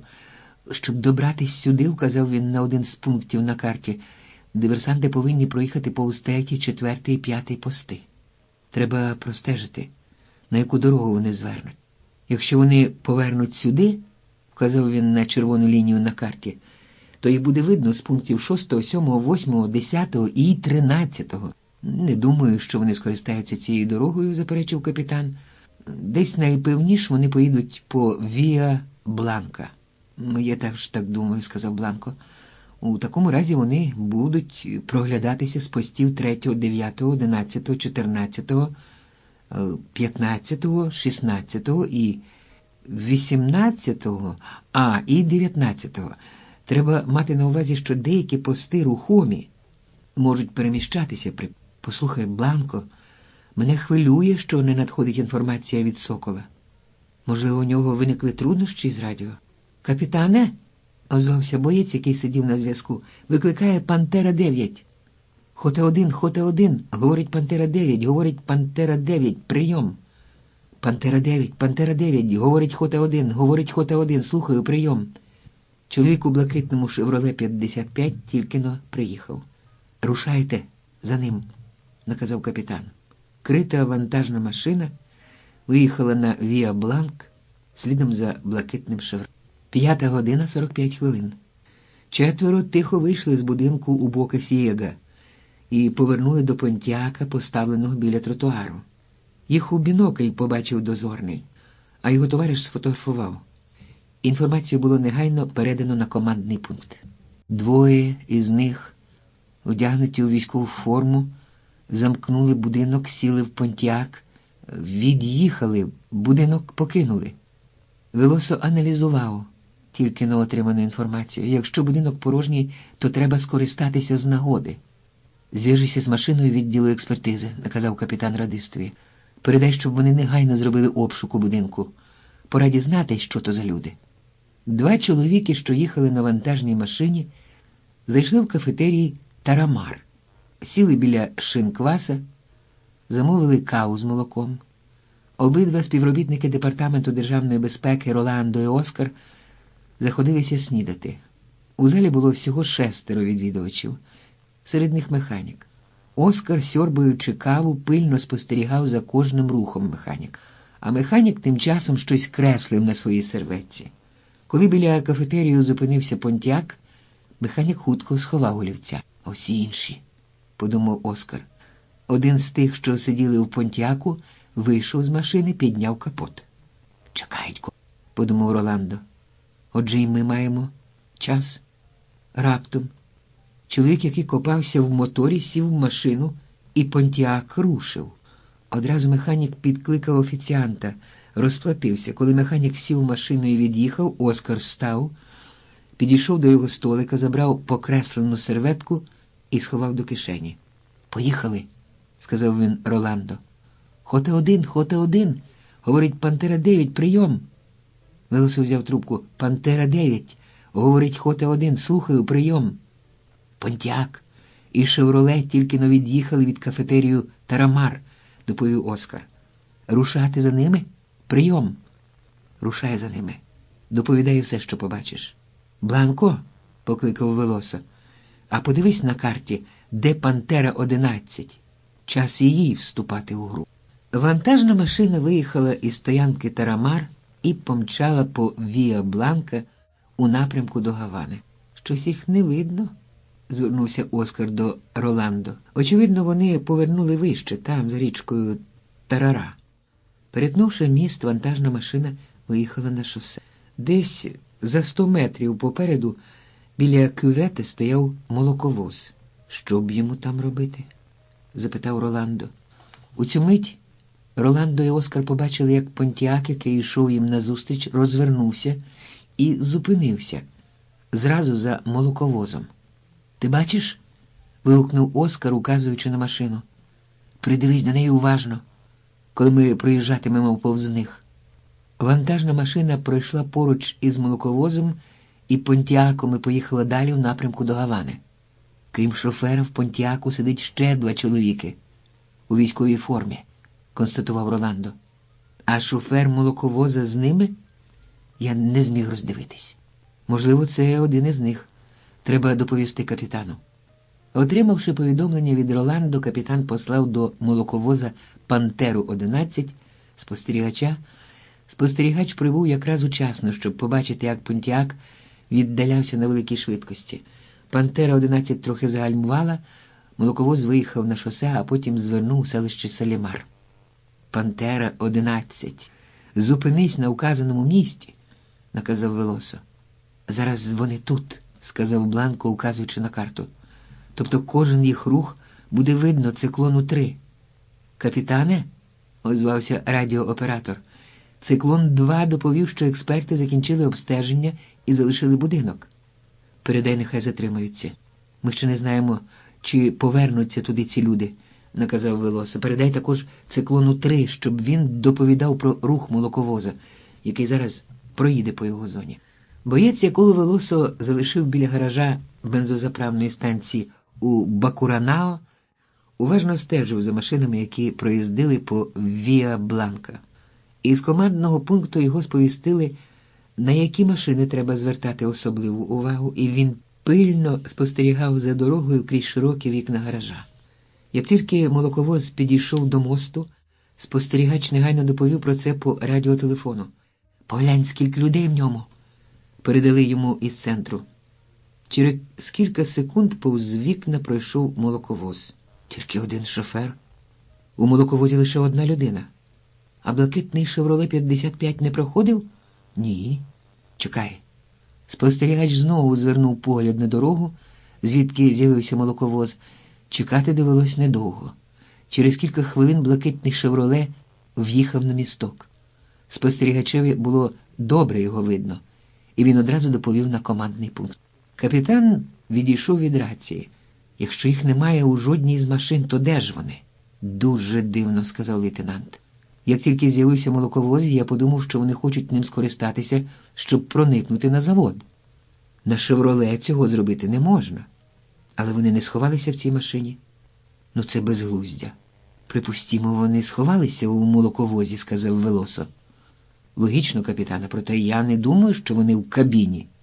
Адже пост біля прохідної їх не пропустить. Отже, можна зробити два. Або вони залишилися у селі Марі, або сховалися у молоковозі. Передайте наказ патрулям, щоб прочесали той район. Неясно, сказав лейтенант, нащо вони взяли військову форму. Щоб захопити молоковоз чи щоб проникнути на завод. І справді дивно, сказав Велосо. Нащо їм ховатися у молоковозі, коли на них військова форма? Простіше було б з'явитися у формі і спробувати обманути охорону. Невже ви думаєте, що охорона дозволила б себе ошукати? Не думаю, згодився Велосо. Та спробувати вони можуть. Понтіак зупинився біля будинку у Бока Сієга. Чоловік виліз з машини, подивився на всі боки, наблизився до гаража. Там він сів у кадилак і вивів його на вулицю. Потім пересів у Понтіак, загнав машину в гараж. Діяв він швидко, спритно, вкрай обережно. А з пункту спостереження пильнували за кожним його рухом. Була 6 година 33 хвилини. Велосо і Бланко, прибувши на завод, поспішили в будинок пожежної охорони. Крім аварійних телефонів, що зв'язували пожежну охорону із різними ділянками заводу, тут ще встановлено щит для зв'язку з кожним із співробітників Державної безпеки, які брали участь в операції. Кабінет чергового офіцера протипожежної охорони був перетворений на командний пункт. У кабінеті були 2 співробітники Департаменту Державної безпеки – Гомес, оператор зв'язку, і Фулледа, а також лейтенант Родольфо дель Корраль, начальник протипожежної охорони заводу. Співробітники Державної безпеки були вдягнуті у форму пожежників. «Привіт!» – привітав усіх Велосо. І одразу ж підійшов до Фулледи. Попередь пости, що контрреволюціонери під'їхали на молоковозі. Можливо, хтось із них сховався всередині. «Пробач», – звернувся Велосо до лейтенанта дель Коралля, з яким дружив іще з часів служби в армії, що ми окупували твій кабінет. Бланко сказав, що у тебе син захворів. Та, ну доповідай, що зроблено, знову звернувся Велосо до лейтенанта Фулледи. Єсть, капітане. Робітники нічого не підозрюють. Усі пости поселено нашими людьми. Начальники змін теж у курсі справи. Особливо у відділі F, куди, як ми гадаємо, прямують диверсанти. Біля начальників змін є також наші люди, на всяк випадок. А фахівці з вибухівки на поготові, обладнання теж. Залишається тільки чекати. Неділя, 24 березня, 6 година 44 хвилини. 2 співробітники Державної безпеки, які були у першій вартівні, дістали попередження про прибуття молоковоза із диверсантами. Капітан наказав їм перевірити, чи є у машині сховані люди. Молоковоз звернув з Віа Бланка на гілку, яка вела до заводу. «Перевір його ти», – сказав Феррардо. «Та не забудь інструкції, адже ти вперше на цьому посту». «Не хвилюйся», – відповів Фаусто. Машина зупинилася, і Фаусто почав помалу обходити її, у той час, як його товариш заговорив із шофером. Фаусто звернув увагу на те, що кришка верхнього люка цистерни прилягає нещільно. Але ж, подумав лейтенант, молоко не вихлюпнуло крізь отвір. Отже, там є щось, що заважає закрити кришку герметично, але не дає молоку виливатися. Думаю, що капітан Велосо хотів знати саме. Фаусто махнув товаришеві, який перевіряв посвідчення шофера. Той повернув посвідчення. «Порядок», – сказав. «Кафетерій по дорозі до другого поста». Молоковоз не від'їхав кількох метрів, як Фаусто зв'язався по радіо із Велосо. Молоковоз наблизився до другого поста. Один із співробітників, який сидів у будці, саме слухав вказівки капітана по рації. Другий балакав із шофером. Потім покликав свого товариша, а сам пішов з шофером, щоб показати місце зливу молока. Коли вони повернулися, шофер спробував завести мотор, але той не заводився. Постовим довелося підштовхнути молоковоз, і тільки тоді він рушив із місця. З будинку заводу управління співробітник доповідав капітану Велосо про все, що бачив крізь вікно. Вони витягли бачок з верхнього люка цистерни. З люка вилізає якийсь чоловік, на ньому комбінезон із водовідштовхувальної тканини. Зараз вилізає другий. «Які літери?» – запитав Велосо. «Подивися, чи не ППО часом?» «Мені погано видно, капітане. Їх увесь час затуляють». «Хвилиночку, так. Так, це ППО, капітане». «Я так і думав», – сказав Велосо, звертаючись до Бланко, що стояв поруч. Саме для цього і потрібні були їм посвідчення. Ці люди прийдуть сюди. А якщо вони намагатимуться відразу пройти у якийсь цех? Запитав Бланко. Навряд. Їм відомо, напевне, що будь-яку делегацію чи інспекцію завжди хто-небудь супроводить. Інакше заборонено. Безперечно, вони прийдуть сюди, навіть попросять, щоб їх хто-небудь супроводжував. А хто піде із ними? Спитав Бланко. Ти, вирішив Велосо. Ти ж у формі. Коли спитають начальника пожежної охорони, ти відрекомендуєшся і підеш із ними. Іди швидше до кабінету, Родольфо. І з тієї миті ти лейтенант Родольфо дель Корраль. Селектор лиши увімкненим, щоб не могли чути вашу розмову, окей? У відділі F двоє співробітників Департаменту державної безпеки витягли із вогнегасника бомби з пластику, встановлені Вільямом Лейвою, коли той разом із Аренсібією під виглядом інспектора протипожежної охорони ішов заводським цехом. Всі бомби, за яких 3 хвилини після їх установки, знешкоджувалися. На командному пункті капітан Велосо отримав донесення, що диверсанти прямують до виходу із території заводу. Розпочинається другий етап операції, промовив Велосо. Його слід провести також без помилок. Зв'яжіть мене з постами охорони.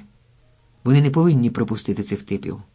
Доки охоронники другого поста розмовляли з Аренсібією і Лейвою про гадані військові навчання, удалині з'явився локомотив. Поїзд загальмував, і 2 диверсантів скочили на підніжку. Потрібно негайно повідомити капітана, що вони сіли на поїзд, сказав Еухеніо. Ну, тепер я розумію, чому шофер молоковоза кілька разів згадував про навчання, які вони нібито бачили, здогадався його товариш. Це для того, щоб виправдати появу тут 2 агентів. Якби вони тільки знали, що кожного разу, коли проводяться навчання, заздалегідь повідомляють пости. Капітан роздивлявся план міста, коли задзвонив телефон. Лейтенант Бланко зняв трубку. «Слухаю вас», – сказав він. «Так, він тут». І передав трубку капітанові Велосо. «Слухаю, Фондоро, так». «Що?» «Повторюй повільніше. Я хочу записати». «Так, ми будемо 20П25. Так. А як ти гадаєш?» «Це дуже цікаво, гаразд». «Бланко», – повернувся Велосо до свого товариша, – «зв'яжи мене якомога швидше із відділенням у Пінар-дель-Ріо». Після розмови із Пінар-дель-Ріо капітан і лейтенант Бланко покинули нафтоперегінний завод. Міст у Бакуна-Ягуа передали по рації на пост номер 2, розташований у укритій вантажній машині. Капітан Велосо підтримував прямий зв'язок із машиною «Сокола». «Ти чув?» – спитав він Бланко, який сидів поруч, і наказав радіооператору Гомесу: «Повідом усіх, що місце збору контрреволюціонерів уже відоме. Рушаємо у Бакуна-Ягуа». Усі машини Департаменту державної безпеки, які брали участь в операції за наказом капітана Велосо, помчали у Баку-на-Ягуа. 4 патрульних автомобілі, 2 вантажні машини. І співробітниками Держбезпеки також отримали наказ прямувати до указаного. Ними командував капітан Хосе Кармона із Гаванського провінційного правління. А тим часом працівники Державної безпеки знайшли в архівах справу Пабло Аренсібії, колишнього мафіозо, який розшукувало революційне правосуддя за кількома звинуваченнями. Капітан Велосо виліз з машини. На узбіччі автостради Віа-Бланка зупинили ще 4 машини, 3 «Пантери» і міжміський автобус із табличкою «Ольгін». Капітан відібрав 9 солдатів, наказав їм пересісти до автобуса.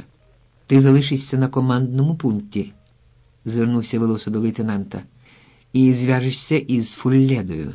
Передай йому, за 5 хвилин можна пускати дим». Ну, а ось і люди Кармони. Із першої патрульної машини вийшов капітан Кармона. «Ви залишитесь тут», – сказав йому Велосо, – «а ми поїдемо далі. Через 10 хвилин після появи диму починайте діяти. Людей слід розставити підковою, кінці якої впиралися б у пляж.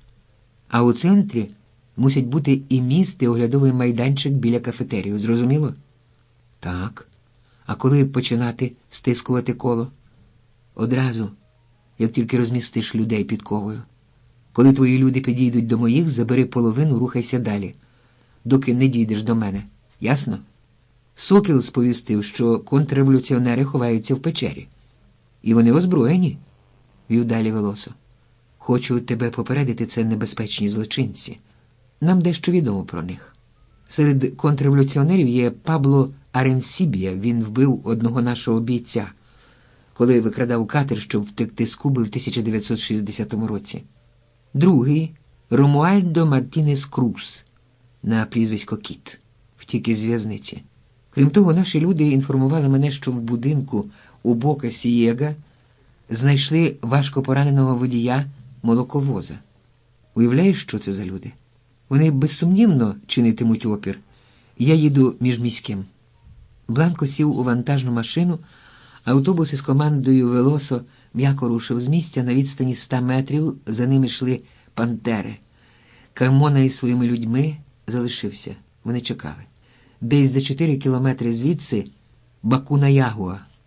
Міжміський автобус з табличкою «Ольгін» зупинився біля майданчика перед кафетерієм. Велосо з 9 співробітниками Державної безпеки піднялися крутими кам'яними сходами до кафетерію. Велосо став біля дверей, а інші розсіялися по майданчику. «Хто із цих людей Аренсібія?» – подумав Велосо. «Я бачив фотографію лише Ромуальдо Мартінеса. Треба його знайти». Капітан окинув поглядом присутніх. Упізнати Ромуальдо було неважко. Він стояв неподалік, показував щось вдалечині 4 невідомим чоловікам. Велосо глянув, куди показував Ромуальдо.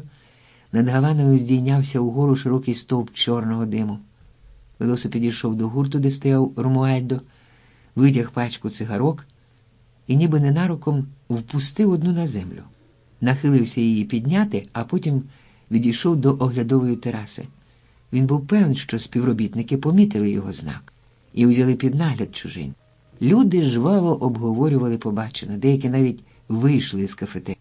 «Пильність і ще раз пильність», – промайнула думка в капітана. «Ось вони кинуться до печери. Тоді і нам слід почати останній етап операції». Розділ 3. Скачуть скелі. Печера, схована від стороннього ока кущами і невеличкими деревцями, виходила до моря. До води лишалося метрів 200 кам'янистого берега. У цю печеру Ромуальдо привів своїх людей. Печера була досить зручна, широка, метрів 7 вглиб, а висока стеля дозволяла стати на повний зріст. Вона вже не вперше правила за сховище. Кіт із Ромуальдо при світлі ліхтаря відшукали у глибині печери купу каміння і почали її розгрібати. «Хрипуне! Поруа! Аренсібія! А йдіть-но сюди!» «Ось вам цяцьки», – сказав кіт, вказуючи на маленький арсенал, що був схований під камінням. «Нехайно побачить мене Джонні з цією залізякою», – сказав Освальдо, беручи пістолет 45-го калібру. Усі кинулися розбирати зброю. Аренсібія з-поза плечей інших вихопив автомат, відійшов у бік, почав переодягатися в цивільний одяг, принесений з машини, а Вільям Лейова, вже переодягнений, сидів при вході до печери, розглядав свій Браунінг. Кіт, як і Хрипун, вибрав собі автомат. Тіто Гаванець тримав великокаліберний пістолет. У механіка теж був пістолет. Більш тяжка зброя дісталась начальству. Даніель тримав пістолет середнього калібру. Брати Порруа звикли до зброї ще з часів Ескамбрає, тому озброїлися кольтами і кількома осколковими американськими гранатами. Крім того, Хуліо взяв гвинтівку Грант, а Маріо – Браунінг. У печері панувало пожвавлення. Розмовляли голосно, збуджено, передчутті бою. «Вам також сподобався гранатомет, друзяко?» – запитав Освальдо механіка, побачивши у його руках пістолет. «Непогана цяцька. Добре потанцює той, хто стане мені на перешкоді. Погляньте сюди, містере», – звернувся до Даніеля Хуаніто Джонні, який стояв посеред печери, злегка розставивши ноги і пригнувшись. Він удавав, ніби готується до стрільби. Примружені очі, руки стисли автомат, з правого боку на поясі кольт, зліва довгий ніж, кілька гранат. Обличчю Хуаніто намагався надати звірячого. «Ви озброєні сильніше за танк», – сказав Даніель, а сам подумав, гріш ціна таким. Збудження, викликане роздачею зброї, минуло, коли до печери вдерся Вільям Лейва. Пабло, там солдати! Вони десь за 200 метрів звідси, солдати!» «Що?» – скрикнув Аренсібія і рвучко підвівся. Він кинувся до виходу, визирнув, всі завмерли. Аренсібія повернувся, злість і страх спотворили його обличчя. «Їх 5 чи 6. Вони вже на узбережжі». «Як це сталося?» – голосно і з неприхованим відчаєм запитав Освальдо. Маріо і Хуліо Порруа лише перезирнулися. Хуаніто Джонні ледве не впустив автомата з рук. «Тримай міцніше.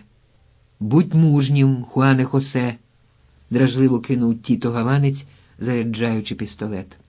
Доктор Тамайо намацав у кишені пістолет, майнула думка. «Якщо хочу зостатися живим, далі від цих телепнів». Хрипун міцно стис автомат, механік глянув на пістолет, настав час, подумав він. Вільям Лейова стояв посеред печери, безтямно дивився на Аренсібію. «Що робити?» «Рятуй власну шкуру», – огризнувся Аренсібія. «Та як?» «А як хочеш. Я знаю, як врятувати свою. Якщо мене візьмуть, то не простять ні вбитого Мілісіано, ні украденого катера. Відступати нема куди. Доведеться битись до останку». «Ну а я що робитиму?» – знову запитав Лейва і окинув усіх поглядом. «Я лише фахівець із вибухівки. Я працюю, мені платять. Що я робитиму?» «Молитися вмієш?» – спитав Аренсібія. «Ні». «Так вчися. Знадобиться за кілька хвилин. А я йду із цієї пастки». «Хвилинку!» – гукнув кіт з глибини печери. Всі обернулись, він тримав у руках автомат напоготові. «Серед нас є зрадник. Маємо прикінчити його». «Він має рацію», – прогугнявив Хрипун. Аренсібія визирнув з печери, далі глянув на кота. Йому явно не терпілося йти. «Але ж хто зрадник, коте?» – запитав Освальдо уривчастим голосом. «Хто з нас?» «Хтось схибив. За нами пішли назирці», – озвався доктор Тамайо. Ним володіло єдине бажання негайно тікати.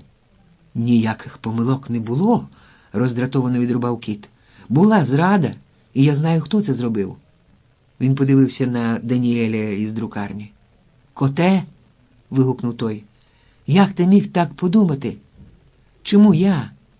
«Кіт, він не...» – почав був Освальдо.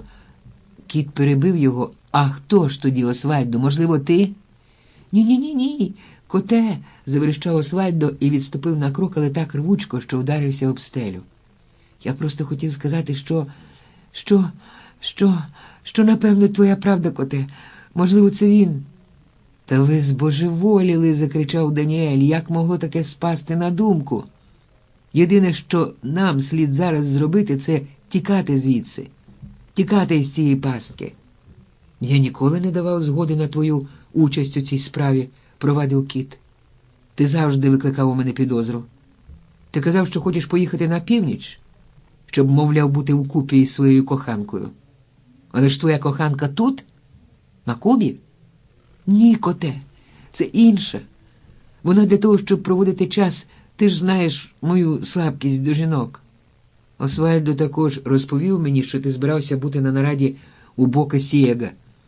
Ти хотів довідатись про все, аби доповісти комуністам». «О ні, коте, я хотів бути там, щоб краще ознайомитися із своїми обов'язками». «Через цього типа нас всіх прикінчать», – крикнув Хрипун. «Давайте лишимо його заложником», – запропонував механік. «Ні, тут треба інше», – сказав Хрипун і вихопив пістолета. Даніель негайно підняв свого. «Обережно, я не дам себе вбити так просто», – прошепів він. «Припиніть», – втрутився доктор. «Нас схоплять прямо тут, в печері».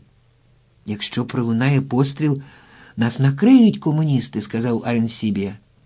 «Він має рацію», – підтримав його Тіто Гаванець. «Я не зрадник і не боягуз», – сказав Даніель. Хуаніто Джонні мовчки спостерігав за тим, що відбувалося. «Гаразд», – згодився Хрипун, – «вважай, що ти урятований. Основне зараз вибратися з печери». Даніель опустив пістолет. Хрипун нахилився нібито для того, щоб покласти зброю, але раптом скинув руку і, притримуючи її другою, вистрілив. Даніель зігнувся, наче зламався, і, впустивши пістолета, схопився руками за живіт.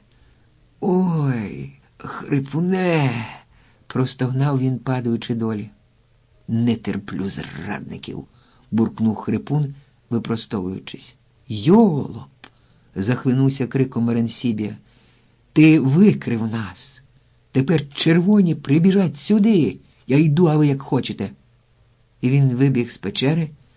«Гайда!» – сказав Маріо Порруа братові. Доктор вийшов вслід за Аренсібією, механік глянув на кота. «Я піду з Аренсібією». Тіто Гаванець звів курок пістолета. «Ну що ж, коте, удачі тобі!» Попрощався і зник. Освальдо глянув на Ромуальдо. «Що будемо робити?» – спитав. «Я саме про це», – прошепотів Вільям Лейва. «Що робити нам?» «Оближ, Освальдо. Це ж ти завербував того типа». «Коте, я ж не знав, що він...» «Ти ніколи нічого не знаєш. Спробуй хоч зараз що-небудь дізнатись. Спробуй дізнатись, як втекти від комуністів. Хіба ми лишаємося тут? Якщо ти залишаєшся, то тільки тому, що тобі так заманулося. У мене сверблять руки вирвати язика цьому Даніелю, але я не хочу потрапити за грати. Я піду світ за очі». «Я з тобою», – сказав Освальдо Делас. «А що ти збираєшся робити, Хрипуне?» – запитав Хуаніто. Він ніяк не міг отямитись. «Теж іду. Але спершу приголублю оцього». Він кивнув на Даніеля, що лежав у калюжі крові. Хуаніто Джонні витер тремтячі спітнілі руки об одежу і вийшов, тягнучи автомат. Хуаніто продирався крізь кущі. Попереду у напрямку до колючих кущів Марабу перебіжками пробиралися Кіт та Освальдо. Хуаніто метнувся в протилежний бік, до мангрових чагарників, які запримітив, коли добирався із своїми до печери. Не встиг подолати ще й 50 метрів, як почув: «Гей, ти, стій!» Джонні прикинув, скільки лишилось до мангрів, і кинувся вперед. Коротка черга просвистіла над головою. Джонні припустив ще дужче. Він майже досяг мети, коли за спиною пролунала друга черга, і на нього дощем посипалися уламки скелі.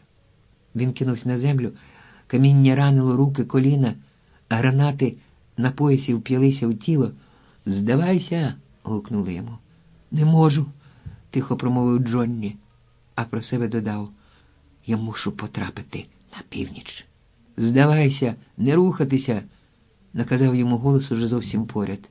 Хуаніто стис автомат і спрямував дуло в той бік, звідки долинув голос. Не встиг він торкнутися спускового гачка, як кулі над ним прошили кущі. «Кидай зброю!» «Не стріляйте!» – прокричав Хуаніто Джонні.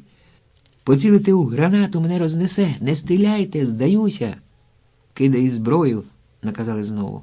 Хуаніто слухняно відштовхнув ногою автомат далі від себе. Його очі були повні сліз. «Я здаюся!» – закричав він. «Не стріляйте! Поцілити у гранату, вона вибухне!» І він заплакав.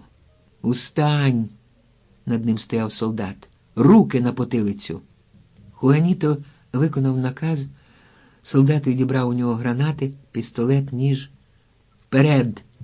Інші бійці, зачувши стрілянину, підбігли до них. «Ти сам його взяв?» – спитали вони солдата. «Так», – відповів той, а він не чинив опору. В цю мить пролунала кулеметна черга. «Це звідти, де капітан», – сказав хтось. За кілька метрів почувся вибух. Всі кинулися до лілиць. Троє були поранені, в тому числі і у Хуаніто Джонні. Залунали постріли. «Обережно!» – попередив один з бійців і показав вперед. «Вони там, їх двоє!» І він вистрілив у той бік, де ховалися брати Поруа. Капітан Велосо під прикриттям автоматного вогню добрався із своєю групою до печери, наказав припинити вогонь і подав знак оточити печеру. Він підповз якомога ближче до входу. «Всі, хто в печері, виходьте! Руки вгору!» Тиша. На знак Велосо кулеметна черга врізалася в виступ скелі при вході, і каміння градом посипалось на землю. «Я здаюся, здаюся!» – почувся з глибини голос. Жестом Велосо припинив обстріл. Повільно з піднятими руками з печери вийшов Вільям Лейва, лице здивоване і розгублене. «Сюди!» – наказав Велосо. Експерт з вибухівки наблизився до капітана. У нього вже ніхто не цілився, проте він і далі тримав руки над головою. Капітан Хосе Кармона, зачувши вибух гранати у хащах мангрів, метнувся туди. Пробравшись між кущами на відкриту місцину, він побачив просто себе невеличкий виступ, на якому залягли солдати, серед них кілька поранених. «Треба відвернути увагу диверсантів, щоб наші змогли вибратись», – подумав Кармона. Він натис на спусковий гачок, кулі брязнули об скелю, один з бандитів обернувся і вистрілив. Кулі зрізали ближче до капітана гіллячку. Кармона пригнувся. «Снайпер», – подумав він. Біля самої землі щось зашелестіло. Там, де ховалися диверсанти, це повільно підіймалося дуло гвинтівки. «Цілиться в мене! Зараз буде стріляти!» Кармона покотився по землі, і кулі лише прошелестіли у кущах над його головою. Чоловік, що стріляв у нього, перевів вогонь на бійців. Кармона розумів, що його люди потрапили в скруту, що поранені потребують негайної медичної допомоги. І раптом помітив, як один диверсант висмикнув запобіжника і замахнувся гранатою. Кармона вистрілив. Тіло Хуліо Поруа відкинулось назад і звалилося. Настала тиша. Маріо Поруа схопився за виступ скелі, намагаючись вибратися з прикриття. Смертоносний вибух підняв у повітря каміння, уламки скелі, тіло людини застигло на мить, потім ковзнуло на землю. Маленька хмарка пилу ще хвилю трималась на тому місці, а потім розвіялась. Капітан Кармона підбіг до своїх людей. «Передай, що я поранені», – наказав він молодому бійцю, котрий взяв у полон Хуаніто. Сидячи на камені, Вільям Лейва нервово палив цигарку. За його словами, у печері засіло іще двоє людей. Якийсь Даніель поранений. І ще один, його звуть, здається, Хрипун. Велосо заборонив стріляти, бажаючи подати пораненому медичну допомогу. Він поповз до входу. «Слухай, Хрипуне, там же твій поранений товариш. Його треба забрати звід, а тобі однаково доведеться виходити». «Який він в біса товариш? Це зрадник. Він з вашої компанії. Хочете забрати його, так? Заходьте», проривів хрипун, супроводжуючи свої слова кулеметною чергою. Велосо мовчав. Побачивши, що бандит підняв пістолет, Бланко кинувся на землю. Тіто Гаванець, не цілячись, вистрілив. Куля за якийсь сантиметр пройшла біля капітана. Небезпечний тип. Швидкий на руку. «Здавайся!» – крикнув Бланко. «Я мужчина!» – заволав той. «Спробуй мене взяти!» «Рахую до 5. Та хоч і до 1000. Я Тіто Гаванець. Спробуй до мене дістатися. Якщо ти не вийдеш, поки я рахуватиму, я візьму тебе сам. 1. Якщо не вийде, доведеться будь-якою ціною брати, подумав він. 2. Треба перейти на інше місце. Звідки краще видно. 3. Краще сховатись за тим каменем. Якщо я дістанусь туди, я змушу його вийти. 4. А зараз уперед. А водночас із 5 Тіто почув, що хтось біжить, і, викинувши руку, двічі вистрілив. Щойно збирався вистрілити ще раз, як відчув пекучий біль у плечі. Права рука повисла, мов нежива. Рукав заповнився кров'ю. Улучив таки, все-таки влучив. Тіто поповз до іншого виступу скелі, сховав за нього. «Здавайся!» – знову крикнув лейтенант. «Краще здохнути!» – крикнув у відповідь Тіто. «Я поранений, але не здаюсь. Можливо, якщо здамся, мене не розстріляють. Я ж нікого не вбивав? Ні, не можна». «Здавайся!» «Я не з тих, хто здається», – відповів Тіто і подумав. «Але ж я поранений». «Здавайся! Тобі не вдасться втекти пораненому», – запевнив голос. Тіто зціпив зуби, рука дуже боліла, все тіло промокло від поту, його трясло, як у лихоманці, пістолет вислизав з руки. «Кидай пістолет», – наказав лейтенант. Тіто кинув пістолет на прогалину перед скелею. «Виходь! Руки на потилицю!» Гаванець вийшов, піднявши лише ліву руку, правою він не міг ворушити. Лейтенант не вставав. «Якби не поранена рука, я не здався б». Берегом до них бігло 2 солдатів. «Можеш опустити руку, якщо хочеш притримати поранену», – дозволив йому лейтенант, не підводячись із-за прикриття. Тіто підтримав лівою праву руку. «Якби не це, – заскімлив він, – ніхто з вас не зміг би змагатися зі мною. Я поранений, а поранена людина ні на що не здатна». Солдати були вже метрів за 10. Лейтенант глянув на них і знепритомнів. «Не чіпай пістолета!» – крикнув один з бійців. Але Гаванець думав не про пістолет. Його погляд був прикутий до 2 кривавих ран на стегні офіцера. 2 його кулі досягли мети. Таких людей Тіто ще не зустрічав. «Гей! Чому ви не стріляєте?» – кричав він вчетверте, не отримуючи відповіді. «Я Хрипун, чуєте? Хрипун!» Він стояв посеред печери, дивився на залятий світлом вихід, по його тілу котився піт. Уже кілька хвилин він не чув ні звуку. «Ви боїтесь мене? Зараз я вам покажу!» Він понишпорив у ямі, де була схована зброя, схопив кілька осколкових гранат, не роздумуючи, висмикнув запобіжника і швиргонув одну за одною з печери.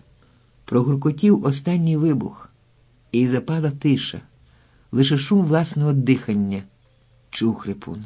«Що, не до шмиги іграшки? Змилися?» І знову гнітюча тиша. Лють охопила його, затис під пахвою автомата, як звір шалено метнувся до виходу.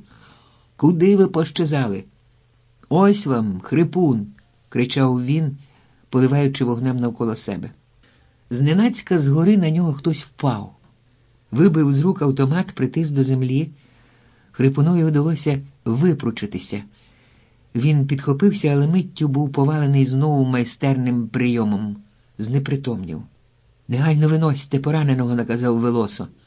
«Несіть до санітарної машини». Велосо хлюпнув з фляжки воду на обличчя Хрипунові, той прийшов до тями, закліпав очима і застогнав: «Не вбивайте мене! Ради Бога, не вбивайте!» Близько шляху, що межував із широкою смугою мангрових чагарників неподалік від печери повз по траві лікар Тамайо. Великих зусиль йому коштувало дістатися сюди непомітно. Переконавшись, що дорога безлюдна, він з полегкістю зітхнув. Здається, вони зайняті пошуком інших. Він підвівся, подивився вперед, по той бік дороги тяглося велике болото, а за ними йшли порослі кущами горби. Ось там я і сховаюсь, дочекаюся ночі. Треба лише якось перебратись через болото. Лікар струсив одяг, збираючись перейти дорогу. «Ей! Куди це ви?» Тамайо завмер. Він не міг повірити власним вухам. Озирнувся нікого. Лише коли пролунав постріл, помітив на дереві бійця. Обабіч шляху почали з'являтися ще бійці. Тамайо очманіло метнувся через дорогу. «Стій! Стій!» Лікар, здавалось, нічого не чув. Він біг так швидко, як дозволяли ноги. Причіплявся, падав в болото, підводився, біг, знов падав. Тамайо рухався дедалі повільніше. Болото ставало усе грузькішим, одежа промокла, обважніла. Хитаючись, лікар зробив ще кілька кроків і всією вагою тіла рухнув у зеленкувату воду. «Ходімо», – сказав кіт. Він із Освальдо переховувався у хащах Марабу. Шлях до ущелини, здавалося, був вільний. «Ходімо», – згодився Освальдо. І вони, пригнувшись, вибралися із хащів. Море було від них метрів за 100. Побачивши людину в цивільному, кіт рвонувся зупинити Освальдо, але не встиг. «Стій!» – наказав співробітник Держбезпеки. Освальдо Делгес завмер, кіт метнувся вбік, натиснув на спусковий гачок автомата, у відповідь гримнув постріл. Куля зачепила ногу. Кіт втратив рівновагу. «Мене поранено!» – скрикнув він, падаючи. Проте, переконавшись, що це всього лише подряпина, вирішив не здаватися. «Освальдо, за мною!» Схопивши Освальдо за руку, кіт побіг по камінню. З-поза горба вигулькнув капітан Кармона з бійцем. Кіт помітив його і на ходу став відстрілюватися. «Біжи туди!» – наказав Кармона бійцю, указуючи ліворуч. «Візьми ще чоловік з 5. Оточи їх, не дай їм вислизнути». Аренсібії вдалося сховатися в ущелині між двома великими каменями. Тут він вирішив чекати темноти. За кілька метрів від нього в кущах ховався механік, але вони ледве могли розгледіти один одного. Обидва стежили за групою бійців, на чолі яких ішов чоловік у цивільному. Велосо з солдатами був вже близько, коли Аренсібія прилаштував гвинтівку на краю скелі. Механік стис пістолета. Аренсібія цілився в капітана. Дуже обережно. Капітан Велосо просувався вперед. Він розумів, що не всі диверсанти схоплені, і ті, хто лишився, ховалися десь поблизу. Щось шелеснуло. Велосо припав до скелі. Бійці теж зупинились. Обійшовши скелю, капітан побачив відкриту місцину, за якою лежав великий камінь. Стиснувши пістолет у правиці, Велосо скочив. «Обережно, Велосо!» – почув він. Пролунав постріл з гвинтівки, за ним пістолетний. Куля ударила Аренсібію у груди. Конвульсивно смикнувшись, він впав додолу, мертвий. Кіт і Делес були метрів за 40 від ущелини, коли Кармона їх знову запримітив. «За мною!» – наказав він бійцеві. «Їх треба відтіснити до берега». Перебігши відкриту місцину, співробітники Держбезпеки кинулися до ущелини. Туди необхідно було потрапити раніше за диверсантів. «Обережно, коте!» – гукнув Освальдо, побачивши переслідувачів. Той впав на землю, покотився по скелі у бік моря. Освальдо покотився за ним, і на якусь мить обидва зникли з поля зору капітана і його товариша. Кармона і Гарсія кинулись за втікачами, стріляючи з автоматів. Ті відповідали рідкими чергами. Посічені кулями прискали дощем галузки і листя. На капітана і солдата сипалися скалки і пісок. Кармона протер очі. «Я піду берегом, капітане», – сказав Гарсіга. Пильно стежачи за місцем, де ховалися бандити, Кармона змінив магазин, раптом побачив, Із ущелини з'явилося дуло автомата. Цілилися у Гарсігу. «Лягай!» – заволав Кармона. Гарсіга упав за частку секунди до того, як кіт натис на спусковий гачок. Перезарядивши автомат, Кармона підвівся, побіг вперед, прямо на диверсантів. За кілька метрів до них він заліг за великим каменем. Напружена тиша. Аж ось долинули голоси. Сперечалися. Хтось скрикнув: «Здаюся! Не стріляйте!» Знову почалася сварка. Урешті голос кота: «Я виходжу! Будете стріляти, прикінчите його!» «Що замислив цей тип?» – подумав капітан. З ущелини вийшов кіт. Лівою рукою він обхопив за шию Освальдо і, прикриваючись ним, підштовхував поперед себе. У правій руці тримав автомат. «Не стріляйте!» – благав нажаханий Освальдо. «Я здаюся, не стріляйте!» Обидва бандити повільно відступали до манарових чагарників. «Стійте! Стрілятиму!» – крикнув капітан. «Ні, не стріляйте!» – благав Освальдо Делас, вирячивши очі. «Заради Бога, не стріляйте!» Кармона старанно прицілився і дав довгу чергу над головами контрреволюціонерів. Освальдо Делас не витримав, дико скрикнув. Ноги йому підкосилися, він повільно став сповзати на землю. Кіт хилився разом з ним, не випускаючи автомата. «Здавайтеся!» – наказав Кармона. «Вставай, Освальдо!» «Трясця тебе взяла!» – вириснув кіт, шалено поливаючи вогнем камінь, за яким сидів Кармона. «Здохни!» Автомат змовк, а кіт в істериці кричав далі: «Виходь, собако! Да я тебе!» Слова застрягли йому у горлі, коли він побачив автомат капітана. Кіт хотів вистрелити, але його випередила коротка черга. Тіло бандита сіпнулося, перевернулося і тяжко звалилось на землю. У гнітючій тиші чулися лише схлипування Освальдо. Збоку болота наближалася група бійців. Капітан обтрусився, підійшов до трупа, глянув, спохмурнів. Перевів погляд на море, глибоко зітхнув і провів рукою по чолу. Залишалося тільки захопити катер, що з настанням темряви мусив прийти за диверсантами, і тоді операцію можна вважати закінченою. Епілог. Згодом виявилося, що дитина справді хвора. Проте не так серйозно, як хотіли нас запевнити, пояснював Густаво. Все це було частиною гри ЦРУ, розпочатої з того моменту, як Альберто поклав свого сина у лікарню. Сьогодні вранці родина Альвареса прибула на Кубу, дитину поклали у лікарню імені Франка Пайса, я прилетів разом з ним. Товариші сиділи у палаті біля ліжка пораненого лейтенанта Бланко і обговорювали хід операції. «Ну, гаразд», – сказав капітан Хосе Кармона. Усі вже розповіли про свою участь у цій справі. Ось тільки і він глянув на людину, що сиділа навпроти. Монтальво, офіцер держбезпеки, активний учасник операції. Посміхнувся. Не люблю розповідати.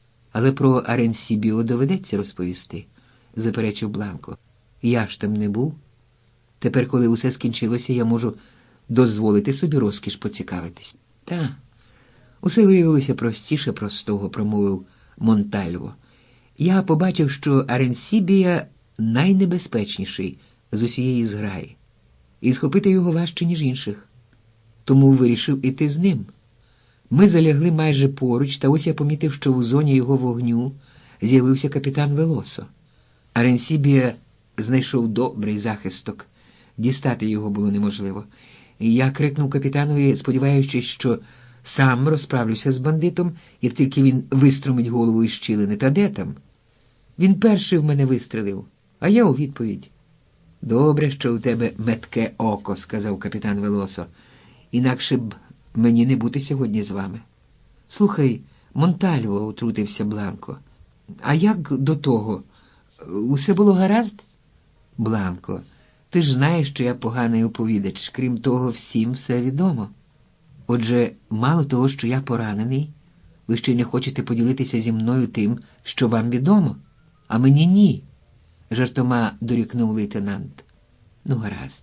Довелося похвилюватися, коли помічник кота заскочив мене за передачею інформації про димовий сигнал. Я не взяв з собою з машини, коли приїхав у Бока-Сієга, транзисторного приймача із вмонтованим у нього передатчиком. Це могло викликати підозру. Не можна ж слухати музику під час такої важливої наради. «А що ти зробив?» – спитав Бланк. «Нічого». «Він, певно, вирішив, що то я сам з собою розмовляю», – відповів Монтальво. Більше не було можливості передавати інформацію. А вранці кіт, вислужившись перед Арансібією, не дозволив мені брати приймач із собою. Побачивши Роландо й Оскара у Тарамарі, я не відважився заговорити з ними. На нараді згадувався якийсь Даніель. Я не знав його. Могло статись так, що і він був у Тарамарі. І потім викаже мене, підтвердивши, що я зустрічався із якимись людьми. Тому я вирішив написати повідомлення на серветці. А коли я стояв у Касабланці і вовтузився з мотором, до мене підійшов якийсь чоловік і запропонував допомогти. Це був наш товариш. Він встановив у машині передатчик. «Слухай, Монтальво», – запитав Бланко, – «а як тобі сподобався димовий сигнал? Фулледа і я поморочилися з ним». «Чудово! Коли я побачив дим, подумав, що десь ми схибили, і завод справді горить. Я скипів. Хотів кинутись на бандитів, але стримався. А тут і ви з'явились. Гадаю, якби ми не з'явилися, пожартував капітан Кармона, ти і сам би розправився з бандитами. Зубами б загриз. Маріо, він же Сокіл, він же механік, і врешті він же офіцер управління державної безпеки Хосе Кармело Монтальво посміхнувся. Сліпуче сонце щедро заливало теплом поля, школи, лікарні, заводи, будови, вривалось крізь вікно і у цю кімнату. Довгий кайман, рідна Куба, спокійно і врівноважено